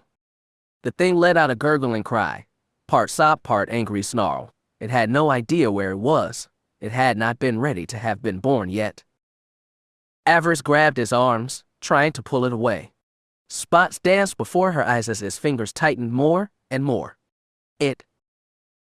VMM. A blade of blue fire flashed before her face. It momentarily blinded Avaryss, causing her to gasp and look away. The grip around her neck was gone. The body sank back into the tank, his hands clawing at the empty air. Avaryss coughed and looked up. Finn stood over her, his blade lit. He had saved her once again, beheading the abomination. She did not thank him, not with words. Through their connection to the Force, he knew. He always knew. He nodded. My hero, she thought. My shining knight. She wiped at her eyes, trying to clear her vision. Is that it? She coughed. Is there any more? The area around the turbolift was a broken mess. Small fires, machines turned over, the stench of amniotic fluid from the broken tanks mixing with the smell of burned metal and plastic. Avaryss looked around as Finn pulled her out of the damaged machine. Glass snapped as she rose back to her feet. Its jagged points were both sharp and lethal. Had she managed to shield herself with the Force at the last moment? Had she not, the broken glass likely would have skewered her. They had all been fortunate. No more guards remained standing. They had one. She found her feet with Finn's help. Fires flickered from damaged tanks whose emergency lights blinked on and off. What had been growing inside those tanks was either dead or dying. It was not a pleasant sight to see. They found Shira kneeling over a small shape, a half-formed beastling that had ended up on the floor of the chamber when his growing vat had been broken. Not yet fully grown, the creature seemed unable to survive out of its artificial womb. The creature whimpered weakly, its features morphing as they watched, just as Shira's did when she was angry. The Jedi reached out with the Force, comforting the dying creature. "It is okay," the Jedi girl cooed, running her large fingers over the thing's misshapen head. "It will be over soon," she said the words with tears in her eyes. It will be over soon." The creature tried to rise, to crawl, but it fell back. A weak whimpering cry escaped its tiny mouth. It cried, gurgled, convulsed, and then it fell silent. Avaryss sensed its presence wink out in the Force. It was gone. The Sith nodded. "Good riddance," she thought. The beast girl sighed and shook her head. She tried to close the thing's eyes, but could not do it. She bowed her head and whimpered. Neither Avaryss nor Finn said anything. What could they say? Shira finally looked up, her eyes finding Avaryss. She growled a low feral growl from the back of her throat. The Sith had to control the urge to take a step back. The Jedi's anger was so potent in that moment it almost took her breath away. "Damn you Sith," she spat. "Damn your entire race." She rose and got up in Avaryss' face, her eyes flashing, her nostrils flaring. Avaryss sneered down at her. "Is there something wrong?" she asked dryly. Finn went to them, stepped between. "Shira," he said, "calm down." "Calm down," she hissed. "Calm down. Look around you, Finn. Do you see any reason that I should calm down?" "Remember your teachings, Jedi," Avaryss said mockingly. "Anger is the path to the dark side." Another animalistic growl emerged low and menacing from the beast girl. Her eyes never leaving Avaryss, the potential for violence burned between them. Avaryss kept her hand on her lightsaber. "This is all your fault," Shira snapped. "You and your foul empire. You are no better than Trik." "I've come to stop him," Avaryss reminded her, "just like you." "That is not fair, Shira," Finn said, still trying to get between the two, trying to stop this from going any further. "Kira is not our enemy," he said. "She came to help." Shira looked up at him, her eyes wide and full of surprise. "Really?" she asked. "Really? You honestly believe that?" She turned back to Avaryss, her eyes cold and merciless. "Kira," she spat the name like it was a curse, like it was something detestable. "Why don't you call this thing by its real name? Kira is the name for a person worthy of redemption. This thing's name is Avaryss. She is a Sith Lord, remember." The Jedi girl radiated disdain, but she looked on her friend with both worry and fear.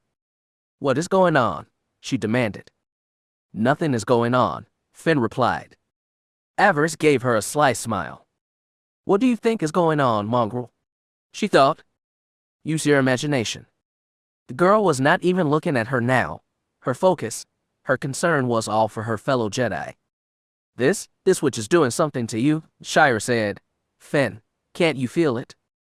She is using some kind of trick on you. She is trying to change you." "That is not my power," Avaryss said. "I never had a talent for mind tricks." "Silence, witch," the beast girl spat. Avaryss shrugged. Whatever, she thought. She will never understand. What Finn shared with Avaryss was something special, something that could not be quantified. "He is mine," she thought, "and you can't have him, mongrel. You will never have him." "Nothing is going on," Shira, her dream friend, said, trying to soothe his fellow Jedi. "Kira, Avaryss, and I, we have known each other for years. We have been connected through the Force 4. She is using you." "She isn't." "She is," Shira growled at Avaryss, her eyes narrowing, her teeth showing as her muzzle began to stretch out. "You may have known this Kira for years, but she is not Avaryss. She never was." "Finn, do you not know why the Sith take new names?" Why they separate themselves from the people they were. They do it because they are afraid of their past. They do it to let go of anything that may hold them back as they pursue greater power. Any reminder of that past is eliminated. Friends, family, anything that could remind them of who they once were. Shira reached out and touched her friend's arm. She cares nothing for you, only what you can give her. There is nothing left in her but lies and deceit. I can't feel it radiating off of her. Why can't you? Avaryss frowned. The girl knew nothing about her. Her opinions on the Sith showed both her ignorance and her naivete. The Sith did not hide what they were. They did not take new names to run from the past. They let go of the past and embraced the full power of the dark side. A Sith could not let what they were restrain them. The chains of the past were strong, but through power and sacrifice they could be cast aside. Through victory, my chains are broken, the Force shall free me. Those words were not empty. That being said, the passions of a Sith should not be underestimated. You are wrong about me, mongrel, she thought. Dead wrong. You have no idea who I truly am, Shira, she said. You have no idea how I feel. For a moment she thought that the little Jedi might try to attack her. She thought that beast girl might try to protect Finn by killing her. It would be a foolish gesture, but how would Finn respond to such an attempt? Would he protect the girl he had known his whole life, or would he side with his fellow Jedi? One day, she would need to answer that question. One day, but not now. Avaryss sighed. Now is not the time for this, she reminded the two Jedi. We can settle our own affairs later, once Trik has been stopped. The Sith smiled. That is why we are all here. Yes. Shira remained silent. From the look in her eyes she considered Avaryss as great a threat as Trik. Was her concern for Finn merely a Jedi's concern for one of their fellows, or was her concern that of a young woman who desired a man? Did the mongrel consider her a rival for Finn's affection? If that was the case, she would lose. Finn was Avaryss, and he always would be. Kira is not wrong, Shira, Finn said. We cannot afford to be fighting each other while our real enemy is still free. Again the beast girl growled, but this time Avaryss felt her stepping back from her anger, her Jedi training taking over again. First Trik, she said grimly, then Avaryss, and I finish this. The Sith laughed lightly. If that is what you want, she said. Shira said nothing more. She pulled away from her allies and took the lead again. Avaryss could hear her sniffing the air, perhaps looking for a way out of the lab. Finn stayed at her side. Through their connection she could feel his concern, not just for his fellow Jedi, but for Avaryss as well. It was sweet of him to worry, but in the end irrelevant. She and the beast girl were on a collision course. One day, they would collide, and only one would walk away. Such was the way of things. Are you okay? Finn asked her. Fine, Avaryss said dismissively, wiping idly at the amniotic slime that now stained her cloak and robes. She followed after Shira. Reaching out with the Force she tried to sense Trik, trying to follow his dark presence to wherever it was he was hiding. One battle at a time, Avaryss thought. First Trik, and then it would be the mongrel's turn. She found herself looking forward to the encounter, almost as much as. Avaryss stopped, her eyes narrowing. She felt a familiar echo through the Force, a presence that was both desired and despised. Finally, she thought, I wonder what I had to do to draw you out of hiding. She quickened her pace. Finn followed behind them, acting as a rear guard. Avaryss did not even try to mask her presence. There was no longer any need. If they wanted Trik, they would need to get through his apprentice first. His tool fell. The Sith's hands curled into angry fists. It is time, my love, she thought. She found herself feeling both excited and sad at the same time. This would be the last time they would be together, one way or the other. She steeled herself for battle, gathering her anger, turning it to hatred. Fell's face danced before her eyes, both how he had been when they had been lovers and how it was now. Long had she anticipated this meeting, one last battle. She ignited her lightsaber, bathing both herself and the chamber in crimson light. I'm ready, she thought. One last dance. Chapter 69. Avaryss and the two Jedi continued to their ascent. There were no more turbolifts, only walkways leading up to the next level, leading up to more lab equipment, more growth chambers. 4 levels they had ascended without a single enemy emerging, only the humming of machines, and their own breathing to let them know they still lived. Occasionally they would hear explosions, and the station would rock beneath their feet, but these detonations were not enough to suggest that either the Republic or the Empire had breached the station's defenses. Avaryss felt the chill run down her spine. What was going on out there? Why was this place still in one piece? They continued to follow Shira, Finn, and her. The beast girl would stop every once in a while to sniff the air. Avaryss was not sure how good such a sense would be in a place like this, even if it was enhanced by the Force. Her eyes drifted to the machinery as they passed by, the growth chambers, each glass container pulsed with the strange blue light, the fluids within hiding much of the creatures, how they might appear if they were given time to be truly born, or perhaps, fully created. Why does he have so many of these things? She heard Finn murmur. What does he need so many of these things for? It was a good question, Avaryss thought. Sadly, she could only speculate on the answer. There were far too many creatures here to suggest simple scientific curiosity. Perhaps Trik sought to grow an army. Perhaps these things would serve as his assassins and enforcers, weapons to carry out the Dark Lord's will. What they had seen so far suggested that he had the means to create several hundred of whatever it was that was growing in these tanks. She could not guess how long they needed to grow before they could emerge, what they would look like when they reached adulthood. Maybe they are not soldiers, she thought. Maybe the Dark Lord has something more diabolical in mind. What if he never intended for anyone in the galaxy to survive his virus? What if these things were meant to swarm and multiply, to replace the population of the galaxy after Trik's virus had destroyed or changed all other life? Such an explanation sounded insane, but was it any more insane than Trik proclaiming himself the living will of the Force? She didn't think so. If he had the ability to create life on such a scale, why had he not simply given Fel a brand new body? Or, better yet, why had he not used this technology to repopulate the pure blood people of the Empire? Surely he could have gained the necessary genetic material to do either, but instead, he had spent his time here growing, whatever it was in these tanks. Avaryss glanced up at Shira. Say what you could about the mongrel, but she was both fierce and extremely powerful in the Force. Why had Trik not tried to recreate what he had done with her? Despite her following the Jedi path, she did have an affinity for the darkness. Her anger and rage boiled just beneath the surface. Had she chosen it, to walk the dark path, she could have become a very powerful Sith. Of course, if she had, she would have had to deal with the Empire's stigma against aliens. Most in the Imperial hierarchy thought that aliens were bad enough. How would they react to a hybrid creature that was strong in the Force? Avaryss could not say if power alone would have won the day.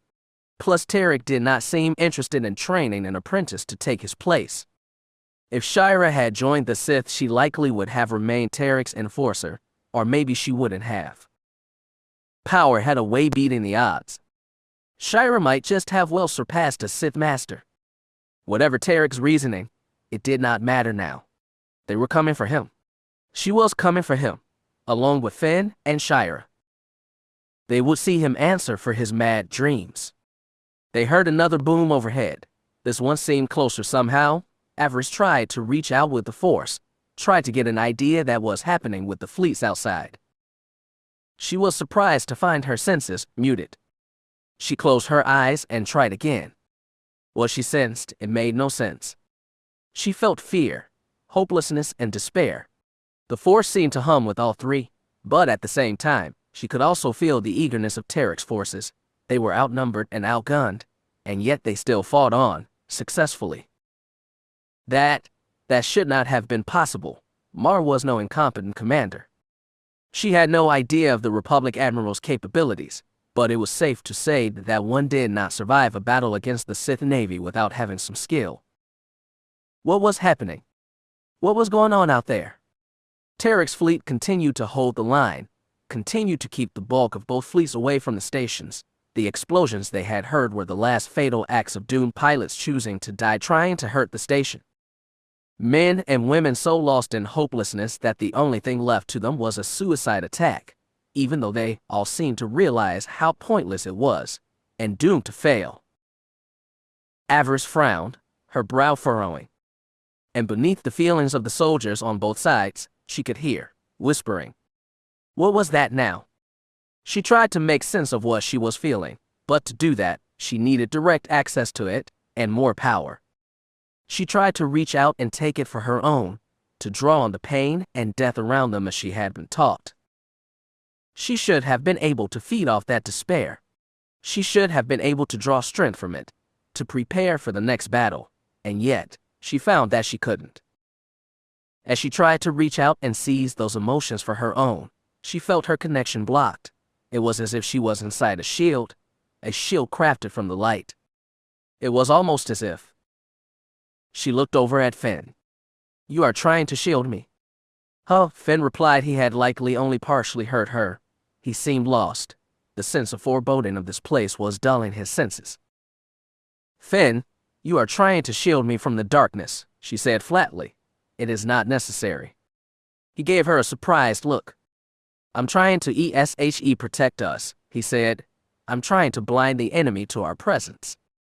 Her frown deepened. You don't need to do that. I need full access to my powers when we confront Trik. She sighed. The fear, the despair in this place, I can use it. Lower your shield, save your strength for Trik. I can't take care of myself. Her dream friend frowned. She could feel the conflict within him. What did he think he was doing? He knows what I am. Surely he understands why I need full access to dark energies this place possesses. She shook her head. What was he afraid of? He drew in close, to make sure that only she could hear what he had to say. When we first found you, when we joined forces, he whispered, you were almost out of control. I've never seen you so ruthless. I never felt such bloodlust. You were barely holding it together. Ah, she said, nodding. That is what this is about. She smiled. You're afraid that I will lose control. You are worried that I'll get lost in the darkness and turn on you and Shira. You don't think that is a possibility? He asked. She shook her head. His concern was sweet, but it showed his lack of understanding. Rather than get angry, she chose to explain. I know how to control my power, and besides, Trik is my enemy. He owes me blood. If my hate and anger is directed anywhere at this moment, it is at him, not at you and Shira. She pursed her lips. That being said, if you do feel the need to try to shield one of us, may I suggest the mongrel? She needs your help far more than I. Her suggestion caught him off guard. You want me to try and protect Shira? She nodded. I can feel her anger. It has been burning hotter and hotter since we came up here. She gave him a concerned look. You are worried about me turning on you. I can tell you now that I would be far more worried about Shira. The darkness of this place is rising to embrace her. I can sense it. You don't want to be caught up in that storm when it finally hits, trust me. You don't have to worry about her, he answered, trying to sound reassuring. I've known Shira for years. She knows how to control herself. Are you so certain of that? Avaryss asked. In a normal place, that might be so, but given her history, and her feelings for Darth Trik. Avaryss shook her head. I know what it is like to hate someone that had a hand in creating you. It is a bond that is far stronger than most people realize, and it can leave you vulnerable if you let it. Is that what happened to you? He asked. Did your hatred leave you vulnerable? It was all she could do to keep from snapping at him. It wasn't the same. She had not. Her mind drifted back to her first meeting with Darth Feer back on Corbin, how easily he had broken her to his will. How quickly she agreed to become his apprentice. She found herself thinking about Betrayal, and how she said that she and Shira were very much alike. She had tried to dismiss it at the time, but she wasn't wrong, Avaryss realized. There are many similarities between me and the mongrel. That realization did little to put her mind at ease. They were alike, and that is why she needed to be worried. If she was pushed, the beast girl might make the same choices that Avaryss had made. If she did, they could all be lost. Master Vey recognized what she was. Maybe that was why she told me that we were similar. What if Trik offers Shira a chance to be more? What if he offers to make another like her a male? As angry as she is right now, don't you think it is at least possible that he might try to turn her? Finn gave her a curious look. She hoped that he did not think that she was trying to drive a wedge between him and Shira. She was capable of such an act, and what she was saying now might come in useful later. But right now, at this time, she was indeed telling the truth. Her concern for the mission was genuine. She hoped that he could see that. She meant what she said about wanting to take Shira Ville's head, one day. It was a fight she desired. She did not wish to see the creature seduced to the dark side, not if it meant that her mission would fail. "I'm surprised to find you so concerned about her," Finn said. "It is clear that you two don't like each other." "It is not concern for her," Avaryss said quickly. "It is enlightened self-interest. I'm thinking about me, about us. Trik has enough weapons to point at us. I would not see him claim another." "I can't hear you two talking," Shira growled over her shoulder. Avaryss was not surprised. She guessed that those pointed ears were for more than just show. Who could say how acute the girl's senses were? And that did not even take into account her strength in the Force. Finn looked a little embarrassed, but "She brings up a valid point, Shira," he said. The beast girl growled. "You think she is right?" "I think that you will be tempted," he said diplomatically. "Hatred can be a powerful emotion. It can link you to a person as strongly as love can." Avaryss smirked. "Are you sure that you are up for this mongrel? If Trik was smart, he will make an offer. Are you prepared to resist, or should we be concerned?" She stopped in her tracks and turned to face them both. "I will never side with that man. Never." She gave Avaryss an icy look. "You don't know what it was like, how I was created. I would never go back to that, no matter what that man promised me." "The darkness call is sweet to hear," Avaryss said sagely. "Resisting it will not be as easy as you think." Shira sneered. "Speak for yourself, witch. I know where my loyalties lay. I won't make the mistakes that you did." She turned away without another thought. Avaryss shook her head.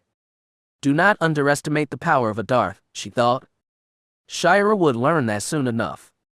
She once again looked at Finn. "Do what you can to protect her," she told him. He smiled slightly. "Your compassion is showing again, Kira," he said. "Isn't that unbecoming for a Sith?" She frowned again. She heard her mother's voice again, her distant lullaby. "You haven't made your final choice. You can't still come back." She ignored such words. She had no time for such childish hope. "As I said, it is enlightened self-interest," she told Finn, "not compassion. You need to help her keep her head on straight. Trik already had one apprentice. Let's not give him another." He nodded, finally accepting what she was saying. "Good. If you need my help." She smiled. "I will ask, and thank you. Your concern is touching, but unnecessary. I know how to control my power." She felt it as the shield he had been trying to hold finally fell away. Once clear of it, she felt the full power of this place once again wash over her. The whispers she had been hearing distantly became clear. "Hopeless. Hopeless. Flee. No hope. No escape. No hope.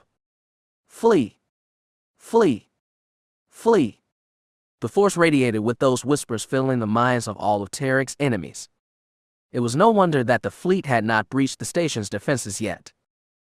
It was all she could do to keep from running away herself, that or curling up on the deck and waiting for death to claim her. Avaryss took a shuddering breath and took that despair into her. She let it wash over her, to feel the fear of all those soldiers outside, even now fighting for their lives. She let the darkness draw on it, let nourish itself. Fear to anger, which turned to hate so quickly. She smiled. She had found it. She had found the heart of darkness. She let its power fill her up. She let the hate flow through her. She opened her eyes. The world had taken on a rosy tinge. She looked at the two Jedi, and the bloodlust she had felt earlier returned. It was all she could do to stay her blade, to keep from killing them both, Shira for even thinking of trying to take Finn for herself, and Finn for trying to cut her off from the darkness. The desire was there. She wanted to kill them both, but she held it in check. I'm not an animal, she thought. I am a Dark Lord of the Sith. I decide who lives and who dies. The Force serves me, and through it the dark side grows stronger. She smiled hungrily, her eyes blazing with crimson light. Finn need not have worried. She was Sith. She knew how to control her power. She followed after her allies. The rage held in check, for now. Her true enemies were waiting up ahead. She would find them. She would destroy them utterly. The darkness would have its due. It always did. Now that her full powers had returned, she tried to make sense of what was happening outside. What she was sensing through the Force. Tarik's forces are bolstered, while ours seem to weaken the closer they draw to the station. The Force is practically singing with fear and hopelessness, far more than it should be, given the will and training of normally brave soldiers. What was the traitor doing? She asked herself. He was using the Force, that was obvious, but how? She remembered reading about the art of battle mediation during her days as a hopeful on Fury 9. It was said that the Dark Lord Nagasato had been extremely talented in the art, that he had been able to influence the full might of the Sith fleet from a simple meditation ship. Fast forward a millennia, and there had been the Jedi witch Bastila Shan, the one who had doomed Darth Revan's conquest of the galaxy. Darth Malak had said to have tried to turn her, but he had failed. Is that what this was? Did Trik have someone skilled in battle meditation at his side? That would explain what was happening, but at the same time she did not get the sense that what they were facing was the result of a single Force user. Battle meditation was a very rare gift, not often granted by the Force. Having the strength of will to use it to influence entire armies was rarer still. When she tried to touch the mind causing this disruption, she did not sense a single mind or will. It seemed almost mechanical in nature. It felt like the mind that was doing this only knew the emotions that it was projecting, which made no sense. The experiences of life went beyond hopelessness and fear. Even the poorest and most miserable wretch knew at least one moment of happiness or fury. The dark side filled her up as she drew closer to her objective, closer to her prey. I will ask Trik myself about this, right before I take his fool head. Then we shall see just how brilliant he is. Her hand went to the pouch on her belt and the crystal she had salvaged from Tarik's machine, the one she had filled with her own power. It seemed to be almost vibrating, feeding off the anticipation of the blood that was to come. Patience, she whispered, be patient. You will get to fulfill your purpose soon enough. We both will. They finally came to the end of the laboratories. A turbolift door stood before them, the only way up to the next level. Before they could approach it, the door hissed open, and more of Tarog's creatures filed out, armed with weapons and wearing the tattered remnant of Imperial uniforms. They filed out and took up defensive positions, blocking the three Force users' path, and leading this rabble was a single cyborg, a Sith returned from the dead. Fel's face twisted into the grimace that passed for his smile these days. His eyes found Avaryss, and he opened his arms in greetings. Welcome, my darling wife, he said happily, his voice buzzing through the vocoder in his neck. I'm so glad you are here, that you have chosen to accept my master's offer. Avaryss sneered. Was this Tarik's lame attempt at sarcasm, or did the thing that had once been her lover not understand the reason that she had chosen to come here? Had Darth Trik left his mind so limited? It was disappointing to say the least. She chose to enlighten him, no reason to leave him wondering why he was about to die. The only thing that I've accepted, Fel, is that your master's time is at an end. She activated her lightsaber. The whirling blade lit the room in ruby light. Fel paused. He did not seem to know how to respond to what she had just said. She could almost imagine the droid processor in his head working, trying to come up with a response to what she had said. Pathetic, she thought, pathetic and weak. Her poor Fel, he had fallen so far. The time had come to end this mockery. Her former lover deserved better. The first time she had faced him, she had been in shock. Seeing him back among the living had been her dream for so long, she had not realized that Trik had corrupted it. That he had turned the man she had loved into a living nightmare. Now, with time and perspective, she had let go of that shock and all. She now saw Fel in a different light. It was not love she felt for this thing, not anymore. It was hate, black and cold. Why had she not seen it earlier? She had come to realize that the dark side had tested her back on Corbin. Fel had been a test of her commitment to the Sith. It had been a test that she had failed. She had been fully ready to leave everything she had fought for behind, and all for the promise that her loving husband would give her what she needed, and that together they would have the means to defeat Darth Feer. She had been so naive. A Sith stood on her own 2 feet, or she did not stand at all. By accepting Fel's proposal, she had limited herself, and the dark side had made her pay for that moment of weakness. The damage done to her eyes and ears were a permanent reminder of her failure, a weakness that she would live with for the rest of her days. She glared up and Fel and his bodyguards, letting the rage build inside of her. You nearly made me forget who I was. My bloodline would have suffered for it. I would never have become as strong as I am at this moment. Her fingers tightened around the hilt of her weapon. She had been too weak to destroy Fel the student, but now, looking on Fel the monster, she realized that she no longer had any limitations. She could do this. She would do what the overseers back on Corbin had wanted in the first place. She would destroy Fel. The 2 Jedi were at her sides, their weapons engaged, a blade of blue and a blade of green at her side. Finn came up beside her, holding his weapon in the opening stance of Avaryss. So this is Fel, he said. She nodded. Finn glanced her way. Wife? He asked. Avariss' eyes narrowed.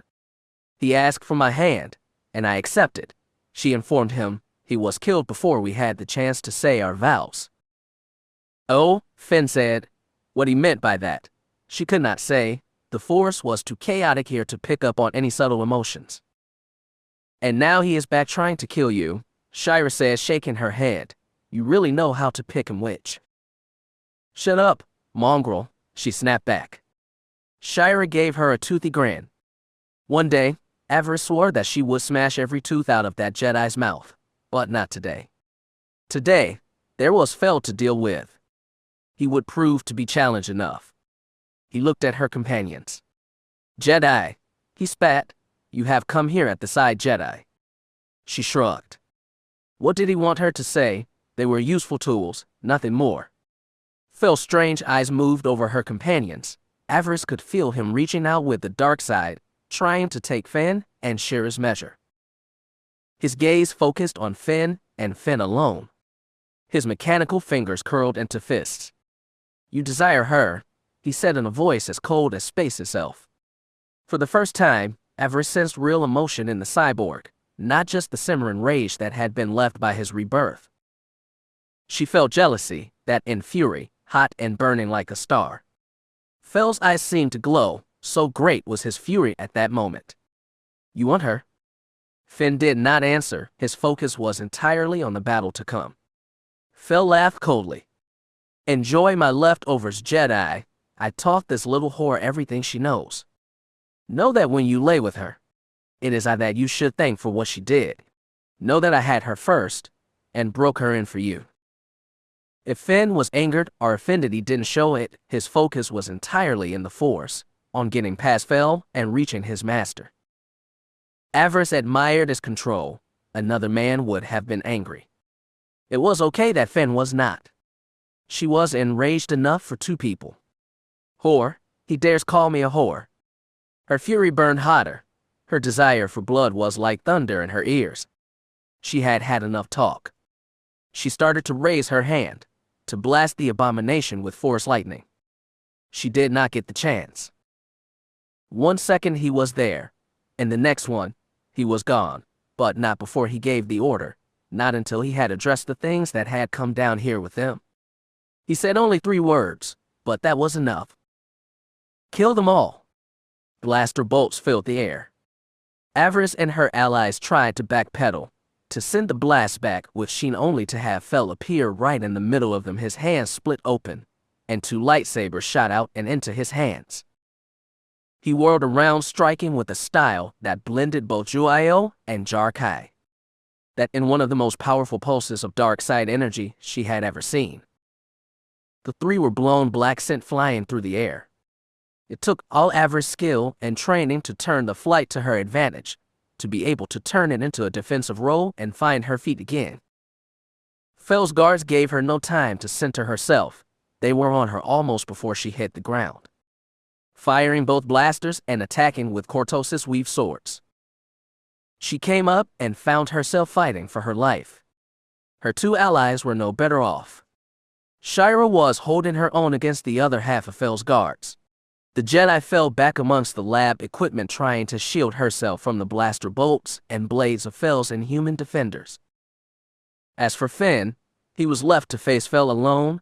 The cyborg was on him, spinning and lunging so fast that Avaryss could barely keep track of what was happening. Her dream friend was holding his own, for the moment, but he was clearly being pushed to the limit. Fel had been the greatest of his class once. Tarik's enhancements had not lessened that skill. If anything, he was faster now. Finn Shadowstone was in a fight for his life. You want to give her your heart? The cyborg laughed. I will rip it out and give it to her. We'll see how much she wants you then. Avaryss had no more time to worry about her companions. The guards continued to drive her back, continued to push her. It was taking all her skill to hold them off. 1 locked blades with her while 2 more tried to circle around behind, to either stab her in the back or blast her from behind. Rather than continue to push against her foe, she decided to roll backward, bringing the cybernetic creature down on top of her. She rolled through and kicked with her legs, propelling the creature into his fellows. The 3 crashed together, and all went down hard. Before they could untangle themselves and continue their attack, Avaryss reached up with the Force, ripped up another of Tarik's growing tables, and brought it crashing down hard on the guards. It hit with such a force that it literally dented the deck plate beneath it. Fluid leaked from broken growth VATs as the wreckage sparked and caught fire. Avaryss whirled around to meet 3 more of the creatures. These she did not even bother trying to meet blade upon blade. She reached out with the Force again, drawing the torn cables from destroyed machine to them, binding them, and tangling them up. She fell upon them before they could fully recover, hacking and slashing with her lightsaber. Losing a head meant nothing to these things. The body staggered around, still swinging its sword or firing its blaster. Dismemberment seemed to be the only answer. The only thing guaranteed to keep the things down. Free of her attackers, she leapt to Finn's aid. He was holding his own against her former lover, but she could sense the exhaustion he was feeling. It was taking all of his strength to just hold the cyborg back. She came at Fel from behind, but he turned with unbelievable speed, his second lightsaber blocking her strike. Their crimson blades locked. She stared into his eyes, hate and anger radiating through her. This takes me back, he purred. You remember the tomb of Ahuntapal, don't you, my love? She did. This fight would not end like that one had. She snarled and threw a forced push. He resisted her attack and began to whirl back and forth, holding off both her and Finn. He is still good, she thought to herself, but it won't save him. The dark side is with me. I don't fear Tarik's mechanical tricks. A pained yelp drew her attention. She only just managed to backpedal and avoid Fel taking off her head. Shiraville fought like she was a Masasi warrior of old. She no longer resembled a human girl. Any trace of humanity was currently submerged. Her neck and muscle were long, her fur had turned thick and shaggy. It was almost impossible to believe that those large paws of hers could grasp a lightsaber, much less have the skill to use it. In that moment, Avaryss got to truly see what it was that Trik had created, and it was both beautiful and terrifying. No wonder he had not wanted to face her on the wreck. The girl was a storm of teeth, claws, and lightsaber. While Avaryss had been forced to use her powers to evade and overwhelm, the beast girl was pure skill, savagery, and speed. Raw animal instinct that was far beyond anything that Trik's science and alchemy could ever hope to match. The sight gave Avaryss pause. On the day that she finally faced the mongrel in battle, she would need to be at her best. She would need to be one with the dark side and free of any distraction. Trik was a fool, she thought. He had spent years working with cybernetics to create the perfect Sith weapon. Fel had been strong, and before his death he very well might have been that weapon. He was still strong, but he was limited by what Trik had taken from him, limited by what had been needed to make sure that Fel came back. Shireville had no such limitation. Had the dark side claimed her, she would not have needed any cybernetics or further enhancement. She was a weapon that Trik had let the Jedi take from him, to remake in their image. The fool, she thought. The arrogant, stupid fool. Victorious, Shira threw back her head and howled. Fel thinking he saw an opening through the lightsaber from his left hand at the girl. Shira did not dodge, she did not block, she did not even duck. She held out her hand. The blade stopped spinning a mere millimeter from her neck. She snatched up the blade and whirled both it and her own weapon, dropping into a two-handed fighting stance. The cyborg leapt back, his left hand opened up again, revealing yet another hidden lightsaber. It ignited as he reset his guard. He now stood alone, 3 against 1. Fel had faced such odds before, and won, Avaryss knew, but those had been mere acolytes, learners. Both Avaryss and Finn were breathing hard. Fel had pushed them, but they were still standing. Shira was panting, drool dripped from her long mouth, but her eyes were cold focused. The animal was firmly back under control now. "Are you okay, Finn?" Avaryss asked. "I am," he said. "How about you, mongrel? You back in control of yourself?" "Shut it, witch." The beastling spat back. Avaryss smirked. Yep, she was okay. Fel looked back and forth. His 3 opponents began to circle him. He tried to maneuver back the elevator, but he was stopped at every turn. The blades of his enemies blocked his path. He could try to fight through, but it would not be an easy escape. Poor Trik, Avaryss thought. He is about to lose his most powerful pawn. Fel's eyes finally fell on Avaryss.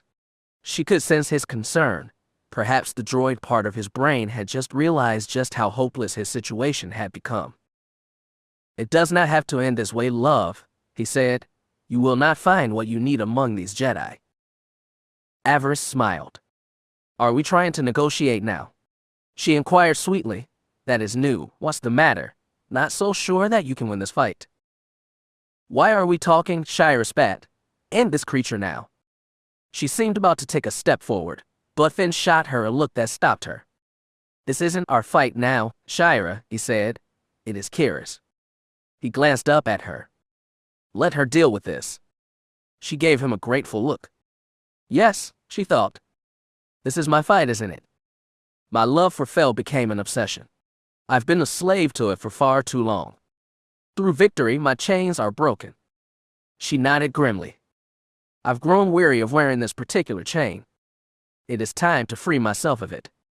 Fel must have realized what was happening. He watched as the Jedi stepped back, as Avaryss raised her weapon. He looked at her with a mixture of surprise and dread. "You cannot beat me," he said. "You were never strong enough to do that." She nodded. True, she had never beat him during their sparring sessions, but she had not really been trying, truth be told. She had been a slave to her love for him. She had always held something back, not wishing to injure him, and not wishing to anger him. In short, she had never truly faced Fel in open combat. The thought of doing so now excited her. "This has been a long time coming," she said, dropping into Makashi fighting stance. "Let us end this." Fel adopted the opening stance of Juayo. "We don't have to do this," he repeated. "We can go back to the way we were. My master can remake me if you desire it. Give me the shape that you desire. My master has sensed your potential. your growing power. That old canned response again, she thought. Enough. Avaryss did not give him a chance to finish. She lunged. She got inside his guard, his two blades spinning quickly as the two of them danced back and forth. The Jedi did not interfere. They knew what needed to be done. Avaryss did not hold back. Her rage and hate lifted her up.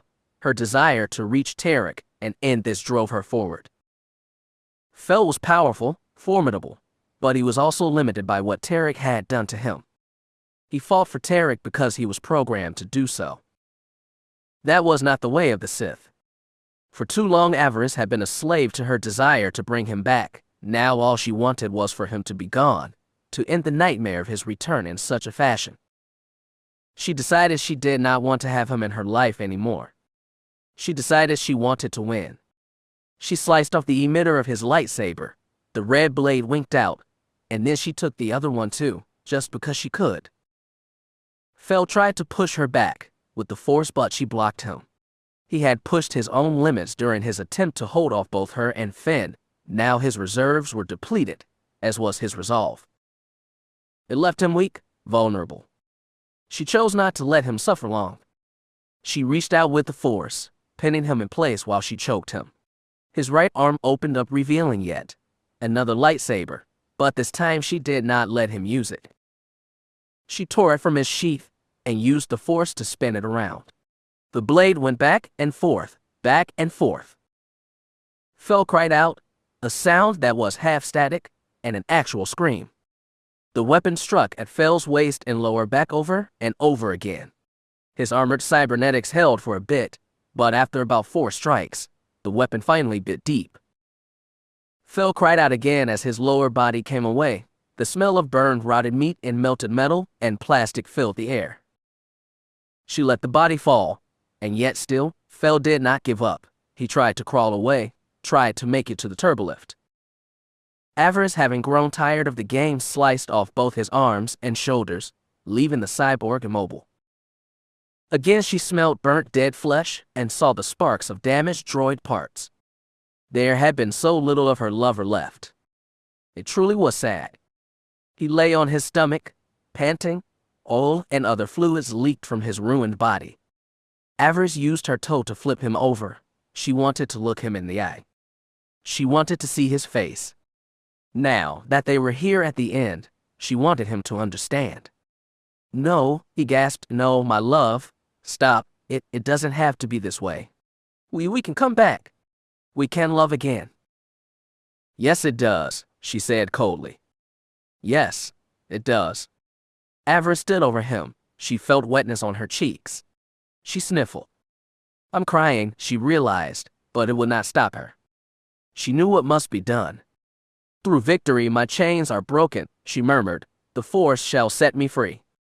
Fel swallowed hard. No. She brought the blade down. She sliced his head in half from the top of the head to his chin tendrils. Her blade cut his path. Sparks crackled as the droid part of his mind overloaded and melted. Yes, the darkness whispered inside of her. Oh yes. The body twitched several times, its components responding to the destruction of the droid part of Fel's mind. Avaryss stayed with him in the Force, right up until the end. Only this time she had been ready. She was not left Force burned as she had been back on Corbin. She felt Fel fall away into the chaos, into the madness beyond death. She did not try to save him. He was weak, undeserving. She let him fall away. She took a shuddering breath. She let emotions of this act wash over her, cleanse her. She smiled slightly. At long last, she had lived up to what people thought of her. She had finally, truly killed Fel, and at long last she felt no regret, no desire to bring him back. He was gone. Finished. I've done it, she thought. I'm no longer bound. She almost laughed. I'm free. Chapter 70. He is dead. She stood over the body, still breathing hard from the battle, still drinking and all the emotions that slaying Trik's apprentice had brought forth. Anger, fear, grief, and doubt, they all rose up in her chest, and she let them all pass through her, let them fuel the darkness in her heart. You had no choice, the darkness whispered. You would have spent the rest of your days fearing his footsteps, and now, it is done. You have rid yourself of your obsession. Fel is dead. She nodded. It had needed to be done, but even still. What might have been what they might have had? It tried to rise up. It tried to choke her. Punish her. She resisted those weak emotions, choosing to armor herself in ice and steel. The apprentice was now gone. All that remained now was to face the master. They would face the master and end this. She felt the presence of the two Jedi at her side. Did they understand why she had needed to do this? Finn seemed to, but considering that he had nearly died at Fel's hand, who could blame him for wanting Trik's pet destroyed? Shira was, well, she was no longer sure what Shira Veal was in the larger scheme of things. She had shown her power, and Avaryss now found herself envious. I must grow stronger, she thought, when we finally meet, when we finally truly cross Blaze the mongrel, and I must be ready. I can afford no mistakes. Speaking of the Jedi girl, Avaryss watched as her face returned to its more human shape. The large brown eyes did not blaze with the power as they had when she stood her ground against Fel, but that power was there, nonetheless. Kira. Finn was once again at her side. She could feel his concern radiating out through the Force. He fears what destroying Fel has done to me, she realized. He doesn't understand that it was necessary, that it needed to be done. Are you okay? He asked her. She thought of pushing him away or maybe some silly reassuring comment. Yet, as always with Finn, she could not do it. She could not lie to him. I hurt, she confessed. It hurt. She felt his hand on her shoulder. She could feel his worry, his desire to help her. Part of her wanted to simply fall into his arms and sob, not just with grief, but also with joy. She had freed herself, and she had freed Fel. Shira sniffed the air. The damage that they had caused had started several fires. We should go, she said. Lord Trik is still up ahead. Avaryss nodded. She wiped at her face and did her best to recenter herself, to set her nerves to cortosis. He has no more tricks up his sleeve, she thought. At last we are free to confront him. Be wary, the darkness whispered. A Darth is no mere opponent. He is death itself. Never expect a battle with the Darth to go easy. Finn looked at her. You sure you can do this? He asked. She nodded, took a deep breath, and let it out slowly. Once again she drew on her anger, what she had done to Fel. It was all because of Darth Trik, what rogue Sith had done to him. It was the traitor that was truly to blame for Fel's final death. She would see him answer for it. I can't do this, she informed the two Jedi. She let a cruel smile come to her lips. I'm ready. As one of the three entered the turb lift, once again there was only a single button, the only way up or down. Finn pushed it and the door hissed closed. The elevator began to rise. A shiver ran down Avaryss' spine. A feeling of anticipation washed over her. Tonight, I kill a Darth, she thought. It will be good practice. The thought brought a smile to her face. First Trik, and then Feer. The thought excited her. It would be another corpse for the fire. The lift rose quickly. Avaryss continued to play the mental game she played before every battle. She willed herself to be strong, to stand tall in the face of this next great challenge. The life began to slow, and finally it came to a stop. The door hissed open. The three had their lightsabers in hand, but did not ignite them. They were greeted by silence. Avaryss took the lead as they stepped out of the elevator and onto what looked like a massive observation deck. The massive dome seemed capped the tower in which the three found themselves. Stars and plumes of gas from the nebula in which the station sat swirled overhead. They were walking up a long and slowly rising ramp. Black unadorned walls starting at about 2 stories high grew increasingly lower as they made their way up. Avaryss shook her head. The Force was practically screaming now. It was from this chamber that the sense of foreboding she had felt earlier was being generated. Fear, hopelessness, and the desire to flee all bombarded her and her Jedi companions, but to their credit no one said anything. No one even suggested trying to run. It was here that their final battle would take place. Here was where Darth Tarik's threat would be ended. Avaryss watched the walls around them.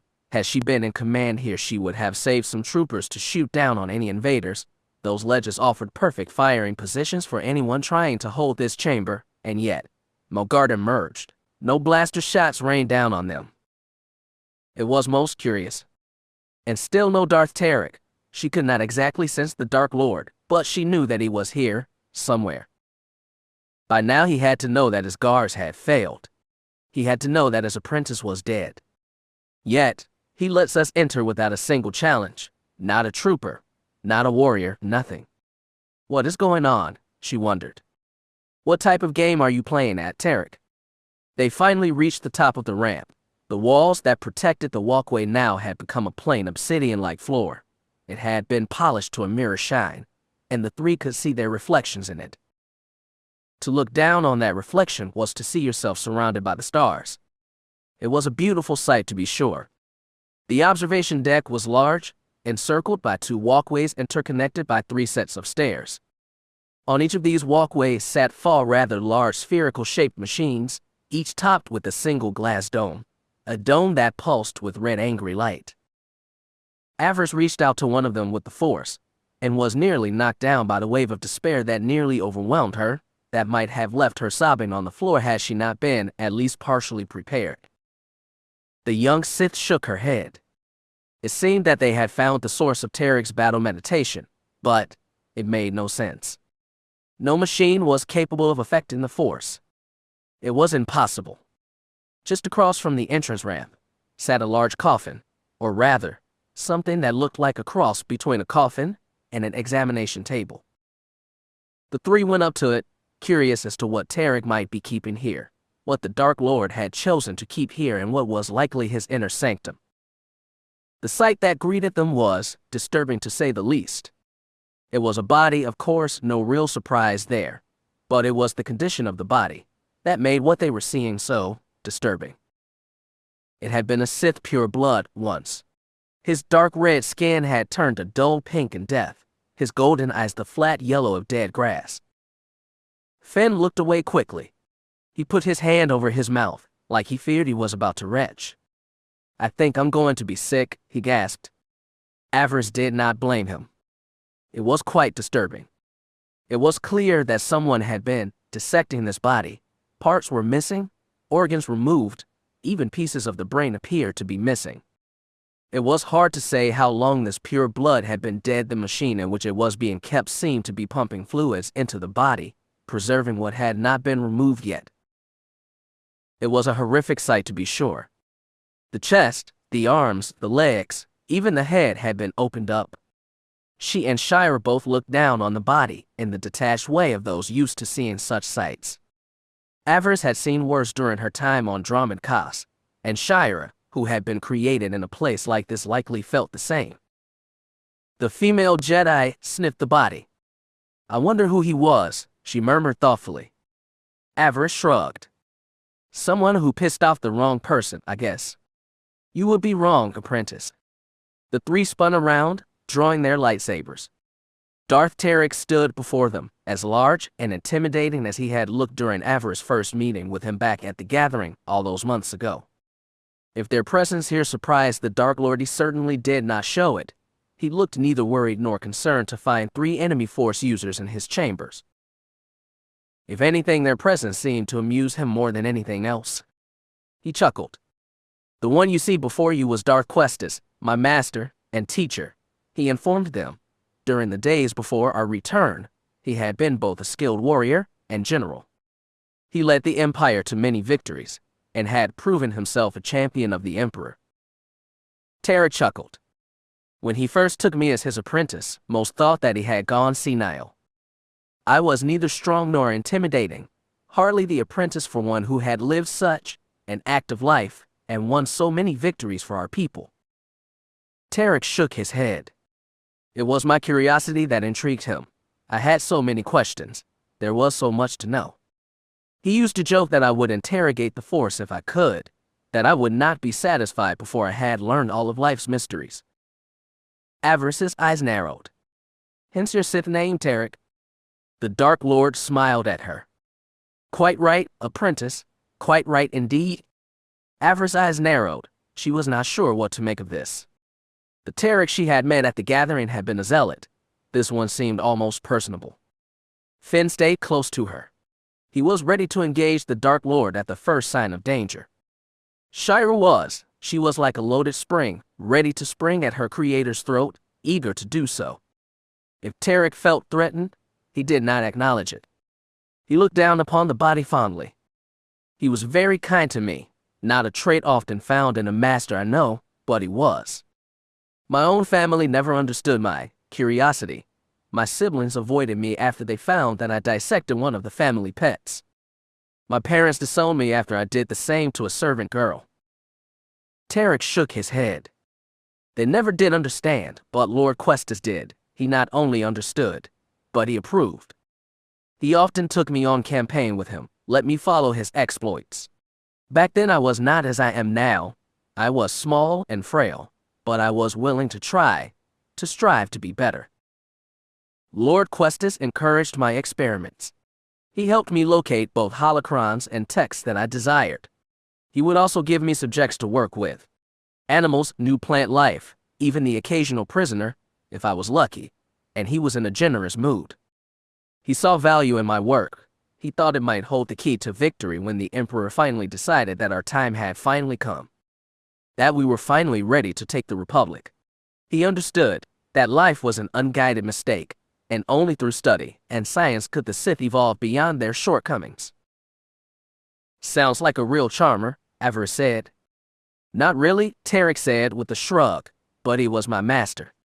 You sound quite fond of him, Finn Shadowstone said. I was indeed, the Dark Lord admitted. So how did he die? Trik's smile turned sly. I killed him, of course, he admitted. I had learned all that I could at his feet, but some questions still remained unanswered, questions that I could only learn the answers to through surgery. My master had a very exacting appetite. His meals always had to be prepared a certain way. When on campaign, he trusted me to see that his dinner was made just the way he liked it, and so I made sure that it was, and one day, I included something in it, something both odorless and tasteless. He grinned at the three. Those strange cyborg eyes of his seemed to glitter mischievously. The poison did not kill him, not right away, but it did paralyze his body and give the appearance of true death. I had him sent back to Dromund Kaas. By then, I had won all the servants over to my side, and those that had proved resistant the reprogrammed droids of our house made short work of. Trik gently touched his dead master's face. Lord Questus was a master of battle meditation, you see. I had no talent with that skill myself, and wished to study at greater detail. Avaryss shuddered. The realization of what the Dark Lord had done came to her.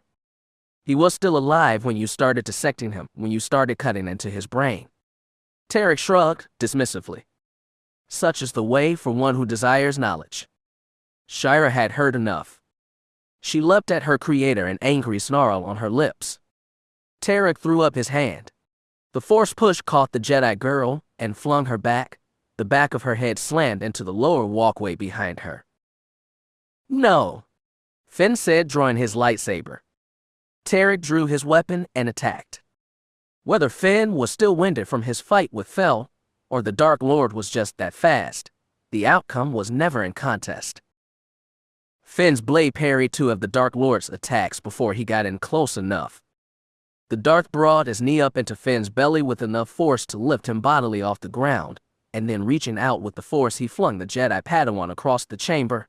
He skidded to a halt at the edge of the ledge where the walkway began. He lay there, coughing, unable to rise. Avaryss blinked. By the Emperor. Darth Trik had dealt with both Finn and Shira in a matter of seconds. Her hand remained on her lightsaber, but she had not ignited it. Trik chuckled. Still the wise one, I see, good. Trik radiated with a dark pleasure.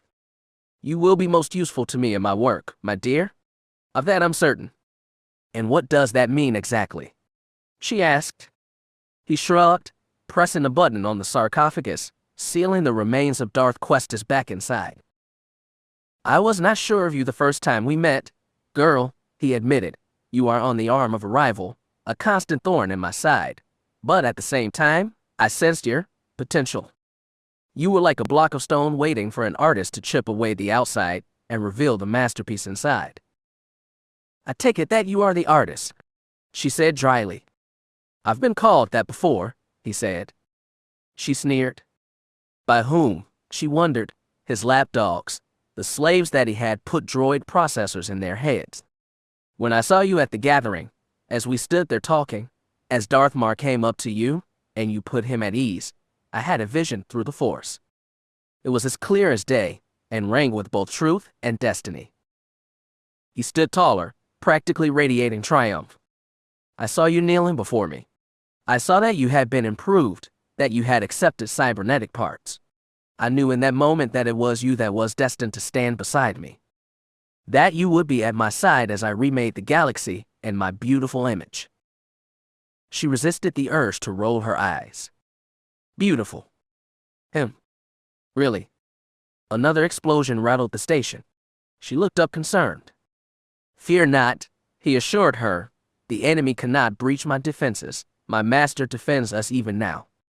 Avaryss was not sure what he meant by that, but then she reached out with the Force. She touched both the corpse of Darth Questus and the devices that were scattered throughout the observation deck. Her eyes flared. You found a way to preserve his talent, didn't you? You found a way to artificially recreate your old master's abilities. Recreate is not the right word, he said. I found a way to preserve his gift, to spread it around. By harvesting tissue of his Force-sensitive brain, I was able to grow a series of artificial minds, cybernetics blended with my master's own brain, to create a artificial alternative to having to find a Force-sensitive skilled in the art of battle meditation. The thought made Avaryss shudder. It was horrifying, but at the same time, quite clever indeed. She smiled. This confrontation was not going as she thought it would. Such a weapon would give your fleets an edge in battle, but not enough to make you emperor. Trik laughed at that. I am now the living will of the Force, girl. Why would I wish to hold such a small title as emperor? He crossed his arms over his chest. You have proven to be more skilled than I gave you credit for.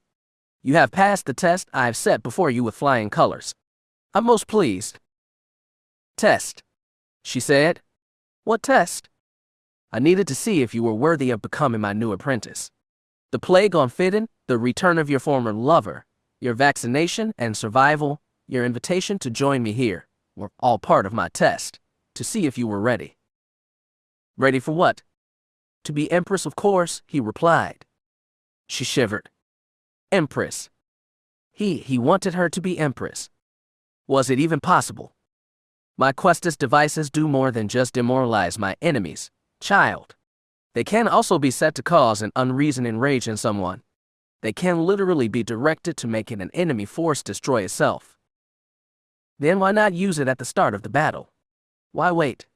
Why bother with the plague? What you call a plague is the next step in my plan. It is a tool that I will use to purify the galaxy and remake the Force in my image. Once I've destroyed the Republic and Imperial fleets, the other lords will flock to my banner. I will be able to make the necessary repairs to the station, and my probes will spread throughout the galaxy. Dromund Kaas and Corbin will need to be given the gift that I gave Fidden, to ensure that our former emperor does not cause us any trouble. Avaryss winced. To use such a weapon on the emperor. Would it even work on an immortal being? Once the emperor is dead, the Sith will need a new leader, one who accepts my place within the Force and embraces me as his living will. He put his large hands on her shoulders. You will be that leader, my dear. You will be Empress Darth Avariss. Hearing him say those words, they excited her, far more than she had ever realized that they would. Empress Darth Avariss, the first of her name. She felt the old hunger in her stomach. She imagined herself sitting on the throne, all the Darths and Lords bowing to her, those that survived the plague anyway. And what of the Republic and Jedi? She asked. What will become of them? They will have the same choice that the Empire has, to bow down or die. Tarik's eyes seemed to glow brighter. He looked down at where Shira and Finn had fallen. I thank you for returning Experiment 5 Tank 13L to me, Apprentice. It has been long since she escaped. I'm eager to have her on my dissection table. Figure out how she managed to survive this long. Avaryss blinked. Experiment 5. Experiment V13L. Veal, that was Shira's experimental designation. How amusing. Lord Mar will never accept this, my lord, she reminded him, but at the same time, he has allies. He could make the transition of power easier for us. Trik laughed. Us? He said, does that mean that you have accepted my offer, that you will join me? What about Fel? She asked. You seem to have forgotten him awfully quick. Those that fail are left behind and forgotten, Apprentice. You know that as well as anyone. You defeated Fel, and now his place is yours. You. Shira had somehow found her feet. She lunged at Lord Trik again. This time she had her lightsaber in hand, its emerald blade flashing as she brought it up and around. Avaryss stepped back as Trik engaged his creation in single combat. Trik backpedaled as she pressed her attack, raining down blows on the Dark Lord. He used Sarisu to draw out their battle. When her claws came up raking at his robes, they tore away cloth, revealing cybernetic armor, similar to what she had seen been fitted to Fel. Avaryss watched the exchange with a cool and clinical eye. She could have tried to help Trik, but why? If he was strong enough, he would surely defeat his creation. As for Shira, she was looking for weakness. She hoped to see some flaw in the Dark Lord's creation. Kira. She turned to see Finn back on his feet.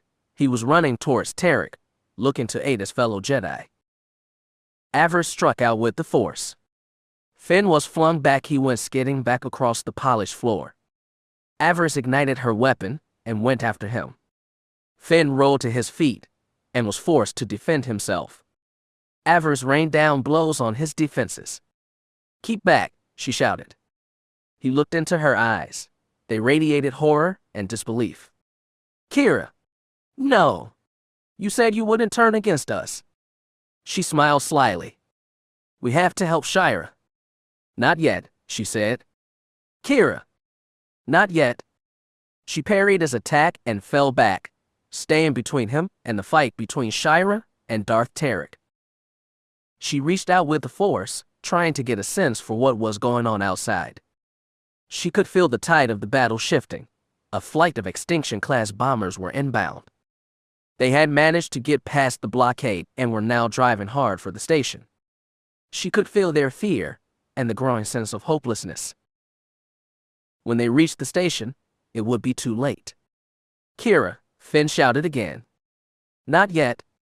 Shira leapt around Trik, clawing, biting, and snapping at the Dark Lord, her blade parrying his attacks.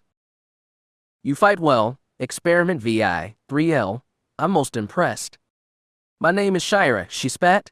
Remember that. She and Trik crossed blades despite his size. They were pretty evenly matched. Not yet, Avaryss murmured, she said, holding Finn back. Not yet. She reached out into the Force again. She could feel the bombers, the pilots inside of them, and they were starting to break formation.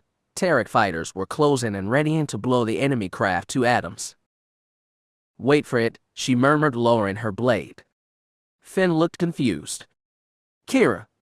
Trust me, darling, she purred. Trust me. Shira was down on her knees. Her creator continued to push the blade farther and farther down, closer to her shoulder. You are nothing but an experiment, a failed experiment. I will. The bombers were in range. Avaryss smiled. Help Shira, she told her dream friend. I got this. He blinked. Got what? What are you? Avaryss sprinted towards the walkways, her scarlet blade whirling. She cut through the glass surface of the nearest the Questus machines, destroying the cybernetic brain inside. She leapt to the walkway above and slashed through a second and then a third. That was when the world turned upside down. That is when Trik realized that she had betrayed him. No. She was picked up by the Force and flung across the chamber. She struck the Durglass dome with enough force to break every bone in her body.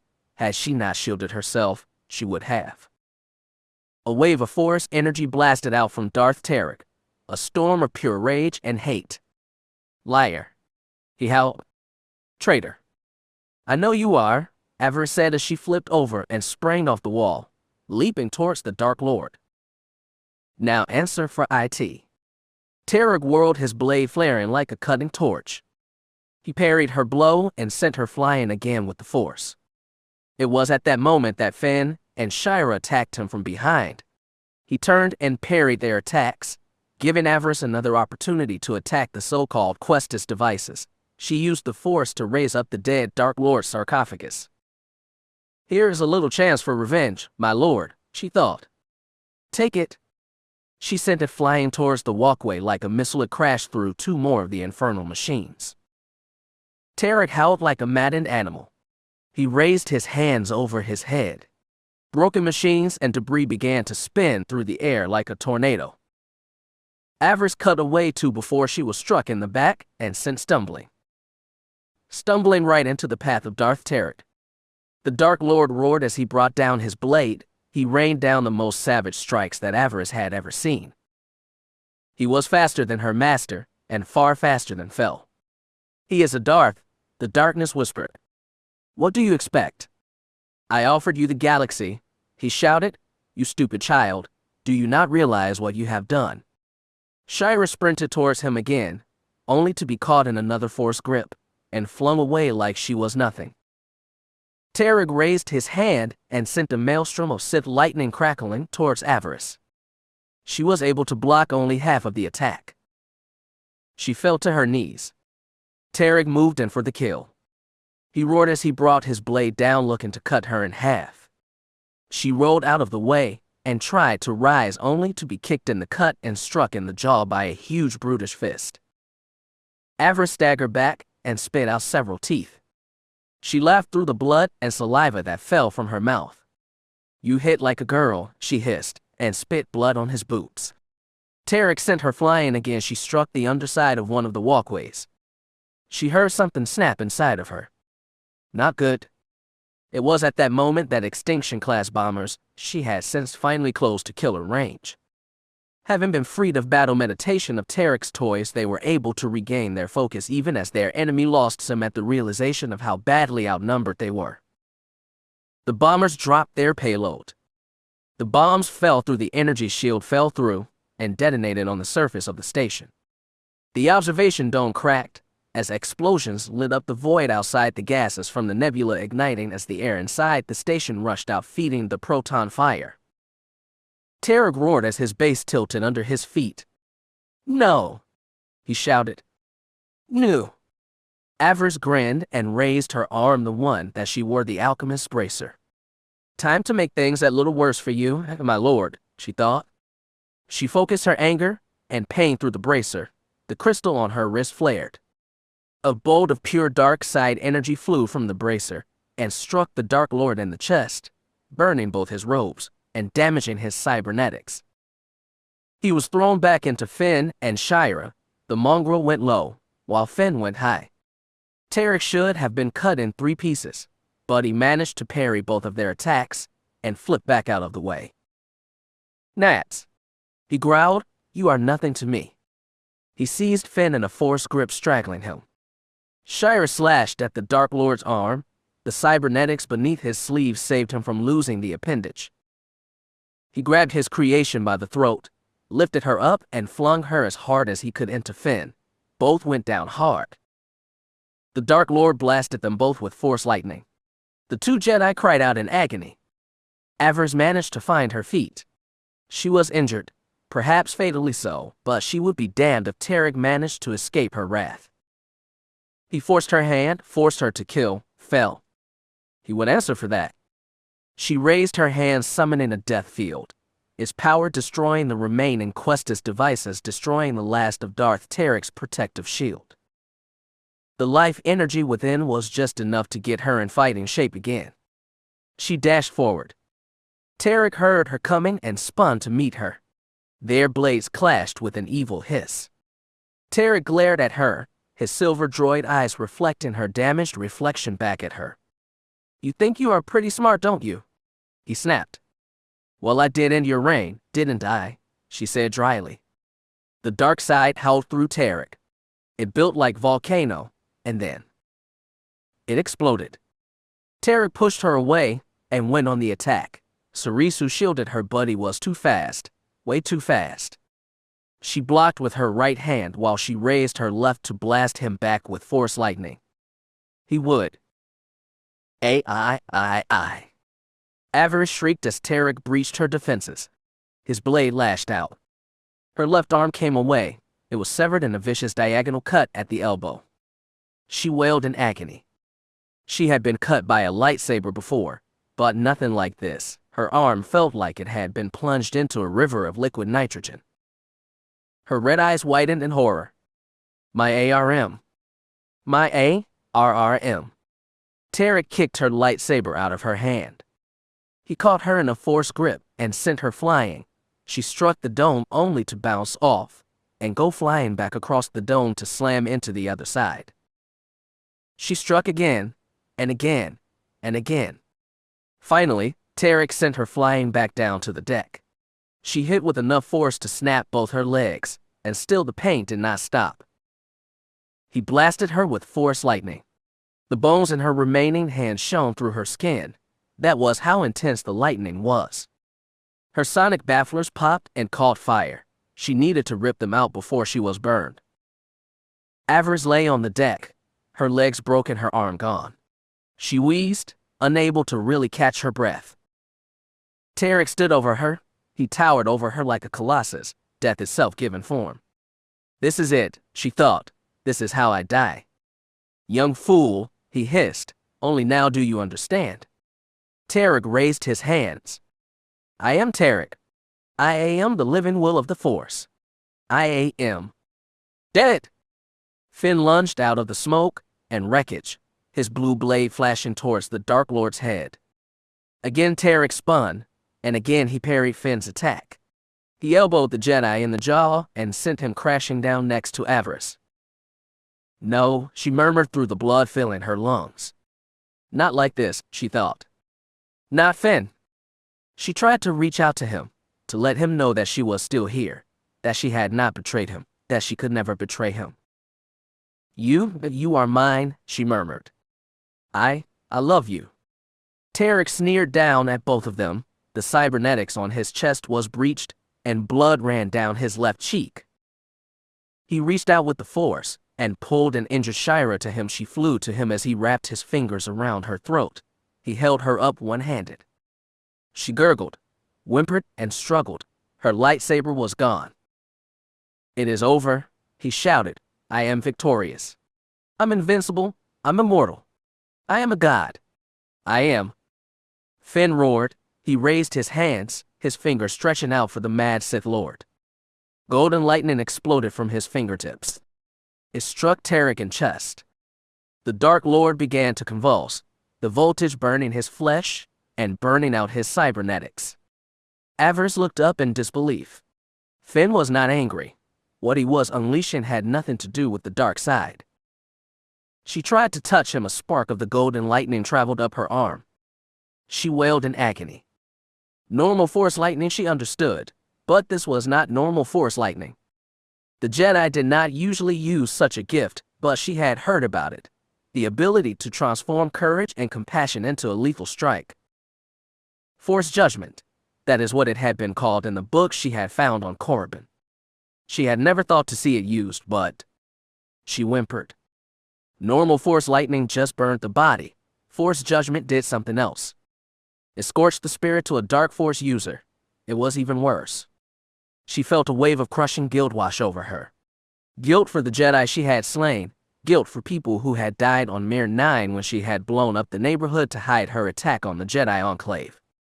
Shame for the death of the men on the mining guild station. It was too much. Too much. You.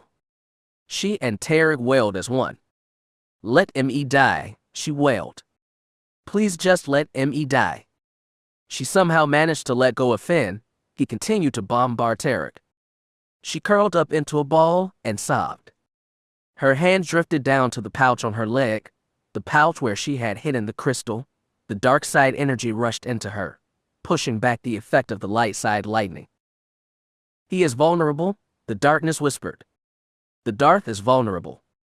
Do it. Strike now. Do it. She pulled out the crystal, gripping it in her right arm, trying to not look at the burnt stump that had been her left one. Finn finally collapsed, exhausted by his final attack. Trik fell to his knees, his silver eyes were melted, the wires that ran up his jaw were glowing white from the heat. Not over, he wheezed. Not over, my body is perfect. It is healing itself. I will be back on my feet in. Avaryss snarled and lunged forward. She buried the sharpened crystal into the Dark Lord's unarmored side. He wailed and stumbled back, trying to get away from. Avaryss, despite the pain, laughed. Gotcha, she thought, smiling thought-broken teeth. She began to chant, to speak the words she had learned from the scroll in the abandoned tomb. For the briefest of moments, she got a glimpse of the Sith sorceress, the one who had been buried in that tomb. You know the words, the long-dead Sith whispered. Use them? Cast the spell. The crystal began to glow. It flared with violet-colored light. Trik looked down at it and snarled. What is this? He spat. A magic trick. Avaryss almost laughed. She would have if she was not in so much pain. It is no trick, she thought. It is sorcery, the darkest of Sith sorcery, from the time before the Jedi hunted us to near extinction, back in the days of Tulak Horde, Marker Ragnus, and Ajunta Pal. It is from the days when we were the sorcerer kings of a mighty empire enjoying its golden age, back before the treacherous Daragon spies came, back before the Holocaust. Trik tried to pull the crystal out, and found out that he could not. Avaryss reached out to it with her magic. She could feel the crystal doing his work, drawing away the Dark Lord's life force, his very essence. Darth Trik gasped, and sank to his knees. What is this? He gasped. Avaryss grinned. She was connected to the crystal now. Despite the pain of having her arm severed, she was drawing on the life energy that was flowing through the crystal. Trik's massive arms and legs began to shrink, his thick neck and muscles started to melt away. She glared at the Dark Lord. His body was melting away, like a snowman being hit by a flamethrower. But he would not die. No, he would not. Avaryss' grin widened. Death was too quick for traitors. The fate she had condemned Trik to was something far worse. And far more delicious. This can't be happening, Trik said. He tried grabbing his lightsaber only to have the weight of it crumble his hand to ash. He stared in horror. He looked at Avaryss. Harlot. Witch. Sorceress, actually, she said, his life energy pulling her back from the brink. But you may call me Death. Avaryss said the final words of the chant. Trik let out one final gurgling cry. Then it was over. His flesh crumbled away, leaving only his melted cybernetics to clatter to the floor. She watched as his silver eyes fell from his head and landed before her. She watched as the light faded from the optics. She grinned triumphantly. Behold the living will of the Force, she said. She watched as his empty robes finally toppled over, empty of all but dust. She reached out with the Force. She pulled. The crystal emerged from the empty robes. It flew into her hand. She looked down into its depth and felt a sense of grim satisfaction. Trik's soul had not entered the madness beyond death. She had not been feeling that kind. It was now trapped within the crystal, trapped for all time. Trik's spirit would spend the rest of eternity in torment, caught in a place between life and death. She could feel his agony, his soul wailing silently. Enjoy, my lord, she said. Welcome to an ever-living hell. She lay back, cradling the crystal in her remaining arm. The station shook violently beneath them. One of the walkways exploded violently. Avaryss lay back and sighed contentedly. It seemed that the Sith fleet had finally breached Trik's defenses. It would not be long now, she thought. This place was doomed. Wonderful. She tried to stagger to her feet, to begin the long journey back to her ship. Another explosion rocked the station, flinging her back down. She struck her head hard. No, she thought. She tried to get up. I must get up. I can't die like this. She felt arms around her, lifting her up, carrying her away from the ramp, away from the exit. No, she tried to cry. I don't need help. Leave me. This way, she heard Finn shout. Shira, hurry. This way. Avaryss blinked. What way? Where were the Jedi taking her? The deck pitched beneath them. Finn stumbled as Avaryss heard the hiss of an airlock. What is happening, she thought. What was going on? There was a blinding flash that hurt her eyes. She screamed and tried to look away. No, she thought. No. I won. I'm a hero. The world turned white around her. She screamed. I could not die. She screamed in fury. I could not die. Light turned to darkness, and then silence. Chapter 71. Kira. She groaned, not wishing to come back from the void. Kira, can you hear me? She could, but she didn't want to. For the first time in years, she had been dreaming. No nightmares haunted her, no fears of the past rose up to disturb her rest. In this one singular moment, she was happy. She was dreaming of home. She was dreaming of Ardana. She had just gotten back from her chores, checking the spore collection towers, making sure they were all functioning at peak efficiency. She had finished and now returned home, a contented smile on her face. They had once been so tedious to her, her chores, but now, after everything she had seen and done, she realized what a simple pleasure they had been. It was nice to be able to return to something simple. Her fiancé was waiting for her. Finn stood outside her family farm as she brought her swoop skidding to a halt before him. She had been trying to startle him a little, make him jump back, but he did not. He knew that she would never try to hurt him, but that did not mean he was above punishing her just a little bit for transgression. He pulled her off her bike and spun her around.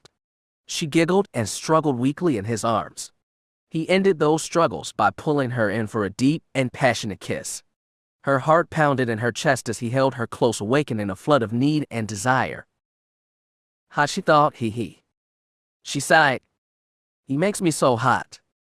A noise off to their left interrupted them, the sound of someone clearing their throat, loudly. Her father was watching, frowning at the young man that had won his daughter's heart. Kira sighed. Dad did not like Finn very much. What he had seen in the war made him leery of anyone who walked the Jedi path. Wait. What? How could someone who walked the Jedi path move freely about the Empire? The question and any possible answer faded quickly from her mind. Of course Finn was here, and he was her betrothed. Why would he be anywhere else? Her father sighed, shook his head, and returned to the garage, to the machines that he still had some control over. Emperor knew his eldest daughter no longer listened. At least, she suspected that he thought that now. Maya Lilas emerged from the house. She chuckled to herself when she saw the nervous and embarrassed looks on the two lovers' faces. She gave her daughter a supportive look and a gentle smile. Pay him no mind, Kira, her mother said. You could have brought home the most eligible and wealthy bachelor in the Empire, and your father would still not be happy. She smiled at her eldest daughter. You will always be his little blossom. It will take time for him to accept that he needs to let you go. Both she and Finn nodded, accepting her mother's words. Finn kissed his future bride on the cheek and went down into the house. He had promised Mother his aid in tending to certain matters for the party tonight. Kira was left alone with her mother, the two of them basking in the sweet twilight of another Ardana day. Mom, Kira asked, suddenly feeling a strange sensation in her gut. Her left arm itched horribly all of a sudden. It felt like it was burning. What is going on? Maya Lilas gave her a sad smile. I'm sorry you never got to have this, Kira, she said.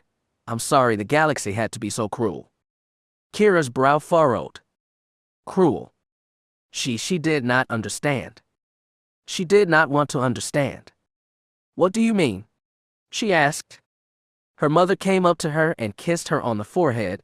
Tears filled Kira's eyes, even though she didn't really understand why. "You need to come home, Kira," she said. "She needs you now."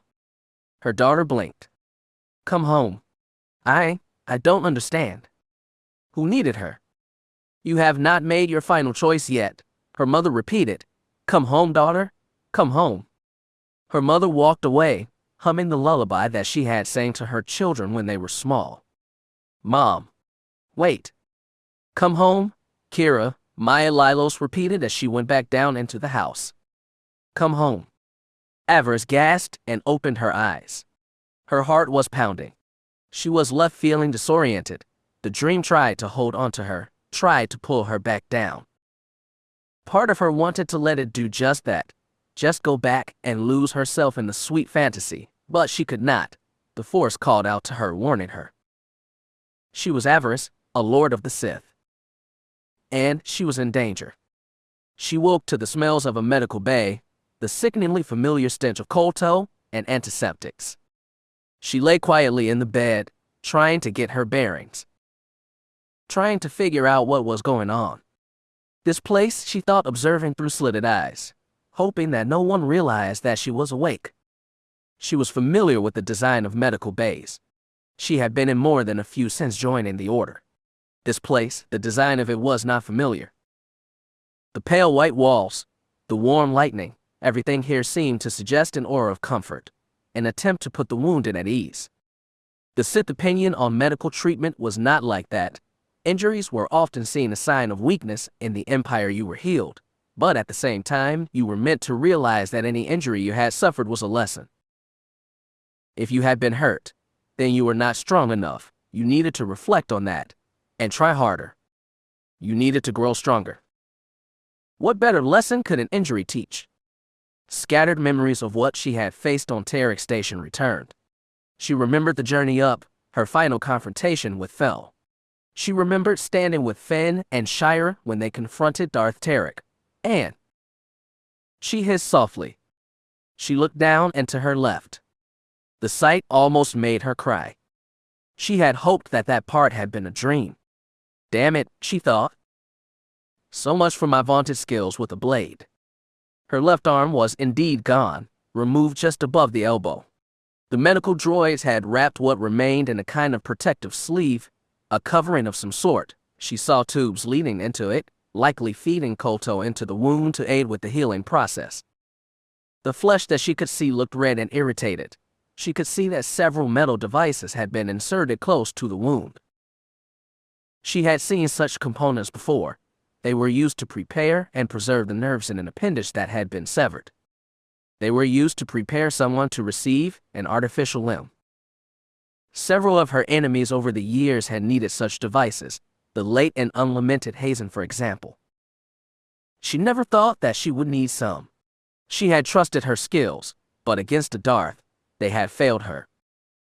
Better to lose an arm than a head, the darkness whispered. In this, at least, you have a chance to recover and grow stronger. That was one way to look at this, to see something positive in what had happened, but that small vain part of her mind still almost sobbed. Trik had said she would kneel to him, that he would remake her with cybernetic devices. His vision had not been totally correct. She had knelt before him, but only to drive her crystal blade into him. As for the cyborg parts, well, he had caused her to have those too, and she whimpered. She had been too slow, and Trik had made her pay for it. She still remembered what had happened. She had been backpedaling, blocking his attacks with her lightsaber, and brought up her hand to blast him with force lightning. She remembered seeing the blade come down, a blood-red beam of hungry death. She remembered being unable to pull her hand out of the way fast enough, and the sudden heat as the blade found her, seeing her sleeve burst into flame, and then looking up in horror as her arm tumbled away, sparks of lightning still flickering from her fingertips, and then the cold, the horribly glacial cold. You would think that a lightsaber wound would burn like a star, but it did not. It hurt like the cold, unforgiving void of space. He might not have killed her, but he left her vulnerable. It would take time to fully recover from this, if she even could. Metal was poor substitute for flesh. She would never be able to generate force lightning with a metal hand. She might not even be able to. Stop sniveling, the darkness whispered in the back of her mind. You still draw breath. As long as that is so, your life is not over. She tried to take solace in that. She tried to turn despair into anger, to direct her emotions into something other than self-pity. Trik had paid the price for her wound. Her suffering was temporary, fixed easily enough. His would be for an eternity, a fitting punishment for his crimes against their emperor and the Sith Order as a whole. She had been the Empire's weapon, a tool of both justice and revenge. Losing an arm was a minor sacrifice if it meant preserving the Empire. She nodded, accepting that fact. Her injury still horrified her, but at least now she was on the path to acceptance, and from there, she would be able to face recovery. She had made her peace with it. In fact, as she lay there, she had an idea of how to make it better, to ensure that she would not lose as much as she feared, a way to preserve and regain some of what she had lost. She tried to sit up, to call for the medical droids to attend her. She found that she couldn't. Her eyes narrowed. She was strapped down to the bed. Her remaining hand and feet were shackled. What is this, she wondered. What in the Emperor's name was going on? She tried to break the restraints to free herself. She tried to call on the Force, but her connection to it was slippery, no doubt from whatever painkillers the medical droids had used, but that would not stop her. She would focus, burn away the effect of the drugs, and then free herself. She would. Try to relax, which, a familiar voice said gruffly. You are not in any danger. Avaryss sighed and tilted her head. Shireville sat in a chair near her bed. Clad in a hospital robe and gown, the Jedi Padawan appeared to have been watching over her, or perhaps, guarding her. Avaryss frowned. Oh, she said, it's you. Shira snorted, giving her a toothy grin. Hello to you too, witch. I would think you would be a little more grateful considering the fact that Finn and I pulled you off that station before it went down. She shook her head. We could have done as you asked and left you behind, remember that. Avaryss closed her mouth. She glared at her rival, but did not insult her further. She was right after all. They could have left her behind. She could be as dead as Trik right now. What happened? She asked. Where am I? We're aboard the Recovery, a Republic medical ship. The fleet fell back into Republic space after the battle. I'm not sure of our exact location, but we are out of danger. We've taken up a holding position near some gas giant. Our cruisers took a pounding from Trik's ships, but we should be underway again once repairs have been completed. Avaryss' frown deepened. Republic ship. Inside Republic space. Neither of those facts was encouraging to her. The battle? She asked what happened. Shira sighed and rolled her eyes, but she did not keep Avaryss in suspense. They had shed blood together after all. After that, answering a few questions did not cost that much. According to the mongrel, the Republic fleet had moved in after the first Sith bombing run had been successful. Trik's fleet had been occupied trying to hold back the Sith forces, and in doing so had been caught in a pincer. While the larger vessels had attacked the fleet, the smaller cruisers and corvettes had gone in to attack the station. They targeted its stabilizers and power systems that fed off the nebula. Even with the distraction, it had been a tough fight.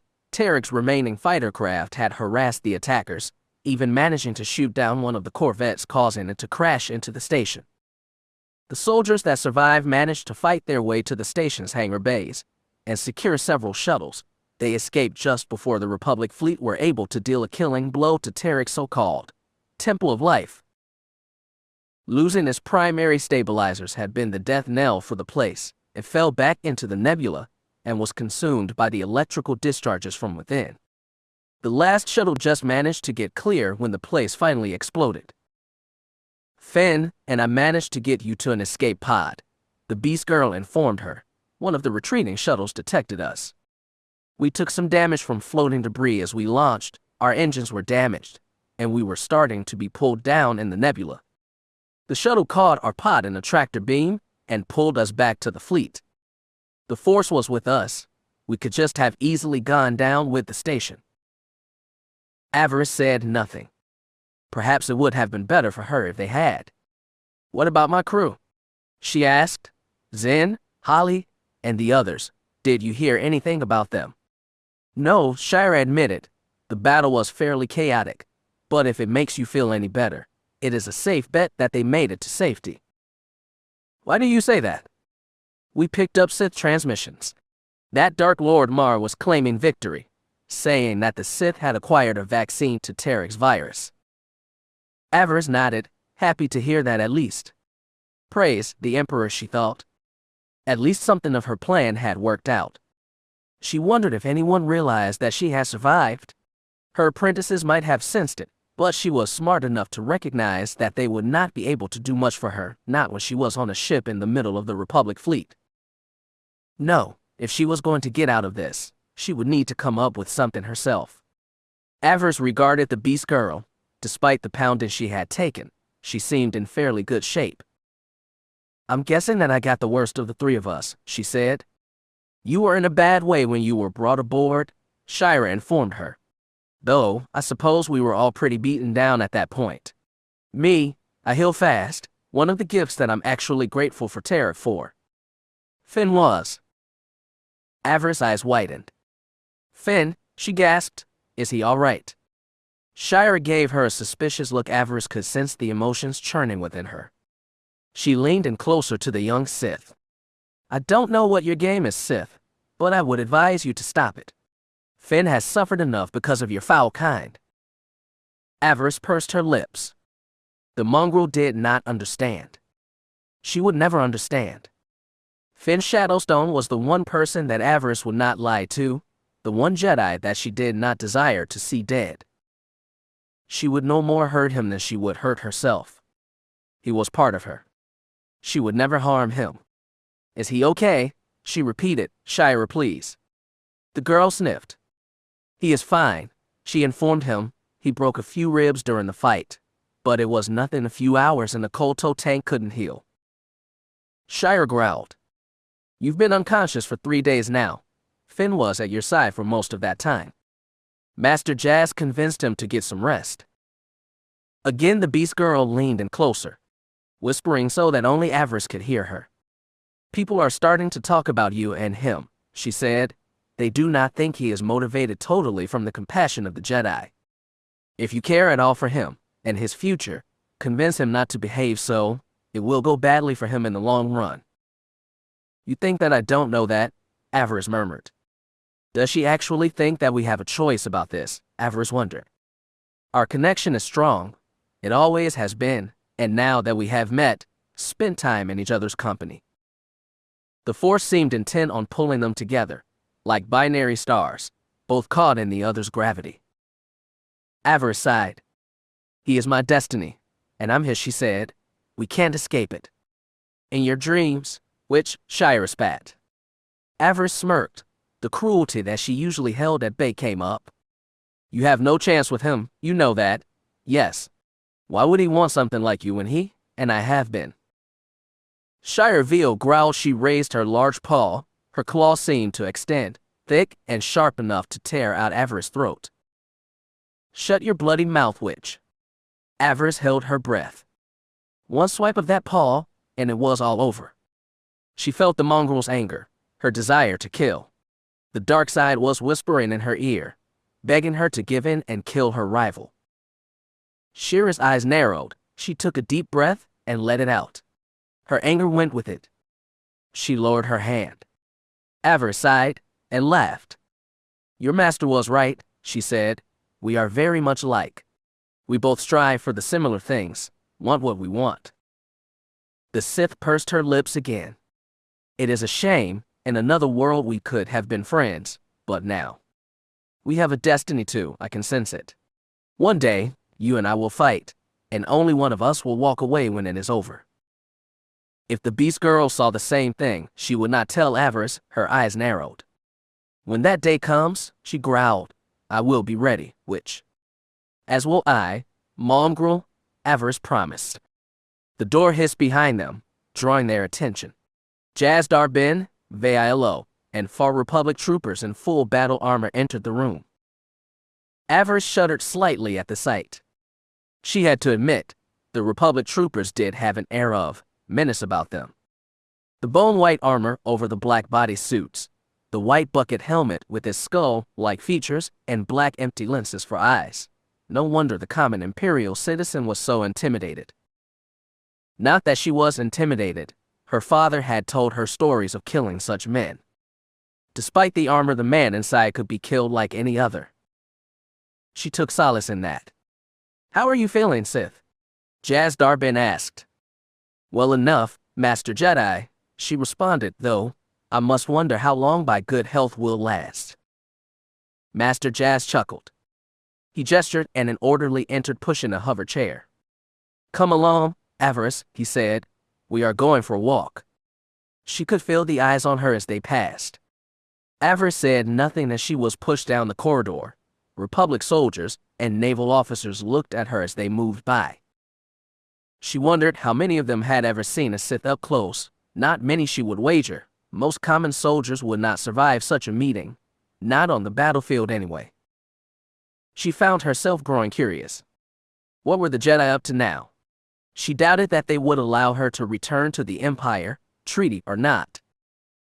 If they tried to torture me, she thought, then they are just wasting their time. I will tell them nothing. She was surprised by the different species she saw represented here.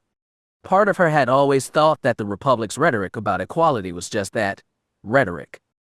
She had believed that they allowed aliens into the Jedi just to keep the non-human population in line, to make them feel like they had a voice, while the corrupt senators and Jedi Council manipulated those worlds, convincing them to surrender the treasures of their various worlds. They are no different than we are, this Republic, Avaryss thought. We both want this galaxy, but we Sith are honest about it. We do not hide behind lies and falsehoods. They unite because they know fear, the darkness whispered. They fear the superiority of the dark side, and one day they will realize that even together they are no match for its full power. One day, the Sith will rule, and order, true order, will come. They will kneel, or they will fall. The thought comforted her, even brought a smile to her face. She noticed one alien officer watching her, a creature with a squid-like head. She could not remember the name of the species, but it was definitely watching her. Take a good long look, creature, she thought. Behold one of your future overlords. The alien officer said nothing as they passed. It simply returned to its work. Interesting, she thought. She had felt a slight tremor in the force. What that meant, she could not say. Very interesting. Jaz Darbin led them to a large briefing room. The door hissed open to reveal 5 people communicating with the ship's captain by hypercom. The one in the center of the gathering, a dark-haired woman in the robes of the Jedi, addressed them first. Master Jaz, she said, a strong, yet warm voice, is this the one you were telling us about? It is indeed, Master Sattler, he answered. The Jedi hologram bowed slightly. Greetings, Sith. I am Saddle Shan. Avaryss gave her an arch look.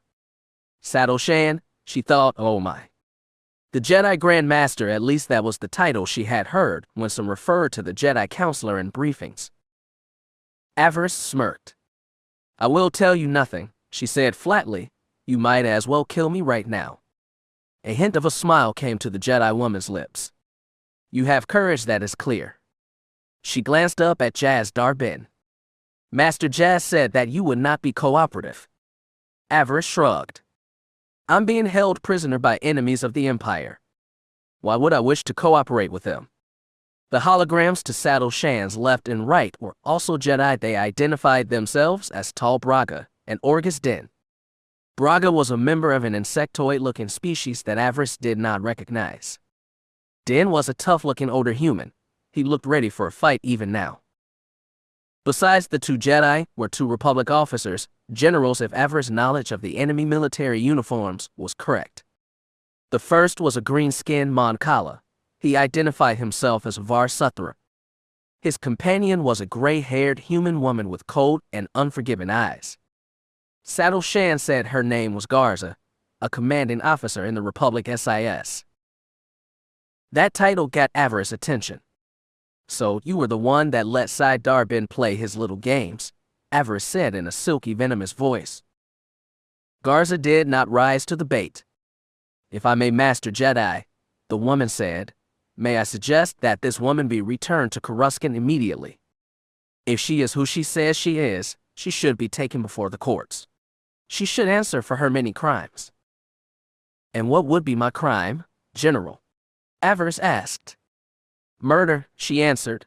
Our agents within the Empire have confirmed this one is responsible for countless SIS deaths. She has been on a killing spree for months. Have I? Avaryss said innocently. I have been a bad girl, haven't I? Her comment did not amuse the general. This thing is an evil, heartless monster, she said. Too many good men and women have died because of her actions. Avaryss chuckled. Evil, she said. It is merely a point of view. Is a Feryx a shark evil? Is a rancor evil? We Sith may be predatory, but that does not make us evil. Predators kill to survive, Garza answered. They do not kill for pleasure. They do not enjoy it. Why should we not enjoy our work? General Var Suthra huffed. So, we are just prey for you, Sith. Is that right? Avaryss shrugged, a cunning smile on her face. Someone has to be. The Republic officers both glared at her. Avaryss did not give the Jedi a chance to intervene, to try and defuse the situation. She chose to strike out again. As for your good men and women, I would respond that they were not good men and women, but criminals violating a treaty that my empire signed in good faith. You call me a murderer for hunting your operatives. Well, let us look at it from another perspective. What would you have done? If the situation had been reversed, if you had found Sith agents working to destabilize the Republic, fomenting civil war within your ranks, would you have shown them any mercy? Would you have hesitated in trying to remove them? Answer me that question, generals, and I will be willing to cooperate in any way. Both of the officers fell silent. Avaryss felt she had scored a hit, but did not push it further. It was clear that the generals were not in charge here. It seemed that they were willing to defer to the Jedi on this matter. She was curious to see exactly what that meant. The council will consider what you have said, General Garza. Orgaz didn't promise, but first we need to see if our fellow Jedi's opinion of this girl warrants further examination. Indeed, Master Braga said, if Master Jazz is to be believed, the Sith has had dealing with high-ranking members of the Empire. What she knows could be very valuable. Avaryss sneered. And there it was. She thought. They were only interested in what she knew, what they could take from her. She knew it. Well, they weren't going to get anything out of her. She would not give them anything to hurt her people. She would not. Masters, Vealo sang out in that musical voice of hers, it is more than information that should concern us here. Despite her words, this girl is not like other Sith that we have encountered. Yes, she serves the dark side, but as we fought together, I sensed something else, something more. And what would that be, old friend? Shan asked. Something that makes her more like us than she would admit. Beneath her own ambitions, she holds great love for her empire, a willingness to die to protect it. During the battle against Tarik's forces, she showed compassion to her companions. She even allowed us to save one of them. Those actions are not of one completely lost to the dark side. What are you saying, Vey? Master Orgaz asked. I'm asking for permission to bring her to the temple. I believe that we can help this girl. I believe that she can be redeemed. Avaryss' jaw almost hit the floor. What? No. Never. She would never betray her people like that. I will not be corrupted, she spat at Veilo. I will never fall to the light. He commented, amused Tall Braga. Fall to the light, he said. I never thought I would hear those words. I must protest, masters, General Garza said. I agreed, Var Suthra added. This woman has proven herself a dangerous enemy of the Republic. Rewarding her by making her a Jedi would be an insult to all the brave men and women that have died at her hands. I'll deserve a chance at redemption, they said. With time and training, young Avaryss may come to regret her actions. She may come to understand why those that died did what they felt they had to do. I know why they did what they had to do, Avaryss thought. They hoped to destroy my home. They wanted to bring down the Empire. She would never stand with such filth. Never. I will not turn, she hissed. I will never submit to you. She glared up at the Jedi on the holo. Any attempt to brainwash me will fail. All you will do is harden my resolve to free the galaxy of your taint. She gave the Jedi a cruel smile. One day, your order will be hunted to extinction. This endless cycle of civil war in the Force will end. The Dark Lords of the Sith will avenge all those that perished in the Sith Holocaust, every slight you have ever levied against us. The Sith will rule the galaxy, and the people will know peace at last, the stability of empire and power. You can't defeat us. She tried to rise from her chair, her anger growing. Submit to the inevitable, welcome extinction. Shireville had been standing in the back. She had followed them into the comm room. She leapt up and shoved Avaryss back down in her chair, the Sith hissed, and glared hatefully at her. Silence, witch. She spat. Shira, they said sternly. The Padawan looked up at her master, her expression morphing from one of anger to shame. I'm sorry, master, but I couldn't let her. Shira shook her head. I'm sorry. Var Suthra looked at Saddle Shan. Do you still think this one is worth saving, Master Sattler? Saddle Shan sighed. The path to the light is never a straight one, she said. Mercy for one such as this may seem ill-advised, but there have been Sith in the last 18 years that have seen the error of their ways. They have come to the light and helped us rebuild. She gave Avaryss a compassionate look. I do not know what you suffered, child, but I'm willing to show you that we are not the demons you fear us to be. I fear nothing, Avaryss hissed. If that was so, Saddle said, you would not have fallen to the darkness. Avaryss fell silent. You know nothing about me, woman, she thought. You know nothing. The Jedi Grandmaster nodded. It is rare that Vayilo advises us to help someone. She has been proven correct before. I'm willing to take this chance now. She turned to Jaz Darbin. We shall ready quarters for this girl. You may bring her to the temple. We will do what we can for her. Avaryss' rage at their arrogance continued to burn. The arrogance, she thought. The gall.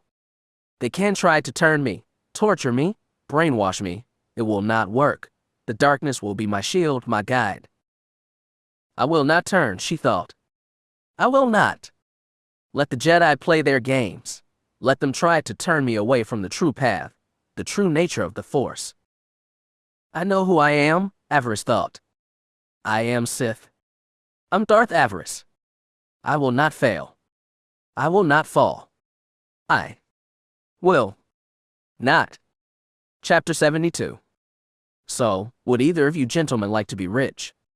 Avaryss flashed her most winning smile. She tried to radiate both innocence and charm. The two troopers standing guard outside her cell had not said 2 words to her since she had first been brought here. Word of her outburst in the comm room had gotten out, and it looked like the pubs were holding a grudge. At least, that is the impression she had gotten trying to speak with these two. Their white armor marked with red stripes seemed to command a great deal of respect with the other pubs here. Perfect, she thought, just what I need. She waited for them to respond, to ask the usual questions or statements. How much? Or you don't have enough credits?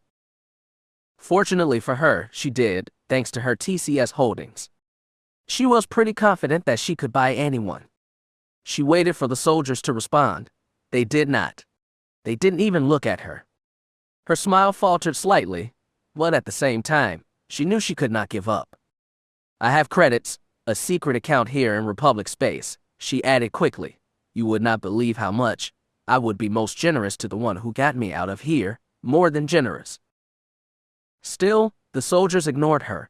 She wished to reach out with the Force and snap their necks, but the Force was currently blocked to her either by the drugs given her by the medical droids, or perhaps some foul Jedi sorcery.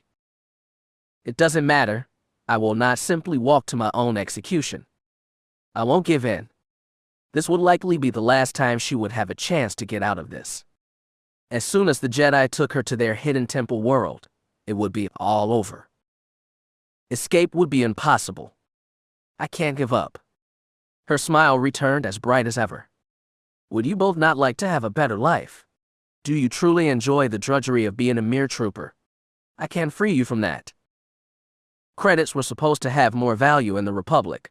Was that not how it was with these people? How the Republic's officials were all for sale, with power changing hands almost daily, and all to the clink of credits. The larger the sum, the more important the person you could buy. She hoped that these men would prove those stories true. If not, she was lost. When they finally answered, it was not the answer she had hoped for. Silent Sith, the one of the right, said, Havoc Squad is not for sale. You're a trooper killer. You are lucky we don't blast you right here. The left one added, Continue to speak, and you will be gagged again. Avaryss' smile fell, morphing into a frown. She had no desire to be gagged, not again. The pubs had forced a bit into her mouth after her outburst in the comm room. Both the Jedi and the Republic generals had not appreciated it. She could not imagine why. She had only told them the truth. They were only delaying the inevitable. Couldn't it be bought, huh? The mere thought of it made her remaining hand curl into an angry fist, filled her with a desire to hit something. So much for getting one of these men on her side. She thought that at least one of them would be open to being bought. So much for that idea, and here I thought that common soldiers would have a bit more ambition. She supposed that she had guessed wrong. They might as well be droids, she thought miserably. She had been trying to get them to converse with her for the last hour, trying to find a weakness she could exploit. When they would not even talk to her, she started to panic. In desperation, she had turned to the idea of offering to bribe these men. Was it possible the stories were wrong, or had she had the unfortunate luck of meeting the only two honest soldiers in the Republic military? If so, the irony was not lost on her. In the Empire, tales of the corruption within the Republic ranks was legendary. She had hoped to exploit that corruption. She still hoped to find a way out, to get out of here before the shuttle arrived to take her to wherever it was that the Jedi had built their new temple. So far she was having no luck. It was as frustrating as it was infuriating. I have to get out of here, she thought. My life can't end this way. She began to pace, trying to think of something else. An uneaten meal tray sat near the front of the cell. She was not hungry. Her anger and fear had overridden any thought of food. She shook her head. What am I going to do? She tried to push back the fear, turn it into anger, and hate as she had always done. Sadly, without being able to touch the Force, all it did was remind her of her failure. How it had been her own actions that had doomed her. Anyone else in the Empire would recognize that. It was for that reason that she could depend on no one but herself. Emperor knew no one else was coming to save her. She doubted that anyone in the Empire would care that she was in Republic custody. Darth Maul was a realist. He would not see the value in freeing a single Sith, not if it tarnished their victory over Trik in any way. Lord Feer was likely pleased. No longer would he have to watch his back around her. Perhaps he was even now searching the student roster of Corbin, looking for his next apprentice. The thought angered her. So much for my grand destiny, she thought. So much for my rise to power. She remembered her vision of sitting on the imperial throne, of ruling over a vast empire, with legions of soldiers at her command. That would never happen now. She would be lucky if she did not break under Jedi torture, and even if she did not, she would likely be executed or spend the rest of her days in a Republic prison. She had won a great victory, but in doing so traded a grand future of a crown, wealth, and finery for prison clothes. Oh, how sweet her reward was. She looked down at the simple garments they had given her, gray legging and a matching shirt, far from the robes and armor that she had come to prefer in the last year. Not that she would have any luck slipping into robes, she thought glumly. You never realized how useful it was to have two hands until you lost one. Simple things like eating, pulling up her hair, and working a data pad were not so easy when you only had one hand. Even getting dressed was challenge now. She could have used the Force, but the pubs were not stupid enough to let her have access to her abilities. If she had, she would not have needed to worry about bribing these troopers. She simply would have crushed their necks and made her escape. She sank down onto her bunk and glared impotently at the soldiers, imagining what she would do if she had access to the Force. Havoc Squad they had called themselves. If she had had her powers, she would show them what real havoc was. She was just starting to indulge in violent revenge fantasies when she sensed Finn approaching. She was amazed how easy it was now. How quickly she picked him out, even with so many others on board this vessel. It seemed that their connection grew stronger the longer they were in close physical proximity. Who knew how strong it would become if they got truly close? She smiled. She figured it was just how physical their close physical proximity became. It might have been exciting to explore that. It would have been fun. Finn appeared before her, once again clad in his green Jedi robes. Despite some bruising to his face, he looked almost like his old self, and radiated with enough power to take her breath away. The troopers nodded respectfully as he approached. To them he was one of the heroes of the Battle of Trik Station, a role model. The two of them had fought together, and yet she was seen as a monster for simply doing her duty. Irony. "I would like to speak with the prisoner alone," he said. "Are you sure about that, Master Jedi?" One of the troopers asked. "You need to be careful around this one," the other warned. "She is getting desperate in." "I can sense her desperation," Finn informed them. "You have nothing to fear. She is powerless here, and I can defend myself. Please let me enter." Powerless, Avaryss thought angrily, trying not to sound so happy about that Finn. Despite her affection for him, she was tempted to try and scare him, to provoke a reaction from the guards just to show him that she was not as powerless as he thought. It would have been pointless, though, a weak rebellion with little result, and it risked burning the one bridge that she gave a damn about. It risked alienating the one person that she had always trusted. No, it was not worth it, not for such a tiny reward. The soldiers looked at each other. Clearly, they did not think this was a good idea, but Finn's new reputation was enough to sway them to obey. Why had needed to convince them? She did not know. Why did he not simply use the Force to order them to leave? Maybe he did not have that power. Maybe they were more alike in the Force than she realized. They lowered the door energy field and let him pass. "We will give you 5 minutes, sir," the left-hand trooper said. "Shout if you need anything." Finn nodded as he entered her cell. The guards reactivated the energy shield and went into the hall, leaving Avaryss alone with him. She shivered at the mere sensation of it. 5 minutes, she thought glumly. That is not near enough time. Not for what I truly want to do with him. It would have been nice to enjoy that comfort. It had been some time since she had been intimate with someone.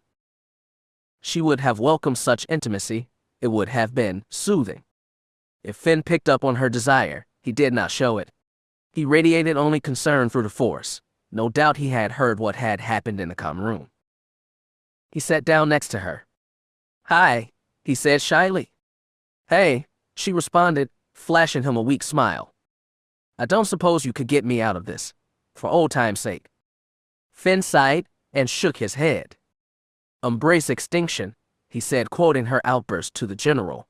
"Did his really think it was smart to say that?" Avaryss shrugged. "They made me mad. I wasn't thinking." "That is clear enough," Finn replied dryly. Avaryss did not even have the strength to retort angrily at his last statement. Finn's concern only strengthened her concern, her worry about what awaited her on the Jedi world. She did not meet his gaze. She did not want him to see her like this, so weak and vulnerable. It was embarrassing. "Your people can torture me, but I will not break," she warned him. "I will tell them nothing." Finn winced. "No one is going to torture you." She looked up at him, pinning him with a cold look. "Oh, they won't call it torture, not the wise masters of the Jedi Council. They will call starvation and dehydration fasting. They will deny me sleep and say that I'm holding a vigil or some other poo-doo like that. She shook her head. They will call it conversion, trying to open my eyes to the light, but it will still be torture. And I will still not break. Finn shifted uncomfortably next to her, perhaps recognizing that she was not wrong in her estimation of what was about to happen. He leaned in close so that only she could hear him. I won't let anyone touch you, he promised. I won't let anyone hurt you.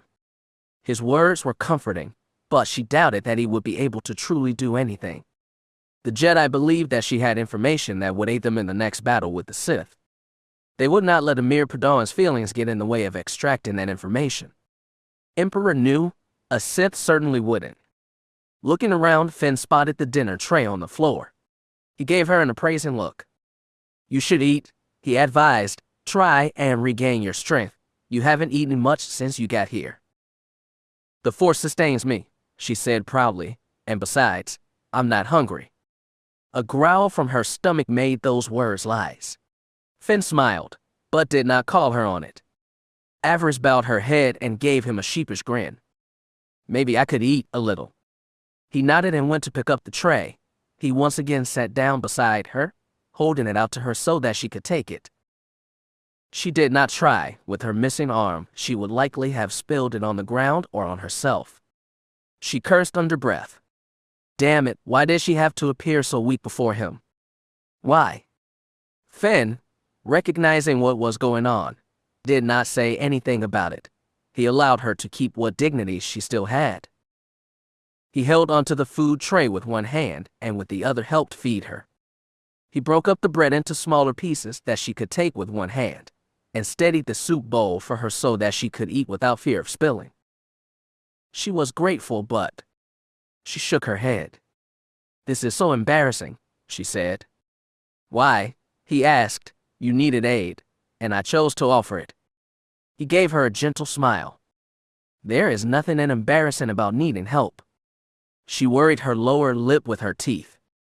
She supposed he was right. She had not begged for help after all. His compassion might be his undoing one day, but for now it served her ends. For now, it was simply wise to accept it. Who knew what awaited her at the end of her journey to the Jedi planet? She would need to keep up her strength to endure. To always endure. As she ate, her eyes wandered over him, trying to sense any damage from their battle with Trik. He seemed okay, but her memory of his leaping at the Dark Lord's use of Force judgment. If what she had read back on Fury 9 and Corbin was right, the Jedi did not teach that ability. She wondered where he learned it from. There was so much about him that she didn't know. As children, it had not mattered. They had simply enjoyed each other's company. As adults, well, she wanted more. She wanted to know him. She wanted to understand. You told me a little about yourself when we were dreaming of Ambria, she said softly, hoping that the listening devices that were sure to be in this cell were not strong enough to pick up her words. I've shared much about me. Yet, I find I know so little about you. Where you're from. What have you been doing these last few years? Finn chuckled. There is really not much to say about that, he replied. I was born on Corellia, but have not been back in years. My parents gave me to the Order as a baby, and I've been a Jedi ever since. Do you ever see them? Your parents, I mean. Finn shook his head no. The Jedi discourage such attachments. Even storied families like the Dabotas and Darbins rarely have contact with their Jedi children after their training begins. The Shadowstones, my parents, it is hard to say what they would think if I went to them now. I'm not even sure why they gave me to the Order. He shook his head. Would they be proud? Would they be afraid of me? Who could say? Avaryss said nothing. She knew how mundanes of the Empire viewed the Sith Masters. Could it be that the citizens of the Republic were equally worried about the Jedi? Were they afraid of their protectors? She filed the information away for now. It might become useful later. I've been training with Master Jazz for years now, as you know. Beyond that, and helping to rebuild the Order and Temple, there has been little time for anything else. She nodded. She understood what it was like being bound to a busy master's whims, but still. Was Itae that taught you Force judgment? Does Master Jazz know light side lightning? Finn winced at her mention of the Force power that she had seen. Perhaps he had hoped she was too out of it to have noticed. You saw that, huh? Yes. Finn ran his hand through his spiky blonde hair. Master Jazz did not teach me how to conjure Force lightning. I discovered how to do it during my time in Coruscant's lower levels, after we fled the temple. Finn pursed his lips. As I told you once, we do what we could to survive down there, things that we were neither proud of nor wanted to speak of again. Sounds familiar, Avaryss thought. After all, she had manifested a death field for the first time with no training. It had just come into being, a byproduct of her pain and rage. It had saved her life from Feer's enforcer, but it had also left with many questions, questions that had taken years to answer, and still she was not entirely satisfied with the answers she had found. When she thought about that night, she still felt that she was missing something. After that night, she had never been able to conjure a death field with such ease again. Perhaps it was just how her Force powers had first manifested, or maybe it was something more. Whatever it was, that night had changed her life forever. Perhaps what had happened to Finn in the underbelly of Coruscant had done the same. Eventually she would get the whole story out of him. Eventually. The guards returned, informing Finn that his time with the prisoner was up. He took the now empty tray from her lap and patted her remaining hand with his. Do not be afraid, he said. I won't let anything happen to you. She gave him another sheepish grin. She thought he was being naive, but chose to remain silent about that. It was possible that she might be able to use Finn to find a way out of this, a way to return to the Empire. Maybe, if and when she did escape, he would agree to come with her. She would have liked to show him the Empire through her eyes. She would have liked for him to see that they were not simply enemies to be destroyed. The Sith were a passionate people. She would have liked to have shown him that. He took the empty tray and left her. A few hours later, a Republic officer came to inform her she was being transferred off of his vessel to a shuttle. From there, he would be taken to the Jedi's new temple world. She was set to leave in about 10 hours. The realization did little to improve her mood. She bounced between pacing and lying on her bunk, trying to come up with a plan, a way to get out of this mess.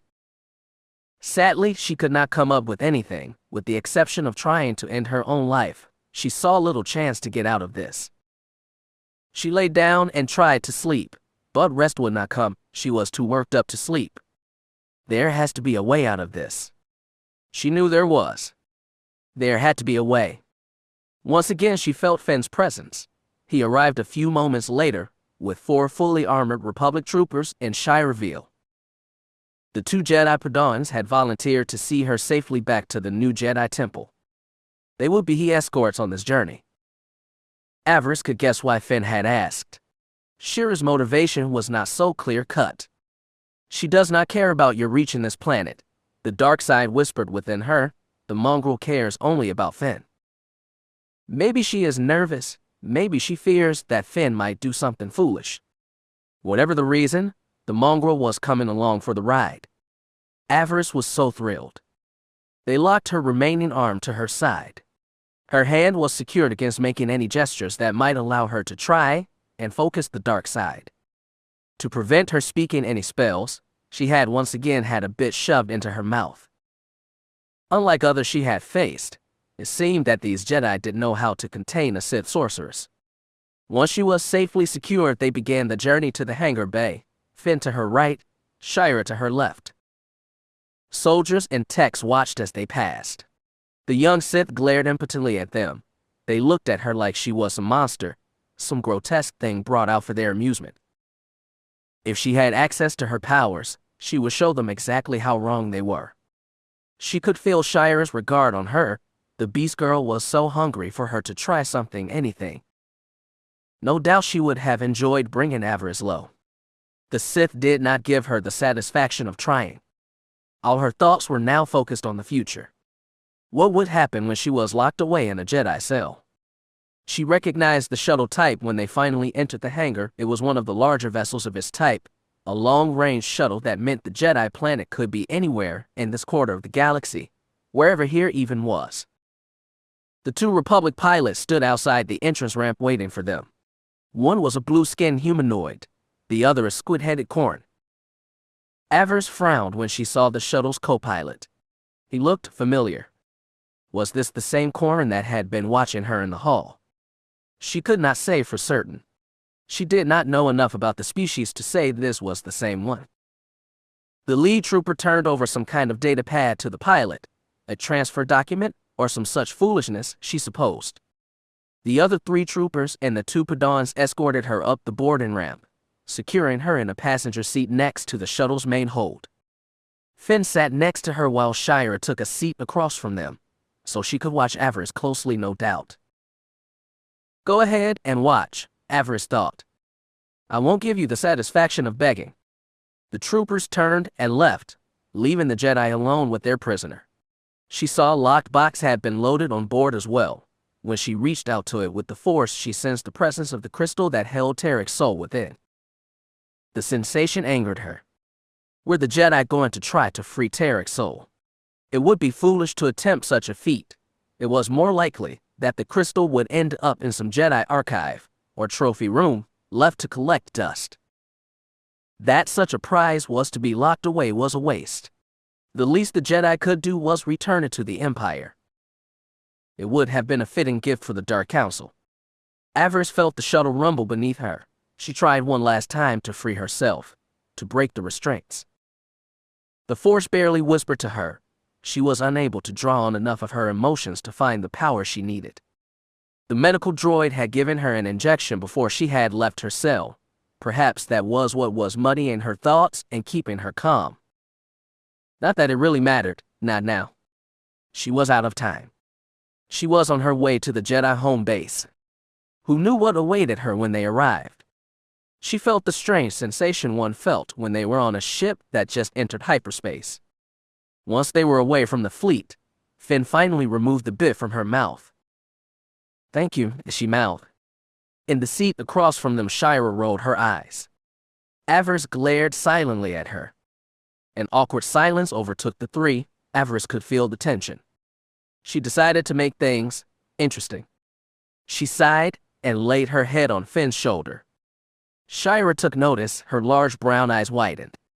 The beast girl growled in the back of her throat. Finn did nothing to show if he liked or disliked what she was doing. The least he could do was put his arm around my shoulder, she thought. Wouldn't that annoy the mongrel? Finn leaned in. She could feel his breath on the top of her head. Gooseflesh crawled up her arms. Her heartbeat quickened with excitement. I won't let anyone hurt you, he promised again. She frowned. Whatever happens to me, you should do nothing, she advised. You should say nothing. Why, he murmured, if I can help you. It would go badly for you. I would not see you ruin your life for me. She glanced up at him, seeing her reflection in his eyes. She might have been wrong, but she did not look as pale as she had in the past. And if she was not mistaken, she saw flecks of blue showing in her normally burning red eyes. What that meant, she could not say. She gave him a pained look. Think about yourself, Anne, she said. Do not risk your future trying to help me. I have accepted my fate. Whatever comes, I will meet it as a Sith. That is what I want. That is my choice. Finn's eyes narrowed. She could see that he was not happy with that. But what else could she do? She understood the whole selfless Jedi thing, but in this she did not want it. Just this once, she wanted him to think about himself. Finn sighed and rested his head on hers. Between the warmth of his body and the gentle hum of light speed, it was too soothing. Despite her worries, Avaryss found herself dozing off. Sleep overtook her before she had a chance to resist. Good dreams this time, please, she thought, preferably those with Finn in them. It would be nice. She wanted that. Whatever came next, she could face it better with that one sweet release. Let the bitterness come, she thought. For the moment, she was at peace. Finn! Avaryss startled, the sound of Shira's voice waking her from a sound sleep. She shifted, feeling a strange sense of vertigo. Silence had filled the ship. Finn, Shira hissed again. Wake up. Her dream friend startled and sat up. Huh. What? Hush, Shira growled. She was out of her seat with her weapon drawn. Finn blinked and shook his head. Avaryss glanced around, unsure of what was going on. Shira, Finn said, what is going on? The beast girl growled. We've come out of hyperspace, she informed him. We seem to be floating dead in space. Finn rose from his chair. He was now reaching out with the Force, trying to get his bearing, get a sense of what was going on. Avaryss sat silently in her chair, watching and waiting. She was not sure what was happening, but this might be the opportunity she had been waiting for. She would not let it slip away. The two Jedi were both fully awake now, both hyper-alert. Finn looked at Shira. Go check on the pilots. See what is wrong, and what we can do to help. She nodded and bounded forward. The cockpit was at the top of a short ladder. The entry hatch was open, but all was silent up there. Shira had her blade out, but did not activate it, not yet. Pilot, what is going on? She called out. No answer. Pilot. Shira lit her weapon. The emerald blade lit the shadowy darkness. Pilot. What is going? There was a loud banging below their feet. Avaryss looked down. The only thing on the deck was the shuttle's emergency lower hatch. It sounded like another ship had just attached to them, that a boarding socket had locked on. Shira looked away from the hatch and growled. It was all the distraction that the pilot needed. 3 rapid stun blasts flashed through the open hatch. Shira had been too close to dodge, too close to leap forward, or get out of the way. 3 stun rings encircled her. She did not even have a chance to try to block. The beast girl fell with a surprised yelp. No! Finn leapt to his feet as the hatch began to sparks. He drew his blade and dropped into a fighting stance. The young Jedi stood ready to meet whatever threat faced him first. The hatch blew inward. HK Sigma 3 leapt into the shuttle. The assassin droid brought up his rifle only to have it sliced in half. He tried to fire his flamethrower, only to have Finn dance out of the way. Angry threat, meatbag. The assassin droid growled, I will have you yet. I will. Finn lunged as the droid tried to bring another weapon to bear. His lightsaber caught the droid in the neck right where the armor plates met, and through the power of the Force, Finn managed to slip his blade between them. HK's head came off in a shower of sparks. It bounced across the deck as the body toppled over. Systems failing, Master, the droid head croaked with each bounce. Finally, its optics went you. The droid was still. It was at that moment that the Corran pilot dropped down from the cockpit. He fired 3 quick stun blasts at Finn. Despite the close quarters, Finn only just managed to avoid them. He stretched out his hand and flung the squid head back with a strong force push. The alien struck the bulkhead hard and went down without a sound. The alien shook his head, clearly stunned. Lieutenant, Finn shouted. Why? Avaryss said nothing, she merely watched. A smile came to her face. A small grease stain appeared on the Corran's cheek. His jaw tentacles began to shrink, flowing into a single jaw while bright red hair began to sprout from the top of his pointed, yet slowly rounded head. Ow, Ensign Holly said, her real voice asserting itself. That hurt? Finn blinked.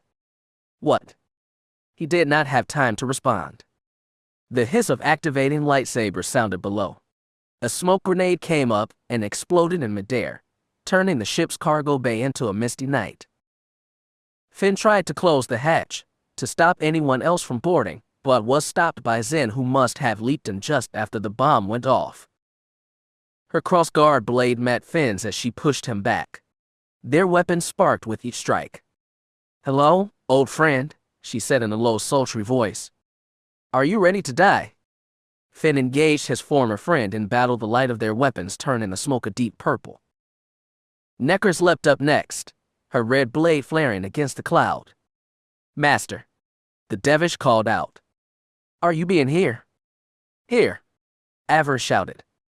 I'm here. Kira. No. She heard Finn, but did not acknowledge him. She knew what she had to do. She had to get out of here. Necromancy. I'm over here, she called out. Free me from this chair. Get me out of this. Help me, Apprentice. Help me. Chapter 73. Necromancy stood over her. She had heard her master's call through the smoke. The Devish looked down upon Avaryss, her bound and helpless master, her lightsaber lit and engaged. Avaryss could almost hear her apprentice's thoughts, her emotions churned.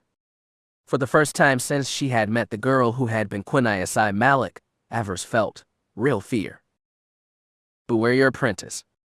It would be so easy for the young Devish. Here she was, standing before her master, her bound and helpless master.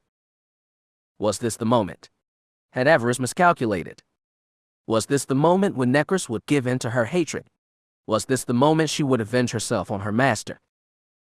Impossible, the dark side whispered. She has only just begun to walk the dark path. If she was to kill you now, she would be left rudderless, to walk the path in the confusion of a novice, a talented novice perhaps, but still just a novice. Then again, Avaryss thought, what if Feer did not go back to Corbin to search for a new apprentice? What if he sensed the change within Necromancy when they met? What if he thought his student would serve just as well as her? Necromancy's eyes had a mischievous glint to them. Had Feer got to her, had he made the girl an offer? If he had. Necromancy. Barrick's voice cut through the haze, through the dark side that had been swirling between the two Sith. Necromancy blinked. Barrick came between them, fully armed and armored. He glared at the Devish. What are you just standing around for? He demanded. Help me get her out of this chair. Avaryss apprentice smirked. You are being right, Lieutenant, she purred. We should be doing that. Yes. Necromancy gestured. The restraints popped from Avaryss' neck, hand, and feet. She was loose. She was free. She. H. Barrick looked up in horror. Zen. No. The Sith apprentice was flung at their feet, left groaning, her lightsaber clattered across the deck. The cloud of smoke parted and began to dissipate. Finn stood before them. He held his lightsaber at the ready, golden lightning crackled in his offhand. He looked like some warrior god, Avaryss thought. Her mouth went dry at the sight of him. Her whole body warmed with attraction. My lord, she thought, my love. Oh my. Lower your weapons, he shouted. Barrick started to raise his rifle. Finn reached out with the force and yanked it from his grip. He sliced the weapon in two with his lightsaber. The soldier started to go for his sidearm. Don't, Finn warned. Next time, I won't just chop your blaster. Barrick glared but kept his hand away from his other weapon. Avaryss stood between her brother and her apprentice. Necromancy had not yet lowered her lightsaber. The air was thick with blood and tension. Barrick knelt down to check on Zen. She was murmuring about Side Darbin, whimpering about him deserving what he had got. Avaryss shook her head. Force judgment, she thought. It truly was a terrible ability.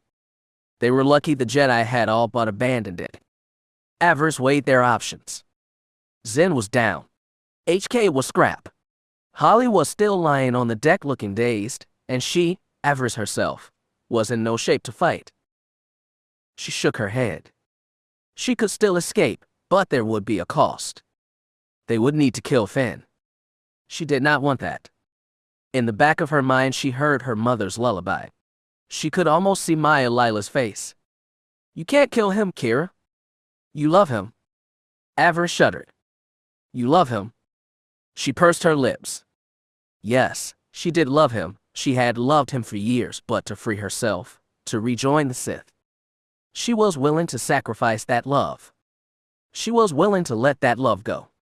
Finn looked at her. She could feel his fear, but at the same time, he was committed to this, to stopping her from getting away. Kira, he called out, I swore that no one would hurt you. He gave her a pained look. You don't have to do this. Kira, Necromancy said, who is being this Kira? Avaryss sighed. She is someone who no longer exists, Apprentice, Avaryss said. just as Quinai Malik no longer exists. The Devish said, I am seeing it now. Good, Avaryss thought, glaring at the Jedi. I'm so pleased to have enlightened you, Apprentice. She tried one last chance to save his life. She did not desire his end. Finn Shadowstone was the one Jedi she did not want to see destroyed. Finn, she said, holding out her hand. Come with us. The young Jedi's eyes narrowed. You know that I can't. She closed her eyes. A shudder ran down her spine. Yes, she thought. I know. You are being outnumbered, Jedi, Necro's hissed. It is you who should be lowering his weapon. The Devish grinned. You can't win. Finn sighed. The force shifted slightly, him coming to a decision perhaps. Maybe, he agreed, but I can make sure that you don't win either. He took several steps back. He moved his blade from them to the bulkhead. He pointed his lightsaber at it. No! Beric shouted, his voice thick with fear. Necros's eyes narrowed. What do you think you are doing, Jedi? The fuel cell, Beric gasped if he puts his lightsaber through it. Finn grinned. He said one word. Boom. Avaryss' eyes narrowed. You would kill us all. You would destroy us all just to prevent my escape. He gave her a sad smile. There is no death. There is the Force, he said. I'm willing to take that next step. How about you? Avaryss hissed. She had not anticipated this. He is bluffing, the darkness whispered, he must be. Avaryss reached out with the Force. She felt Finn's sadness, his grim acceptance. No, she realized, he wasn't bluffing. No, she thought. No. Damn you, Finn. Damn you. Necros gave him a hungry smile. You are thinking that I'm afraid of death, she laughed. I was being a slave of dead men my entire life. She gave him a wide-toothy grin. I am not being afraid, Jedi. Let us be going into death together. Let us be passing to the other side with my teeth at your throat. Avaryss' eyes widened. Necros, you crazy shudder. What are you? Let's not and say we did, neck. Avaryss glanced over her shoulder. Brink had found his way up into the hold. He now stood beside Beric. He had a dazed Shire Veal in front of him, a viper blade at her throat. The former street rat looked over at Avaryss. He grinned triumphantly. Oh, come on, boss, he said. Don't tell me you don't understand the concept of taking a hostage. He turned back to Finn. Are you that willing to kill your friend too, Jedi? He asked, is stopping us really worth that? Do you really want this one's blood on your hands? Finn frowned. Avaryss could see him weighing his options. His chance of saving Shire was slim. He could still blow them all up, but was that what he really wanted? It would have been easier if Shire had already been dead, but now, it was not easy. She looked at Finn. She could see the conflict in his eyes. Had it just been him, he would have been more than willing to roll the dice and take them all with him. You are brave, my love. But are you a cold-blooded killer? No, she knew. Not yet. She tried to reach out with the Force. The adrenaline of this rescue attempt had helped her burn the chemicals out of her blood. The Force was starting to open up to her again. She started to see what might happen. She tried to use it to guide her hand. She needed to know what choice was the one that granted the best chance at success. They were all still very close to death. Finn was not bluffing. If he saw no way out of this, he would take them all with him. He was too brave for his own good. If he did lower his weapon, if they did take him prisoner, if she brought him and Shire back to Dromund Kaas as prisoners, she would be greatly rewarded, but that would not end well. So many possible deaths resulted from that choice. Finn killed her and escaped. Finn killed her and took her place at Feer's side. Finn helped her overthrow Feer, only to kill her and rule with Shire at his side. Shire and Finn became lovers, and she was forced to kill them both. Shire killed her and joined Darth Feer. She cursed under her breath. Damn it, she thought. There was no way to win. In all of those scenarios she either died or lost, but that was not the worst of it. Defeat happened, and all things die in time. Only one Sith had learned the art of immortality. No one outcome was always certain in whatever future she looked into, no matter what choice she made. I'll lose Finn, she thought. No matter how I win here, the result is the same. I lose Finn, and I always will. Her mother's song was still in her head, the lullaby and the command to go home. She was not sure what to make of that, but she frowned. Finn Shadowstone is my destiny, she thought. She knew that now. Fel had only been a distraction, or rather an instructor, to show her the wonders of love and what a life it could bring. It was Finn that would help her continue her line. He would be her love. He would share her counsel and her bed. He would father her babies. She knew that now.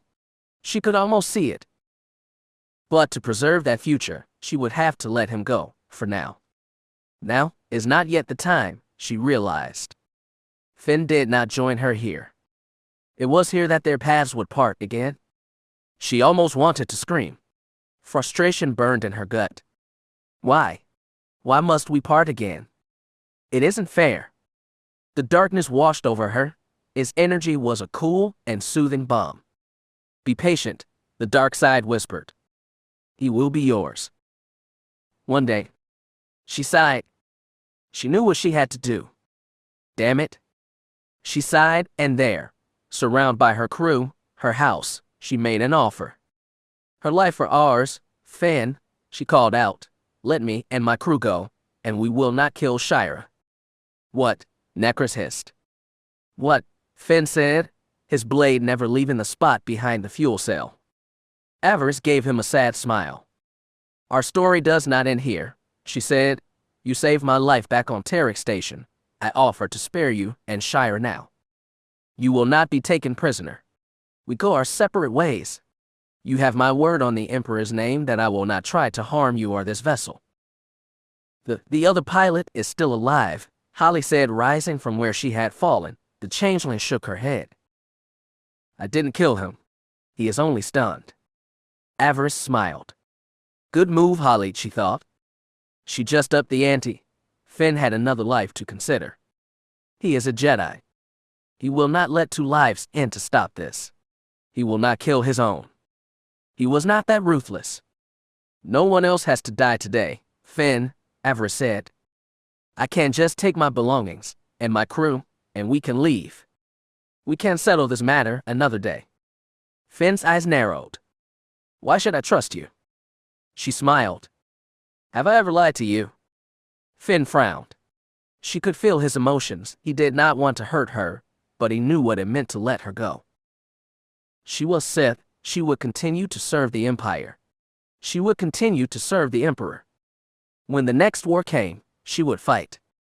He was weighing the lives she might take against his life, Shira's, and that of the pilot. If he decided that they were worth taking Avaryss off the board, would he do it? Did he dare? Finn kept looking between her and Shira. She could feel the concern he felt for his friend. He cared about her, but it was not the carrying of a man for a woman, it was the love of a sibling.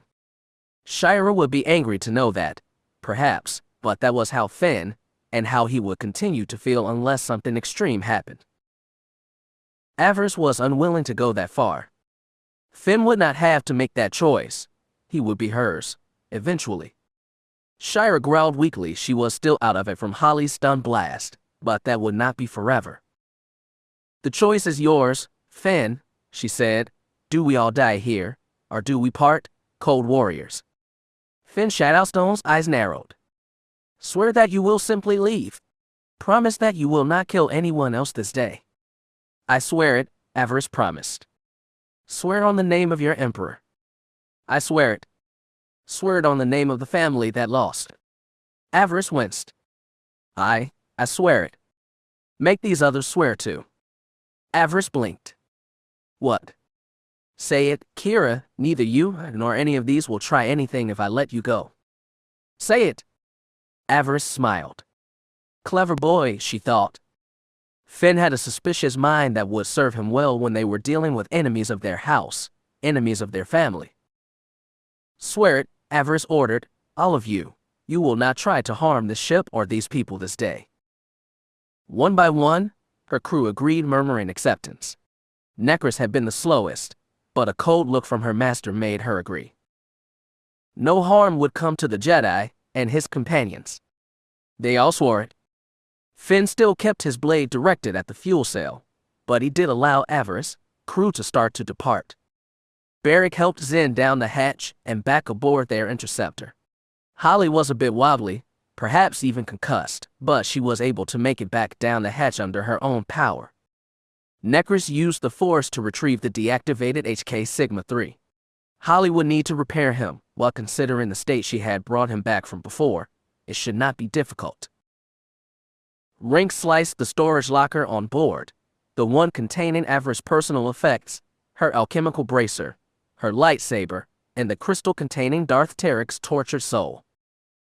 She grinned at the crystal. The text she had read said that a soul so bound suffered horribly. If she knew Mar and the rest of the Dark Council, they would find a way to make that suffering even worse. She was curious to see exactly what that meant. It would be fun to watch. Avaryss looked down at Shireville. The Beast Girl was still out of it. Beric had secured her with binders just in case. She sneered down at her rival. I will not kill you in such a state, she thought. When the day comes that we face each other, it will be as equals with the lightsaber in hand. On that day, I will be either stronger than you, or I will be dead, but that will be okay. That is the way of the dark side. That is the way she preferred it to be. She glanced up at Finn, who finally turned off his lightsaber. He sighed and shook his head. You don't have to do this, he said. She smiled. This is who I am, she said. Would you want me to be any other way? He snorted and smiled at her, a bit pink-colored his cheeks. You drive me crazy, you know that. I have that effect on some people. He bowed slightly to her. May the Force serve you well, Kira. May it be with you, Finn, she replied, always. She turned to go, to return to her life within the Empire, to return to her hunt for power and prestige. She stopped. She could not leave, not yet. There was one thing she had to do first. Damn it, she thought. No choice. She spun around quickly, before Finn could stop her. Before he could back away, she was in his arms. She kissed him deeply. He resisted at first, but only at first. She felt his arms slide around her, felt them moving up and down her body. She moaned into his mouth, a sound of pure lust. Damn it, she thought. I want him. I want him so bad. She pulled away, panting. She could see his lust mirrored in his eyes. He doesn't want to let me go, she realized. His heart and Jedi training were definitely at war. Wonderful. She smiled slyly. Something for you to remember me by, she said breathlessly. Until our next meeting. And until then, he agreed. His voice was husky. Farewell, Kira. She nodded. Goodbye, Finn. She left through the hatch. The emergency field sprang to life as her interceptor detached from the Republic shuttle. Avaryss made for the bridge. She found Rink and Necromancy there, the two manipulating the controls, bringing the ship around, preparing to make the jump to hyperspace. The Republic shuttle floated helplessly before them. So, boss, Rink said over his shoulder, do we make the jump, or do we get to blow that ship up first? Avaryss frowned. I gave my word, Rink, she reminded him. Yeah, I know, but... No buts, not this time. You sure? I'm sure, Mr. Rink, she said, patting him on the shoulder. Now, get us out of here. The pilot shrugged. You are the boss, boss. He brought them about, and after a brief check of the Navi computer, he pulled the handle in front of him. The stars stretched as the Fury-class interceptor jumped into hyperspace. Avaryss nodded. She had kept her word. Finn was safe. Her heart did hurt, though. Their parting, their first real kiss, it had left a mark. That mark would haunt her, she feared. She took a deep breath and centered herself. Fear turned into anger so easily. This was not the end for her and Finn. They would meet again, and when they did, she smiled. Who knew what might happen? We will be together one day. She had foreseen it would come to pass. They could not escape it, and she did not wish to. Finn would be hers. It was the will of the Force. After a sonic shower, Avaryss felt like a new woman. 2V, R9 waited for her outside the fresher, her clothes in his hands. She was still having trouble getting dressed with only one arm. The droid nervously helped her, in constant fear that she would dissemble him for the most minor poke or pinch. Avaryss rolled her eyes. She would speak to Holly about having the droid's mind wiped, perhaps some new programs to his personality matrix. She preferred to have servants with a bit more spine. Perhaps the engineer would be able to help. Now clad in a red leather vest and black leggings, she felt more like herself. The addition of her lightsaber on her belt again also helped. She frowned as she looked at her left sleeve, the one that was pinned up to hide her missing elbow and forearm. When Beric had first come to her rescue, he had not noticed the injury. With everything that had been going on, he had simply thought that had both her arms secured behind her back. Seeing the missing arm, he had been angry. The Jedi? He had asked. Trik, she said, shaking her head no. Her big brother's eyes narrowed. I hope he died screaming, he said. Avaryss laughed. Oh, he is still screaming, brother, she said, tapping the crystal. Trust me, his suffering has just begun. Beric Lilos accepted that for now. He returned his attention to the wounded Zen. Her injuries were minor, but given the effect of light-side force lightning. She was a bit surprised by his worry. Zen was useful, but... She frowned. Surely her brother was not attracted to Zen. She was far from stable, still too lost in the dark side. She would likely kill him as soon as kiss him. Her emotions were all over the place. She was practically broken. Avaryss would warn him. Zen Lure was not the most eligible of women. It did not matter how beautiful he thought her. She was unstable, perhaps unsuitable. She would see that her brother made the right choice. She found Holly back in her workspace, repairing HK, replacing the connectors that Finn had cut through with his lightsaber. She looked down on the engineer. How are you feeling, Ensign? She asked. Holly rose from where she had been kneeling, a good-natured smile on her face. I heal fast, my lord. 2V has given me a clean bill of health. Avaryss nodded. If only she could heal that fast. I assume it was you that called the others, told them where we were. The changeling nodded. It wasn't easy. Security is pretty tight on a Republic vessel, transmissions closely monitored. I needed to piggyback the signal on a Republic channel.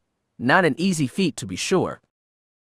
And yet, you succeeded, Avaryss said, smiling. You have my thanks and gratitude.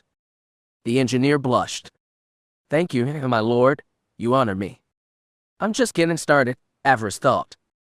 Though I must ask Holly, how did you end up on that Republic ship? What happened? The engineer sighed. Zen and I get separated after we left the control and communication room on Trik Station. A Republic ship went down, somehow avoided being destroyed by the station's defenses, and crashed into it. A blast door separated me and Zen. I went off to try to find a way around, but I encountered some Republic troopers and officers.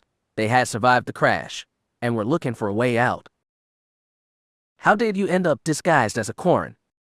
I got lucky, Holly said with a smile.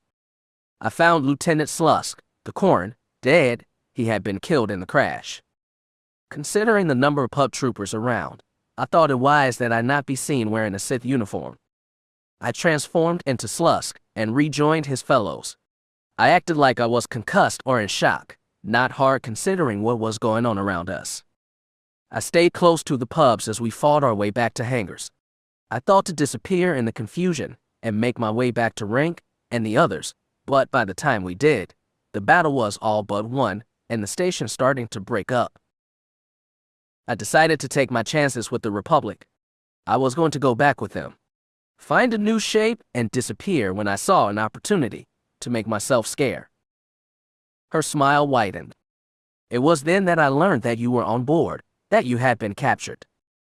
I tried to contact you, but there were too many pubs and Jedi around.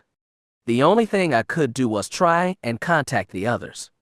Fortunately for me, Slusk was a trained shuttle pilot. After that, it was just a matter of volunteering for the mission of flying you back to the Jedi, and hope that the others had gotten my message.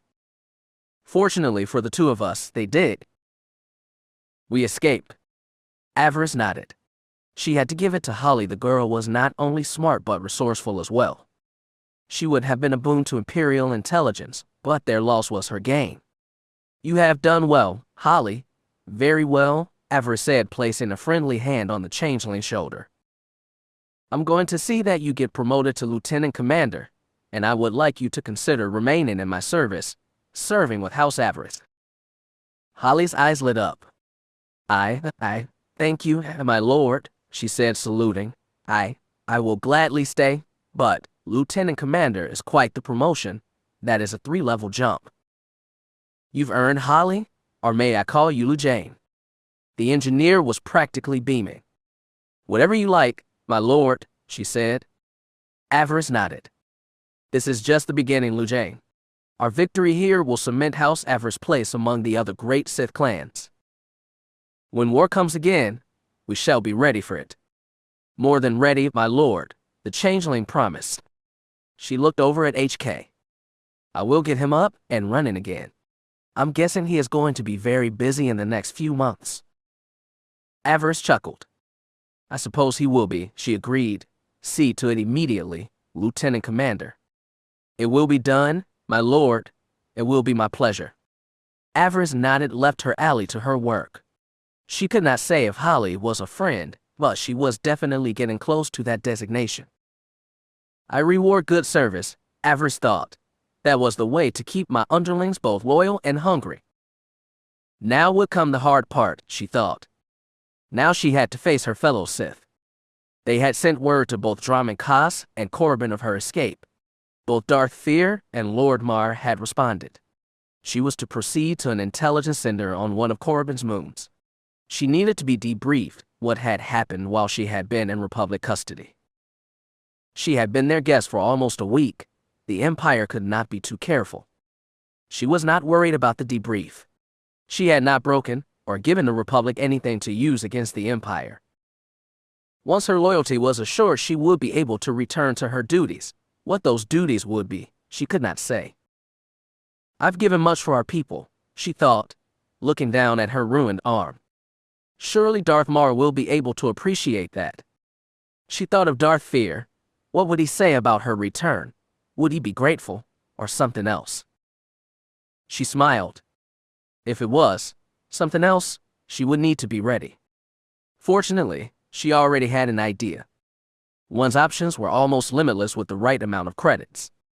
When she stood before Feer and the Dark Council, it would not be as a crippled apprentice. She would stand before them as a peer, as Sith Lord. And she knew exactly how to do it. Chapter 74. With the death of Darth Trik and the end of the Jedi conspiracy, Darth Feer's victory was complete. A month had passed since Avaryss escaped from Republic custody. In that time, the Empire had declared both her and her master as heroes of the Empire. For his sacrifice and service, it was decided that Darth Feer should be elevated to the Dark Council, so that his courage and wisdom could continue to guide the Empire into a bright yet uncertain future.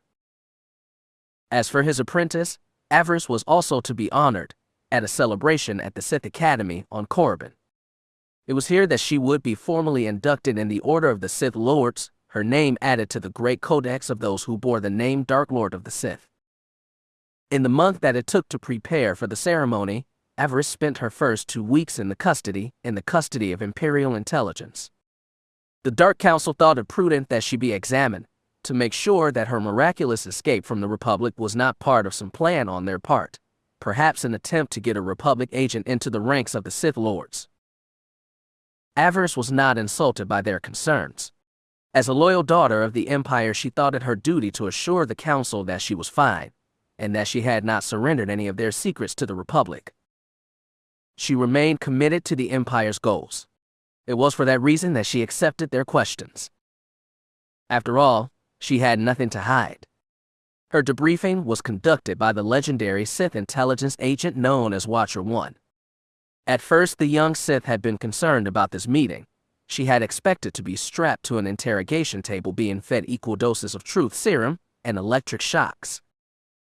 To her surprise, Watcher 1 did not think that was necessary.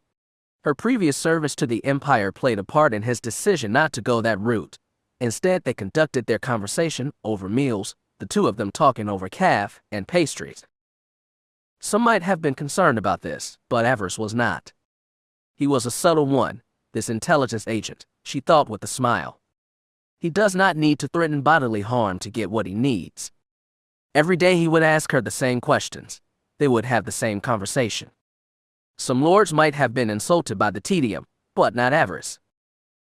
He is looking for discrepancies, signs that I'm either lying to him, or seeking evidence that I broke and have since been programmed.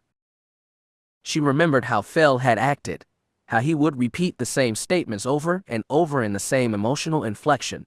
She did not do that. She would give the same answers but deliver them in different ways each time. Watcher 1 did not comment on that, but he was no fool. He likely suspected what she was doing and was not bothered by it. It was a subtle game they played, and dance of both the mind and words. She never lied to him, but that did not mean that she did not protect her secrets. When it came to her escape, she made no mention of Holly being a shapeshifter. All she would say is that she had been aided by a Republic lieutenant, a Quarren by the name of Slusk. She spun the tale of Slusk being in her employ, that he had accepted a bribe to help free her from Republic custody. And what became of this lieutenant? Watcher 1 would ask. I killed him, of course, Avaryss said with a smile. It is not like I ever intended to pay him for his services. Never trust a traitor, sir, not even one you create. If Watcher 1 thought anything suspicious about her story, he did not show it. He clearly did not detect the lie. It wasn't really a lie after all. Not really. Slusk had been in her employ after all. Holly was hers and she had been wearing that form at the time. It was also not a lie that Slusk was dead. He had died when she had disabled the defenses of Trik Station. So from a certain point of view, she had indeed killed him. Whether he believed her story completely or not, she could not say. All she knew was that by the end of the second week, Darth Feer had arrived at the intelligence base to collect her. Watcher 1 had given her a clean bill of health. The Republic had not broken her or done anything to her mind. She was clear to return to her duties. Her master had been most pleased by that news. He had hoped to have her at his side when he ascended to his seat on the Dark Council. Avaryss was equally excited by the news, but not for the reason that her master might think. She could not help but notice that her master's guards had not accompanied him to Corbin, not the elite guard that he had used during the Terror Crisis anyway. The 4 Sith troopers that he traveled with would not be a problem. Her 2 weeks in custody, hearing about what was going on beyond these walls had made her come to a decision. The time had come. The day that Darth Feer would die had come. She could not handle the matter herself, not in her current state. The loss of her arm left her at a distinct disadvantage. At the same time, she could not pass up the opportunity that had finally presented itself. She would wait no longer. Darth Feer would not leave the planet Corbin alive. Master and Apprentice left for the Academy. That very night, they would remain on the Sith homeworld until the ceremony was done. In the meantime, Avaryss was very busy. The luxury suite she had been given had its own private hypercom. After Holly had made sure that no one could listen in her calls, she had gotten to work.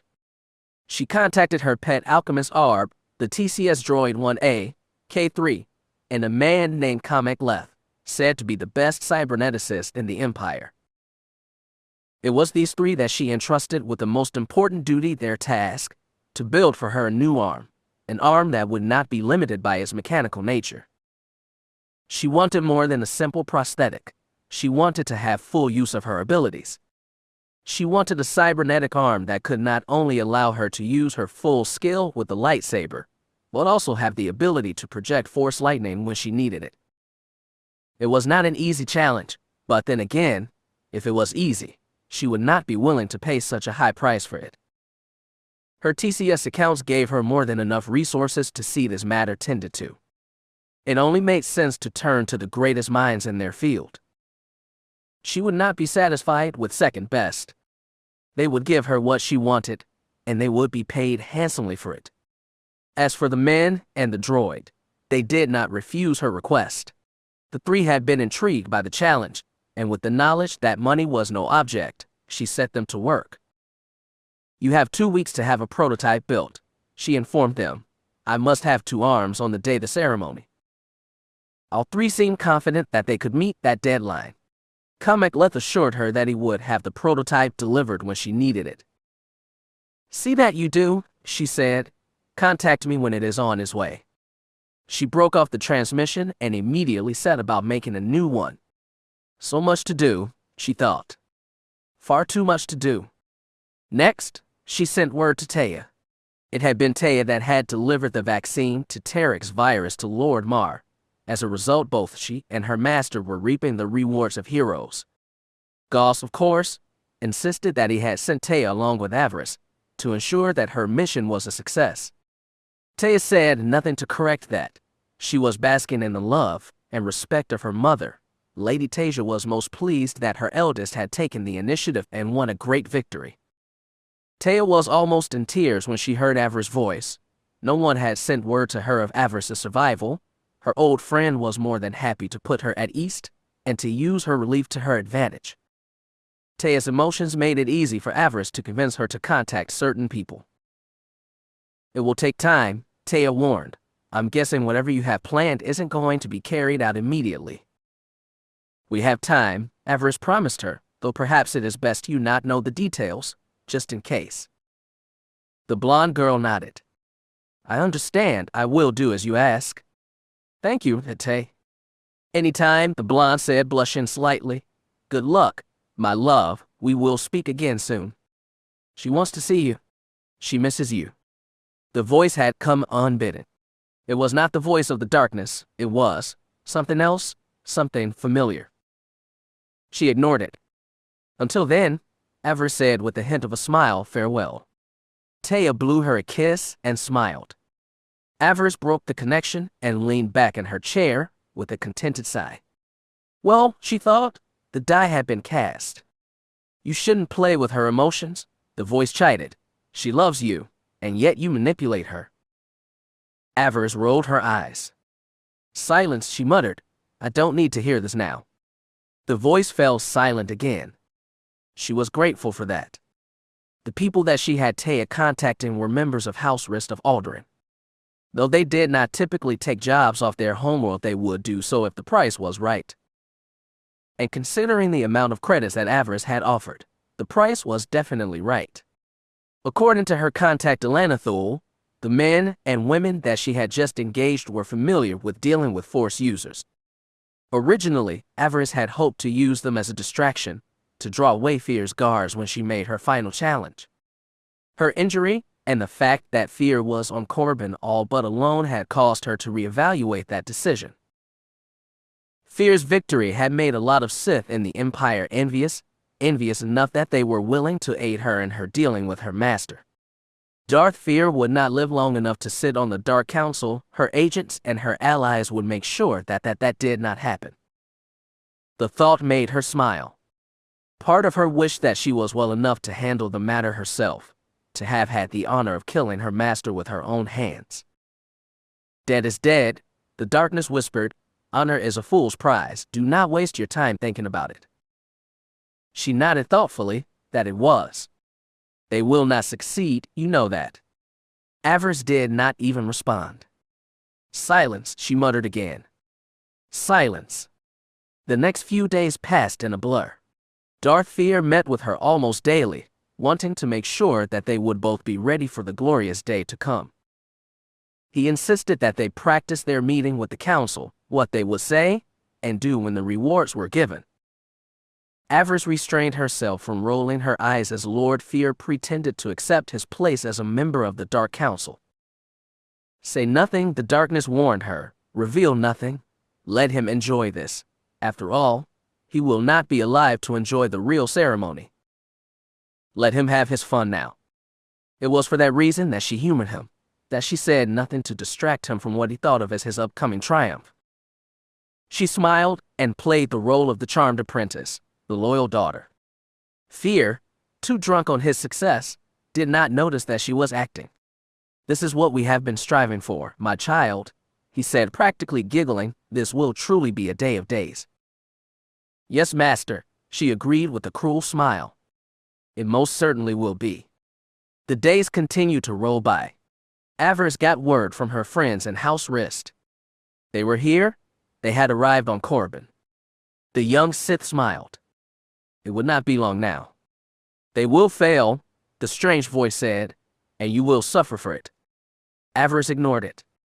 Everything would be fine. The day of the ceremony arrived, and with it, a sense of anticipation that Avaryss had not experienced in a long time. It was something akin to childlike glee. "It is almost time," she thought. "It is almost time." She had barely been able to sleep the night before. She felt like was a small child again, excitedly awaiting the arrival of a feast day morn. The coming dawn brought more than simply the rising of the sun. Her new arm had arrived by courier during the night. She headed down to medical, eager to be fitted with it. She wanted to see just how well her orders had been carried out. The arm itself was beautiful, the finest mechanics covered by delicate but extremely strong armored plates. She could already see the alchemist's contribution to the work. Sith glyphs were etched into the plates. Crystal sparkled in the tips of the fingers, giving it the appearance of having fingernails. She practically leapt onto the medical table and ordered the arm installed. The droids obeyed without question, though they did question her desire to be fitted for her new limb without any painkillers. "I don't need them," Avaryss insisted. This arm would finally restore her to true power. There was no pain where the power lies. The cybernetic joints the Republic had installed worked perfectly. The new arm interfaced perfectly with them. There was some discomfort as the droids worked, but Avaryss ignored it. The last few weeks had been an exercise in annoyance. The doctors had warned her phantom pains, saying that she just needed to work through them, ignore them. "My left palm has been itching for the last 3 days," she thought. Even if she would not feel it, she needed to scratch it. Hopefully that would be enough to finally stop the damn sensation, even if she could not feel it. Once the work was done, the droid stepped back. They asked her to wiggle her fingers and move her wrist. The feeling was strange.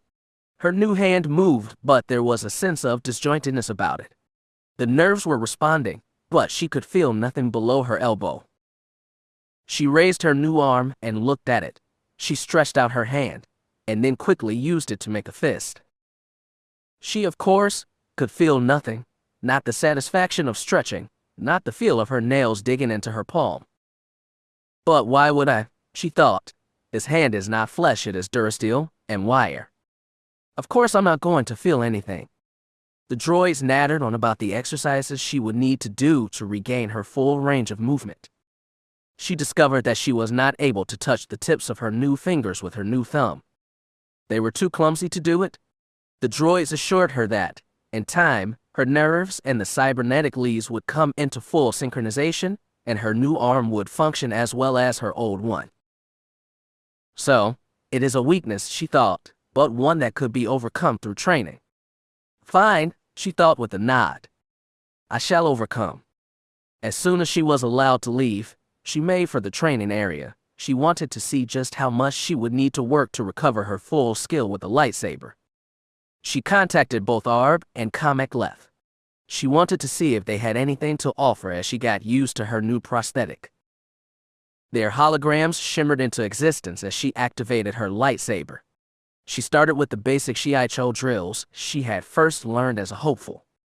Though she was right-handed, she still needed her left hand to perform certain maneuvers in both the Sheen and Makishi disciplines. As she worked through her sequences, she could not help but feel clumsy.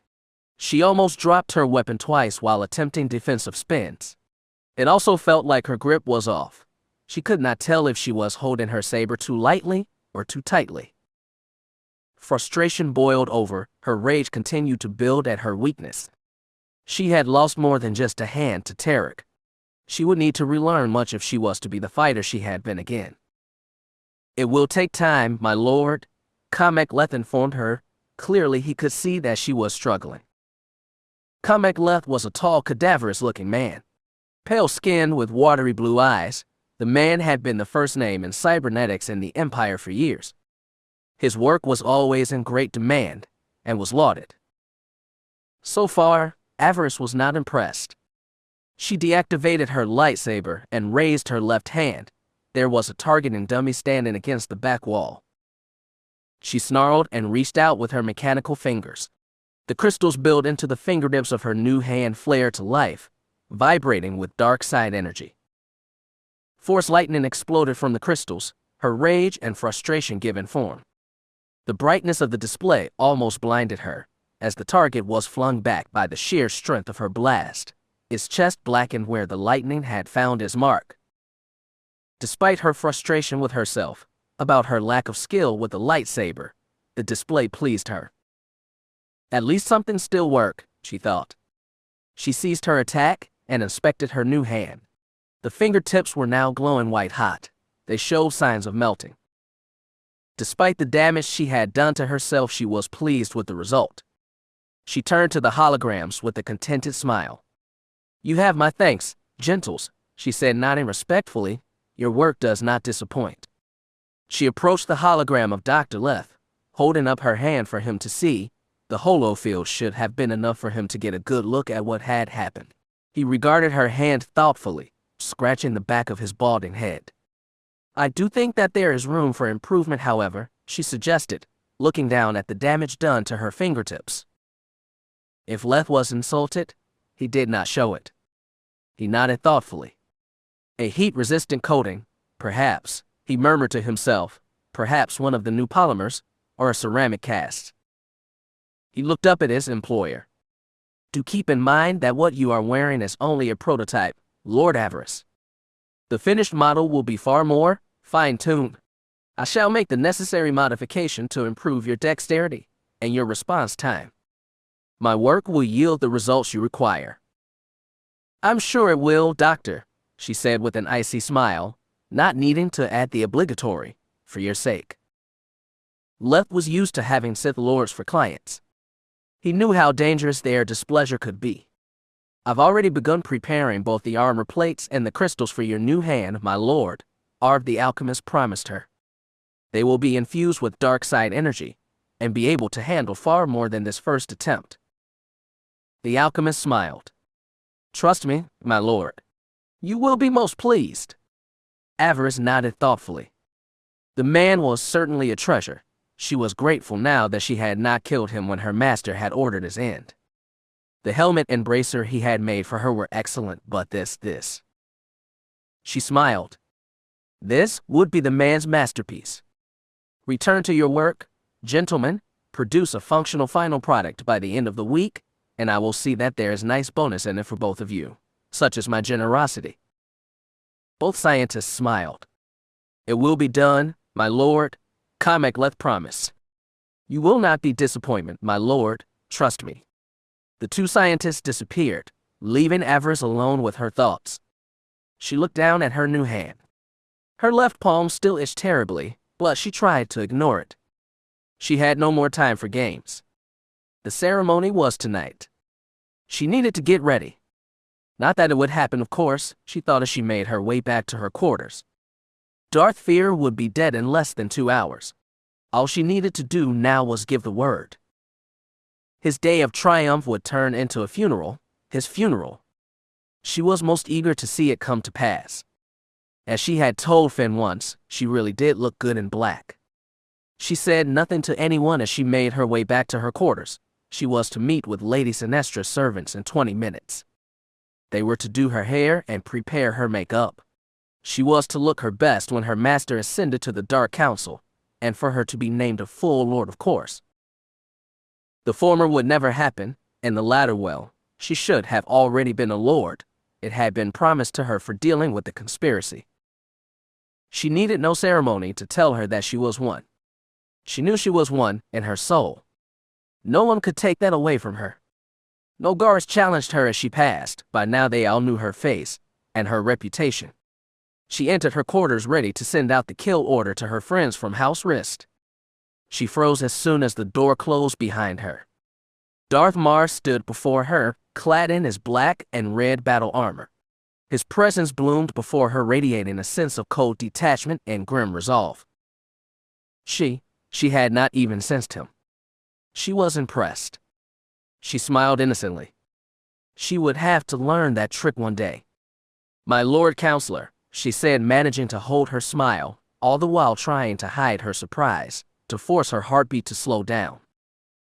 What is going on here? She thought. Why is he here? "We must speak, Lord Avaryss," he said. "The council has a favor to ask." His words surprised her. "A favor," he said, "not an order." "Interesting. Can I offer you some refreshment, my lord?" she asked, trying to be cordial. "It is the least I can do on such short notice." "Refreshment is unnecessary," he answered. "What I have to say will be brief." "As you wish," she said. "So much for trying to play the good host." Mar turned away from her, looking out the window of her suite, out over the desolate landscape that was Corbin. His silence was unnerving and pregnant with possible malice. "You said you have a favor to ask," she said. "How may I be of service?" Mar sighed.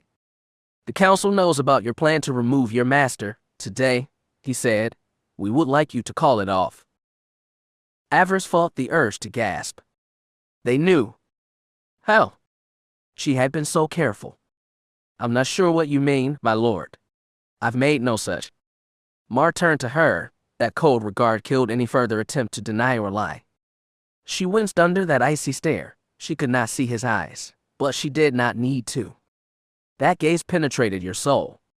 "Why?" she asked. "This plan has been a long time coming. Why must I abandon it now?"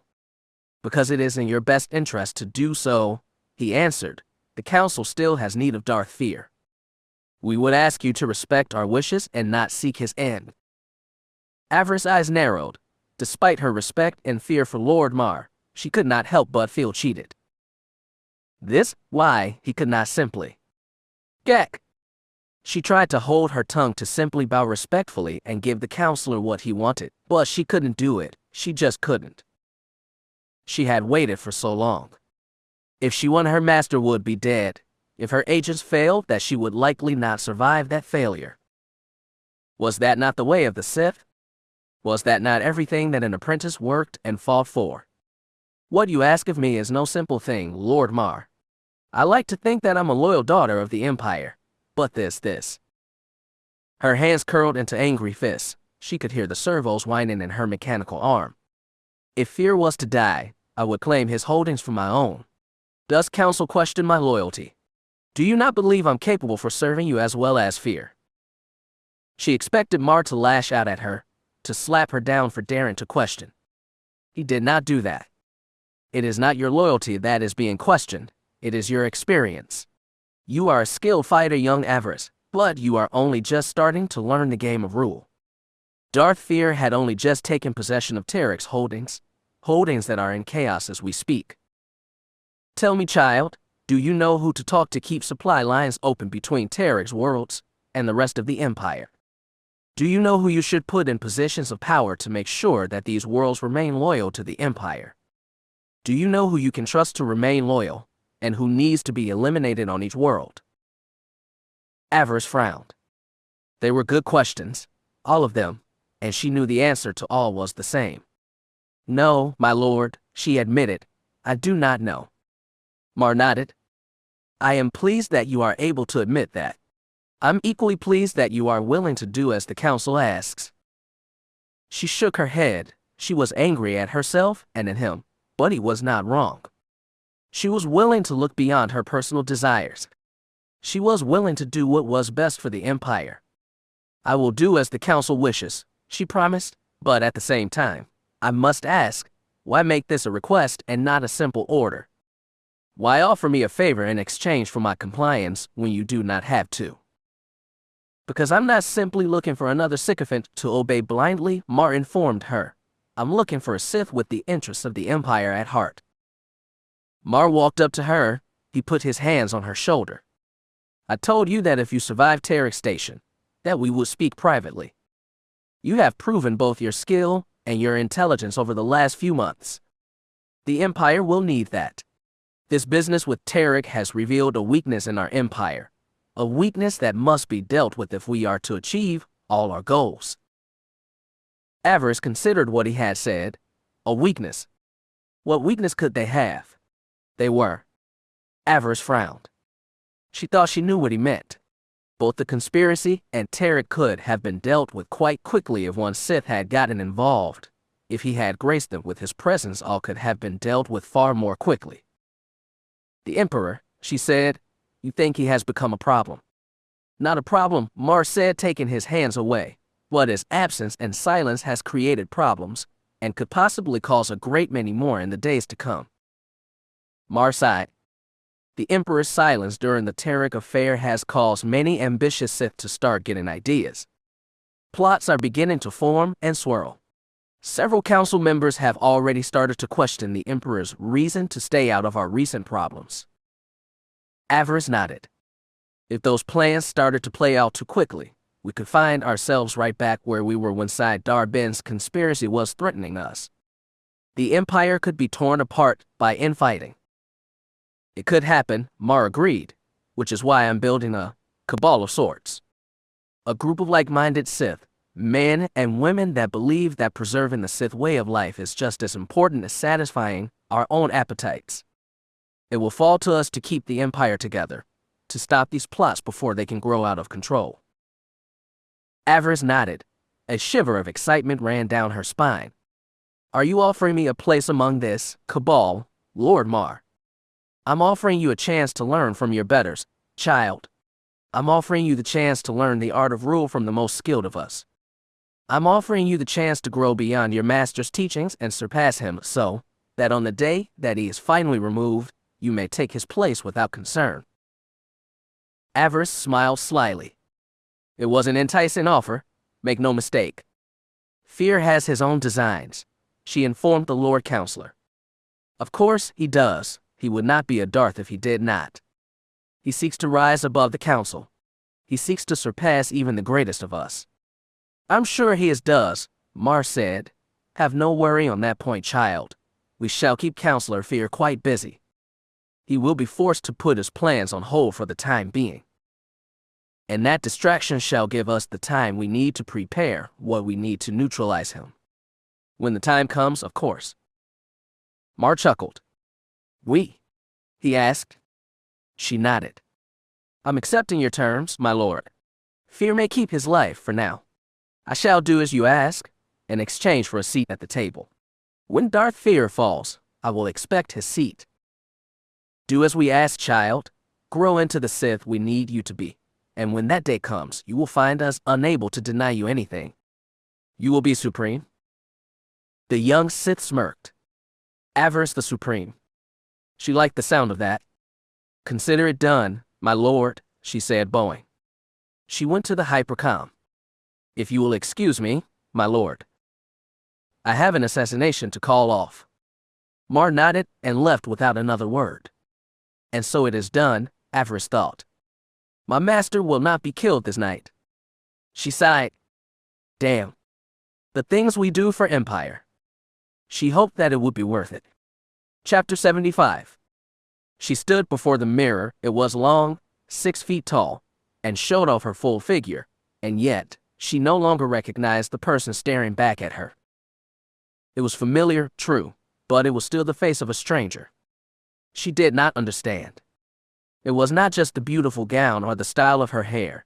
It was not the perfume or the makeup that made her seem older than she was.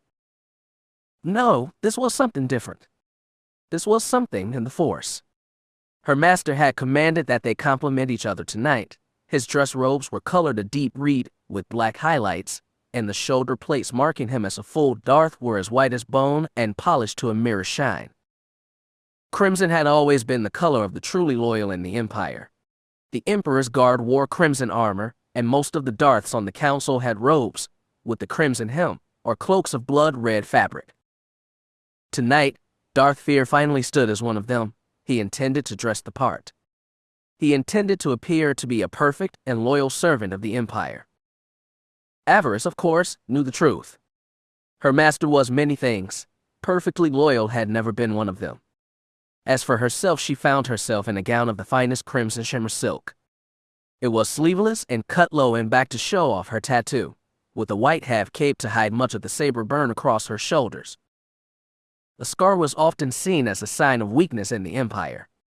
Darth Feer intended for her to show no weakness tonight.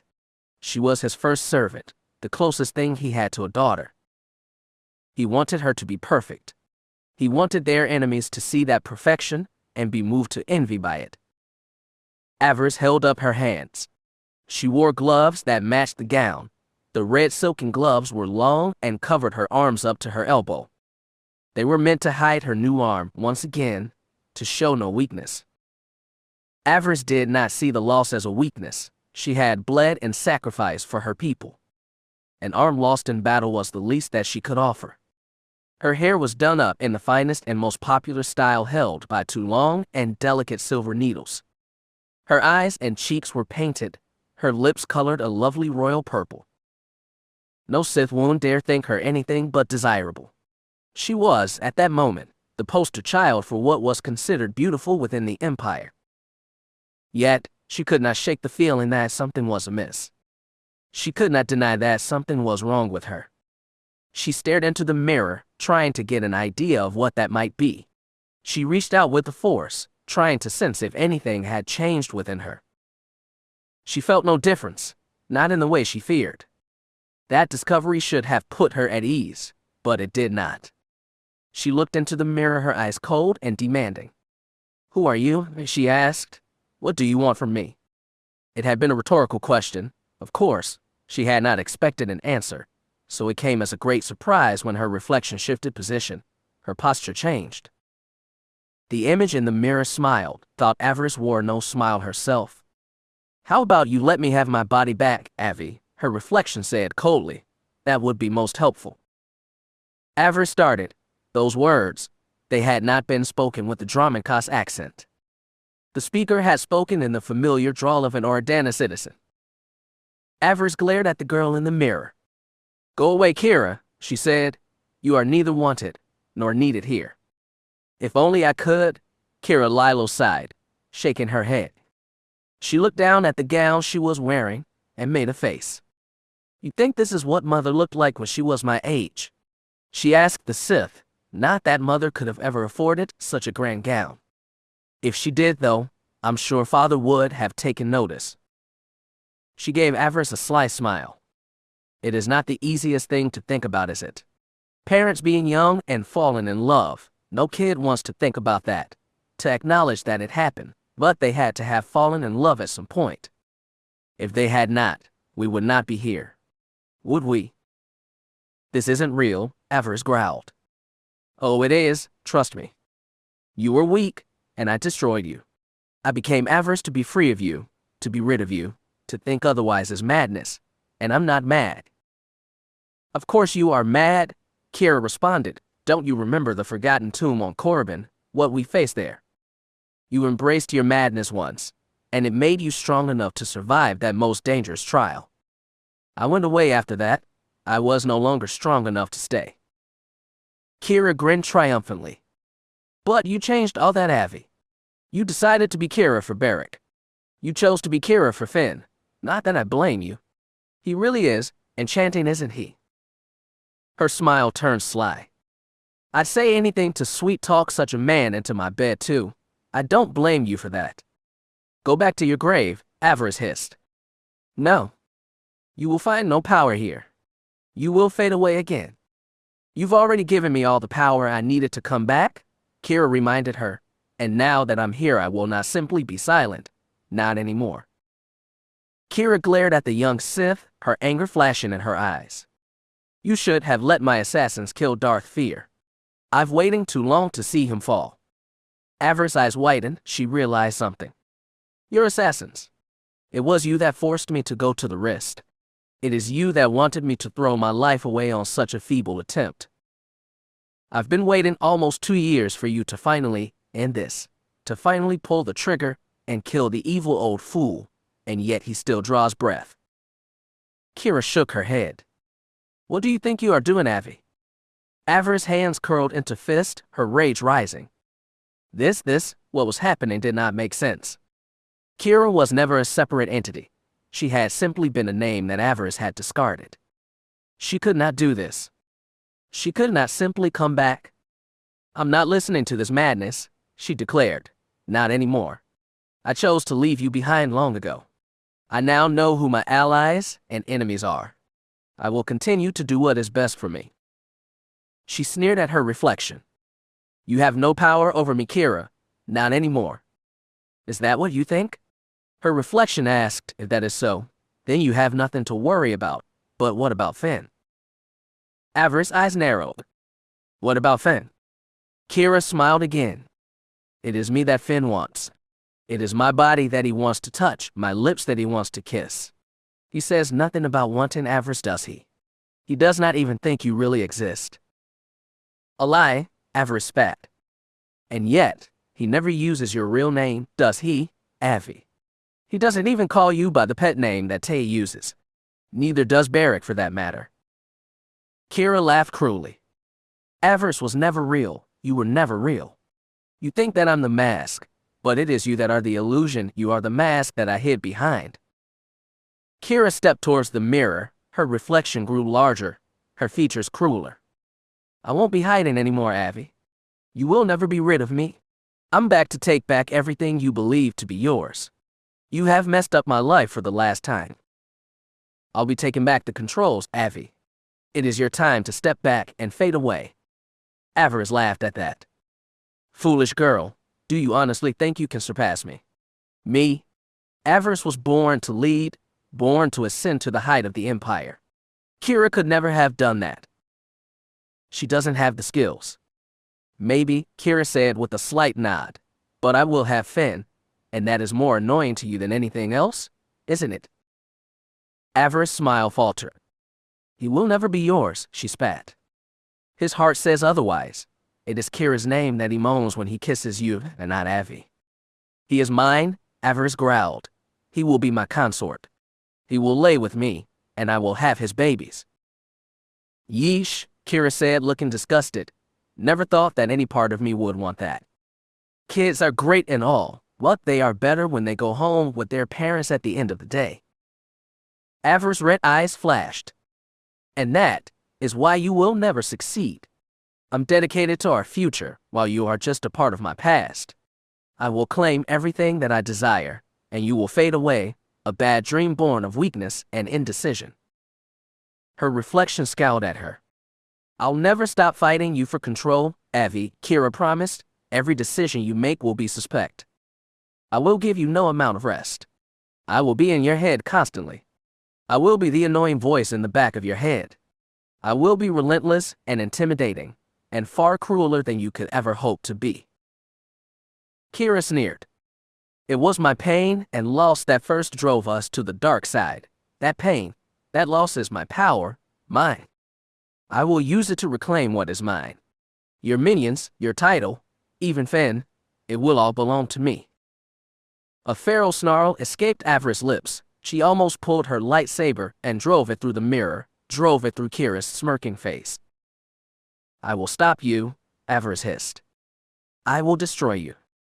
You can try, Kira said, stepping back, a pleased smile on her face, but you will soon realize that I'm not so easily slain. Your lightning, your spells, and your weapons are nothing to me. You can't stop me, Avi. I'm you. She laughed. And you are just a girl talking to herself in the mirror. Avaryss roared. She put her metallic fist through the mirror glass. The force-enhanced punch shattered the mirror into 100 small pieces. It was likely only her imagination, but Avaryss could almost hear Kira Lila's laughing in the many fallen shards, taunting her enemy, the shadow of who she truly was. Avaryss looked down at her hand. She could see glass shards stuck between her fingers, and the fabric of her shimmer silk gloves was torn, revealing the white metal plates. Fortunately, she had used her left hand and not her right. She looked down at her hand with an angry hiss. She could not feel the glass shards, of course, but at that moment, A sensation, a burning phantom pain ran up her arm, angering her even further. The door chimed, and she heard a servant over the comm, asking if she was okay, if she needed assistance. Avaryss sighed and shook her head. Slowly, carefully, she pulled the glass shards out of her artificial knuckles. "It is nothing," she told her servant. "I tripped and knocked over the mirror. I will need someone to come and clean it up." The servant acknowledged her request. In the meantime, Avaryss peeled over her ruined red glove. The fabric had been shredded when she punched the mirror. Fortunately, Darth Feer's people had sent her a white set of gloves as well. They would match her cape, and none would be the wiser when they saw them. She checked the chrono on the wall. She still had an hour before the ceremony. Before Darth Feer came to collect her. She closed her eyes and reached out with the Force. She tried to sense Finn, to contact him through the Force. He had not spoken with her once since her escape, and despite several attempts on her part, had never reached out when she tried to speak with him. What has happened, she wondered. Was something wrong? She feared that Finn might have been punished for letting her go. Perhaps he was no longer a Jedi. Perhaps they had locked him up, fearing that he was a threat or a traitor. But they couldn't do that. She felt panic at the very thought. Finn was no traitor. He did not deserve to be punished for letting her go. She had given him little choice. He had had innocent lives to worry about. Surely those lives had been more important than stopping her. "You waste your time worrying," Kira's voice said in a mockingly sweet tone. "Finn cares nothing about you. It is me that he wants. It is you that is nothing, Avi. You will always be nothing." Avaryss growled. It was a cruel sound, one that even Shire Veal would have been intimidated by. "We will see, Shudda," she thought. "We will just see." She stormed out of the room. She went to go find her master. She had no desire to be alone, not if it meant hearing Kira's taunts and threats. "There is nothing to fear," the darkness whispered. "What you are experiencing, it is nothing. You are Avaryss of the Sith, nothing can change that." "Give me time," Kira seemed to whisper in her ear. "We will see about that." Avaryss said nothing to her master about what she had experienced in her quarters. To be honest, she still did not believe it herself. Clad in his own crimson robes, with his Darth shoulder plates, Darth Feer was, at that moment, a symbol of wealth and power, and all that a Darth should be. Yet, he was not all-knowing, that was for sure. He could not sense her troubled mind. Perhaps that was as much his fault as it was hers. He could not see. That may yet prove to be his downfall. "I should tell him, but... She frowned. It would not have mattered if she had told him. Lord Feer was flying high. The Jedi and Republic could have attacked, and it would not have been enough to spoil her master's good mood. All he saw was what they had won, the successes they had had. He would not be distracted by anything or anyone. "You should have let the plan go ahead," Kira whispered. "Look at him, he is ripe for the picking." Avaryss ignored her, or rather the voice that had just decided to rise up and torment her. She only hoped that her master would not be able to hear it. She hoped that he would not feel Kira's rage and strike out at her, or was it them? She could not really tell anymore. Wait, she thought, what am I thinking?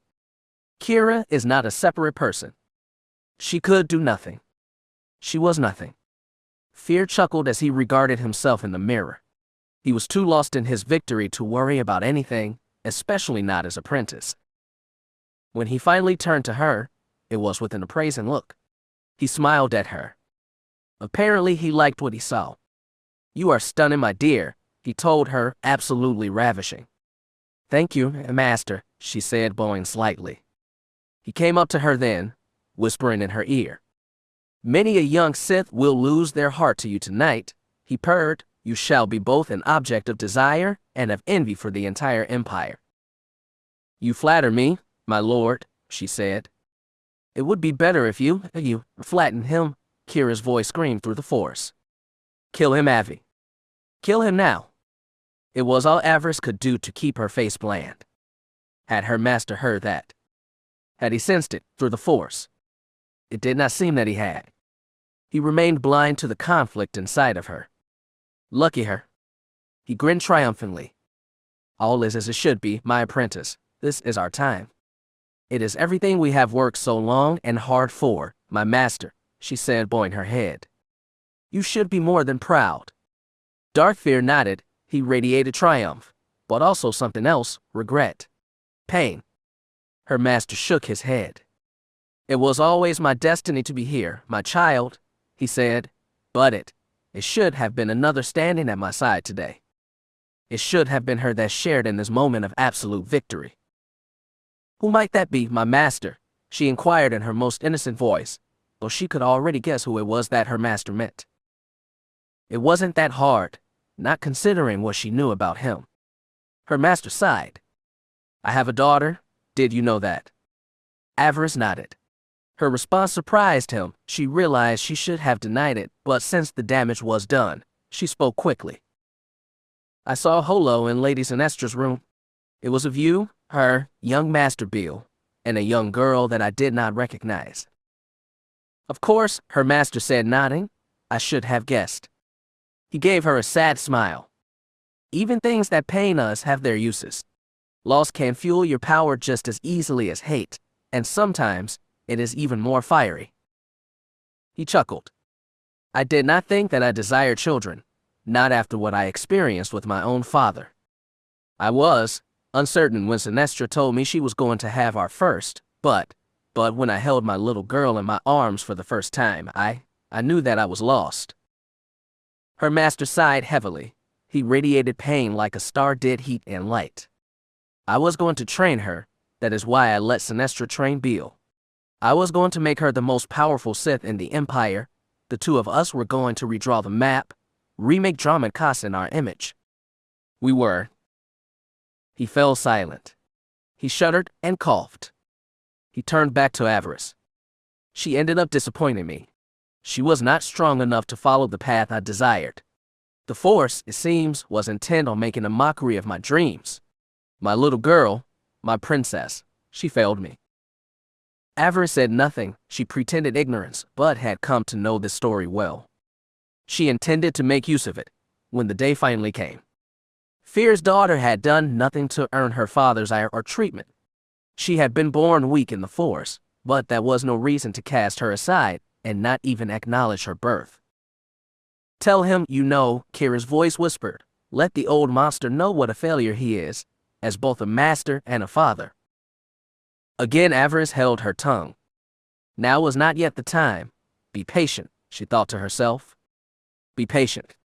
When the time was right, Avaryss intended to meet with Feer's daughter. The girl would no doubt be a wellspring of information about her parents, who knew she might even wish to join in the plan against them.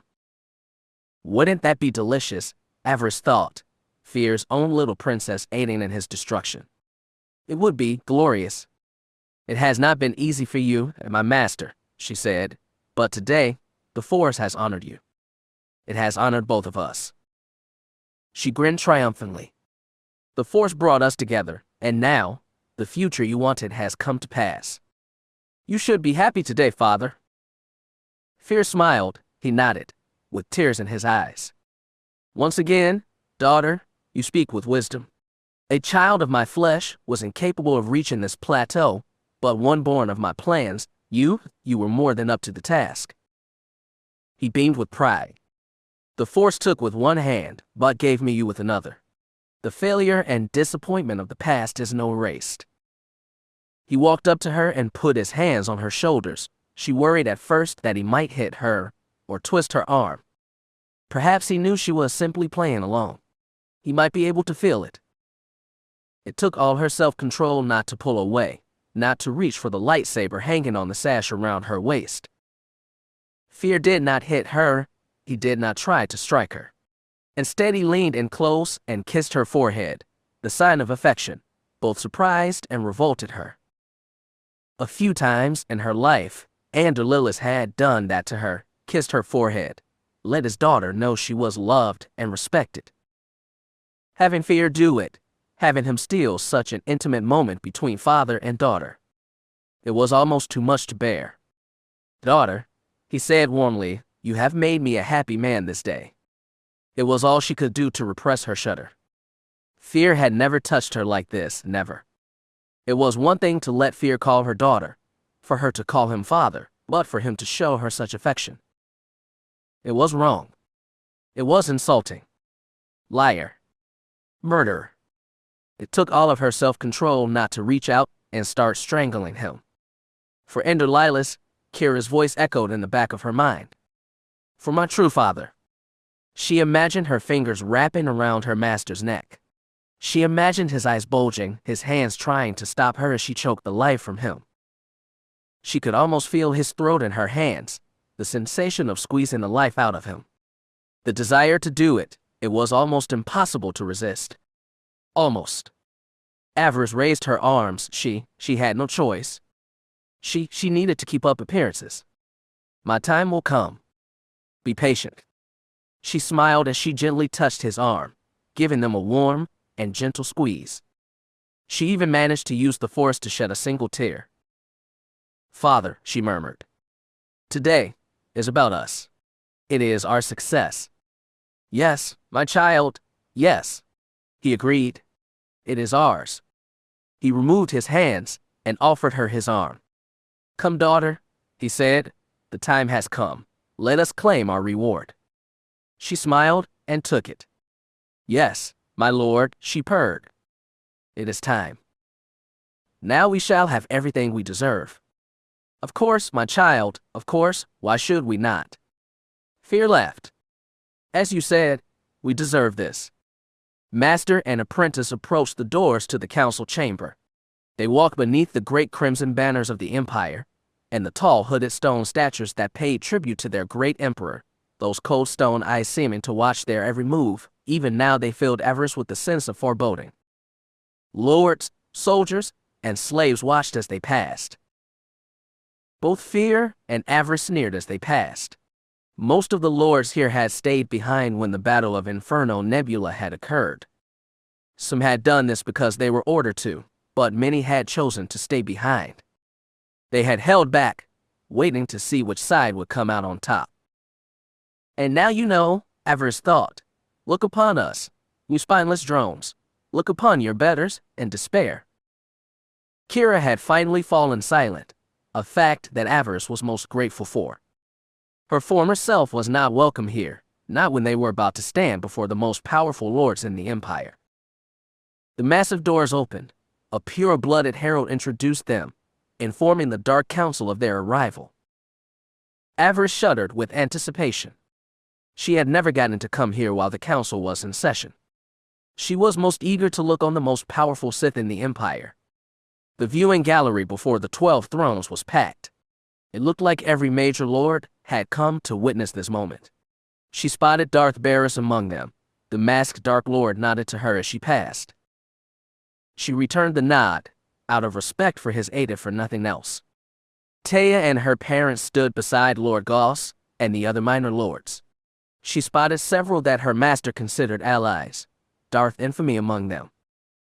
How did they feel about this, she wondered. Taya was likely happy. What she was seeing here was confirmation of the vision she had had about her friend long ago. Avaryss was most definitely on her way up. No one could deny that now. Her own crew stood beside Lady Sinestra and the rest of House Feer, those that had survived Tarik's attack. Avaryss kept a close eye on Zen.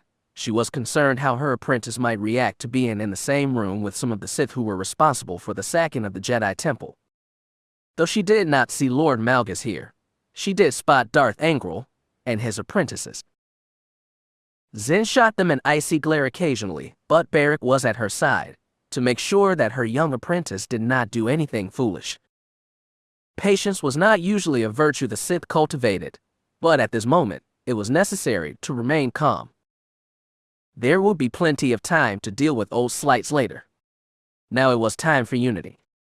The Sith Empire's power was on full display.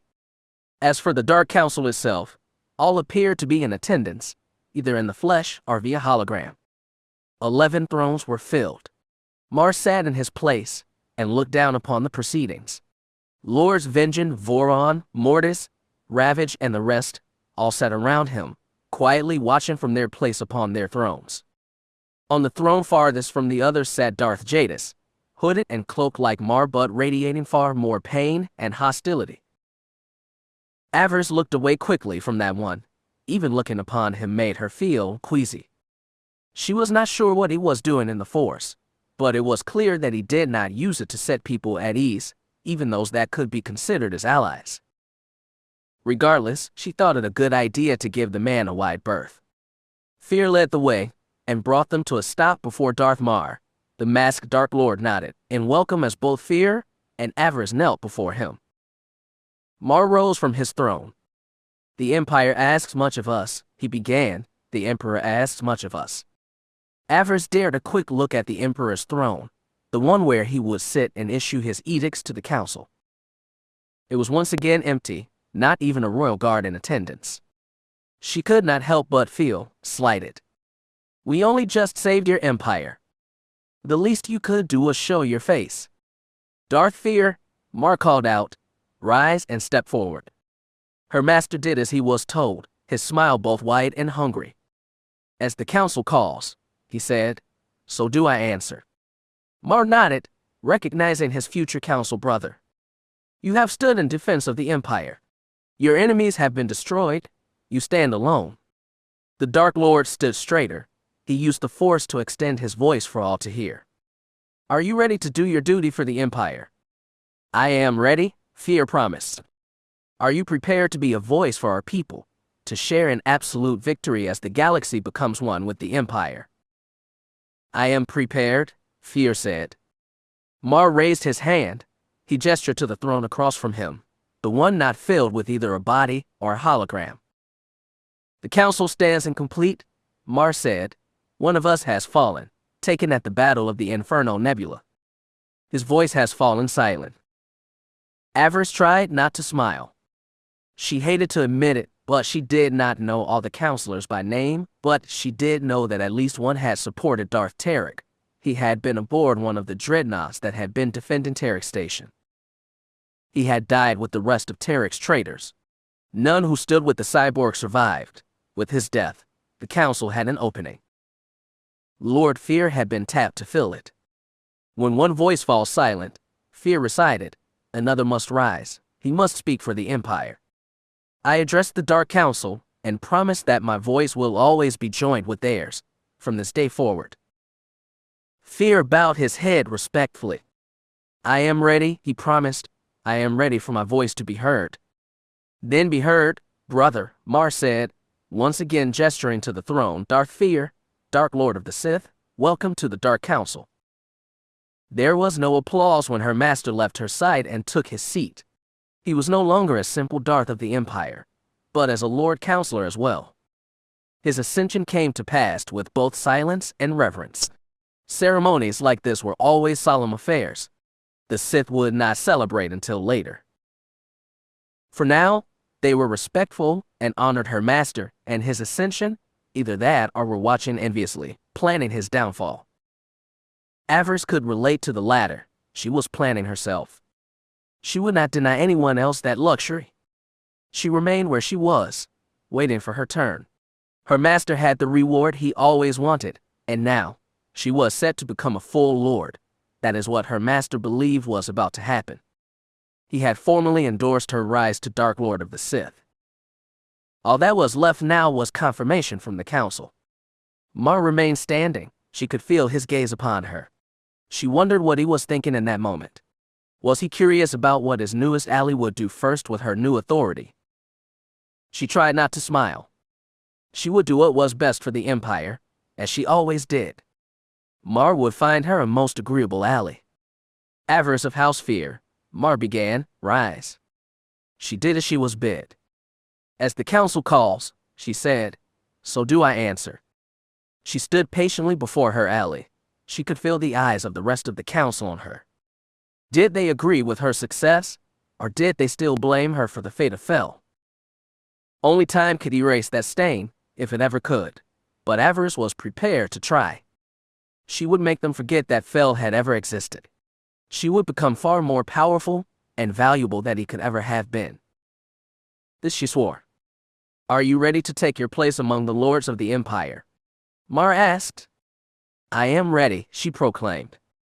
The Dark Lord motioned to his right. A servant emerged carrying a large box. He opened up and revealed the crystal that Avaryss had retrieved from the Republic, the one containing Darth Tarik's tortured soul.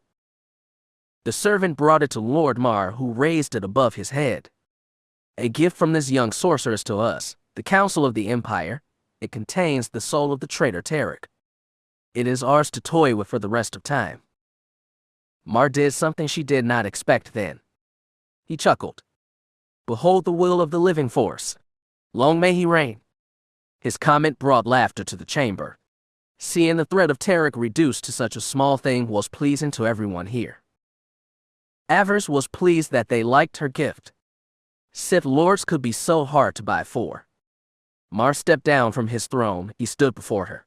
Avaryss was not sure what was going on. The Dark Lord had not even done that to honor her master. From his throne, Counselor Feer watched what was happening curiously. Clearly, he did not understand what was going on. Avaryss was not quite sure herself, to be honest. This one has served us well, Mar continued. She served as her master's fist. She has smashed the enemies of our empire and bathed in both blood and glory. Tell me, young Avaryss, he asked, are you ready to take your place in the empire? I am ready, she promised. Mar gestured again. The two new servants emerged, each carrying a single very familiar shoulder plate. Through the force, Avaryss could feel her master's shock. She glanced over at Lady Sinestra and saw the lady of their house visibly turning pale. What was this, she thought. What was Mar doing? Kneel, young Avaryss, he commanded.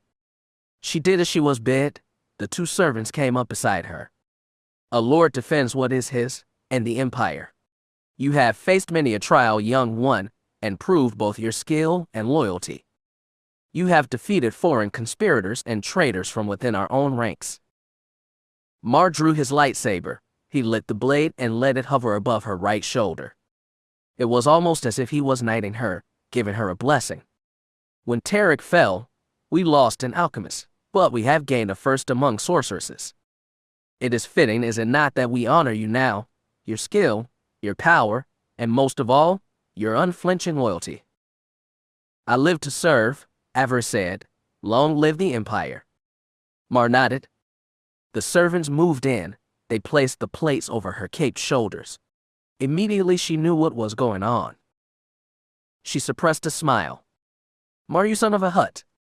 Feer would not be pleased with this. In fact, he would be furious. A lord of his house her master could manage. Mar decided to make things not so easy for him. Well, Mar had said that he had wanted Darth Feer distracted. This little act would most definitely distract him. Mar stepped back. He nodded thoughtfully, pleased by his work. You knelt a mere apprentice, he said. Now rise a servant of the Empire. Again Mar used the force to make sure that all could hear him. Rise, he shouted. Rise, Darth Avaryss. Darth Avaryss, Dark Lord of the Sith, did as she was bid. She arose now, a Darth of the Sith Empire. She looked over at her master. He kept his face bland, but she could feel his anger, his sense of betrayal. Only a Darth could make a Darth by naming her as such. Mar had changed the game between Feer and Avaryss. Now, she was only one lightsaber swing away from not just his house, but his seat on the council. She could claim everything that was his upon his death. Feer knew that. Mar had taken his apprentice and turned her into a very real threat, a rival for his very throne. Through the force, her master did not look pleased. She bowed her head in submission. Thank you, my lord, she murmured. You will not regret this decision. He chuckled. See that your master does, Lord Avaryss, he murmured so that only she could hear him. Keep him busy. She grinned hungrily. She could do just that. Her ascension meant the end of the ceremony. Already the lords and their guests were beginning to divide. Mar and Vengian approached Darth Feer. As the newest member of the council, it would fall to them to bring him up on any council business, old or new. Feer said nothing to her. She sensed that he felt betrayed, that she might have planned this somehow. If only I had, she thought. This coup that Mar had brought about, it was a masterstroke. Yes, she was still Lord Feer's apprentice, but at the same time she was a full Darth, which entitled her to form her own house as well. House Avaryss had been born this night. She would need to gather people to her, loyal people, begin finding officers to serve her new clan. She would need a war master, of course. Beric might do, but she suspected that he might have another position in mind. She would give it some thought. As she watched Darth Feer leave with the rest of the council, she knew one thing was certain above all others. The alliance of Feer and Avaryss was over. Her master could not afford to see her as a daughter, not anymore. She was a rival, and a dangerous one. He would need to watch his back. As it should be, she thought. The lessons she had learned during her trial of blood on Fury 9 still rang true. Beware your master, beware your apprentice. Tonight, Feer had been reminded of that lesson. I am still his, at least for now, but I can now see the end of the tunnel. The future she had sought for so long had come. She had achieved her dream. She was now Darth Avaryss. Let her enemies hear that name, and beware. She looked at the Emperor's vacant throne, thought of the visions she had had, the old woman she would be, the throne that was destined to be hers. She had just taken a major step towards that goal. She would need to intensify her training. She would need to recover the skills that she had lost when her arm had been cut away. It can be done, she thought. I will have plenty of time to practice. The victory over Trik had not been enough. It had only served to whet the Empire's appetite for the next war with the Republic. It is inevitable, she knew, war would come again, and with it, the fall of the Republic and the destruction of the Jedi. How could it not? We are Sith. The galaxy will be ours. Darth Avaryss grinned as she went to rejoin her crew, her apprentices. Now the true work would begin her rise to power. Beric and Itae approached her. Both were grinning ear to ear. I hope they are ready for what is coming. She thought of Finn, and what this meant for them. When the time came, he would oppose her. She would need to be careful on that day. Whatever happened, he was part of what was to come. She could almost see it. She needed him. The future was coming. And it all belonged to her.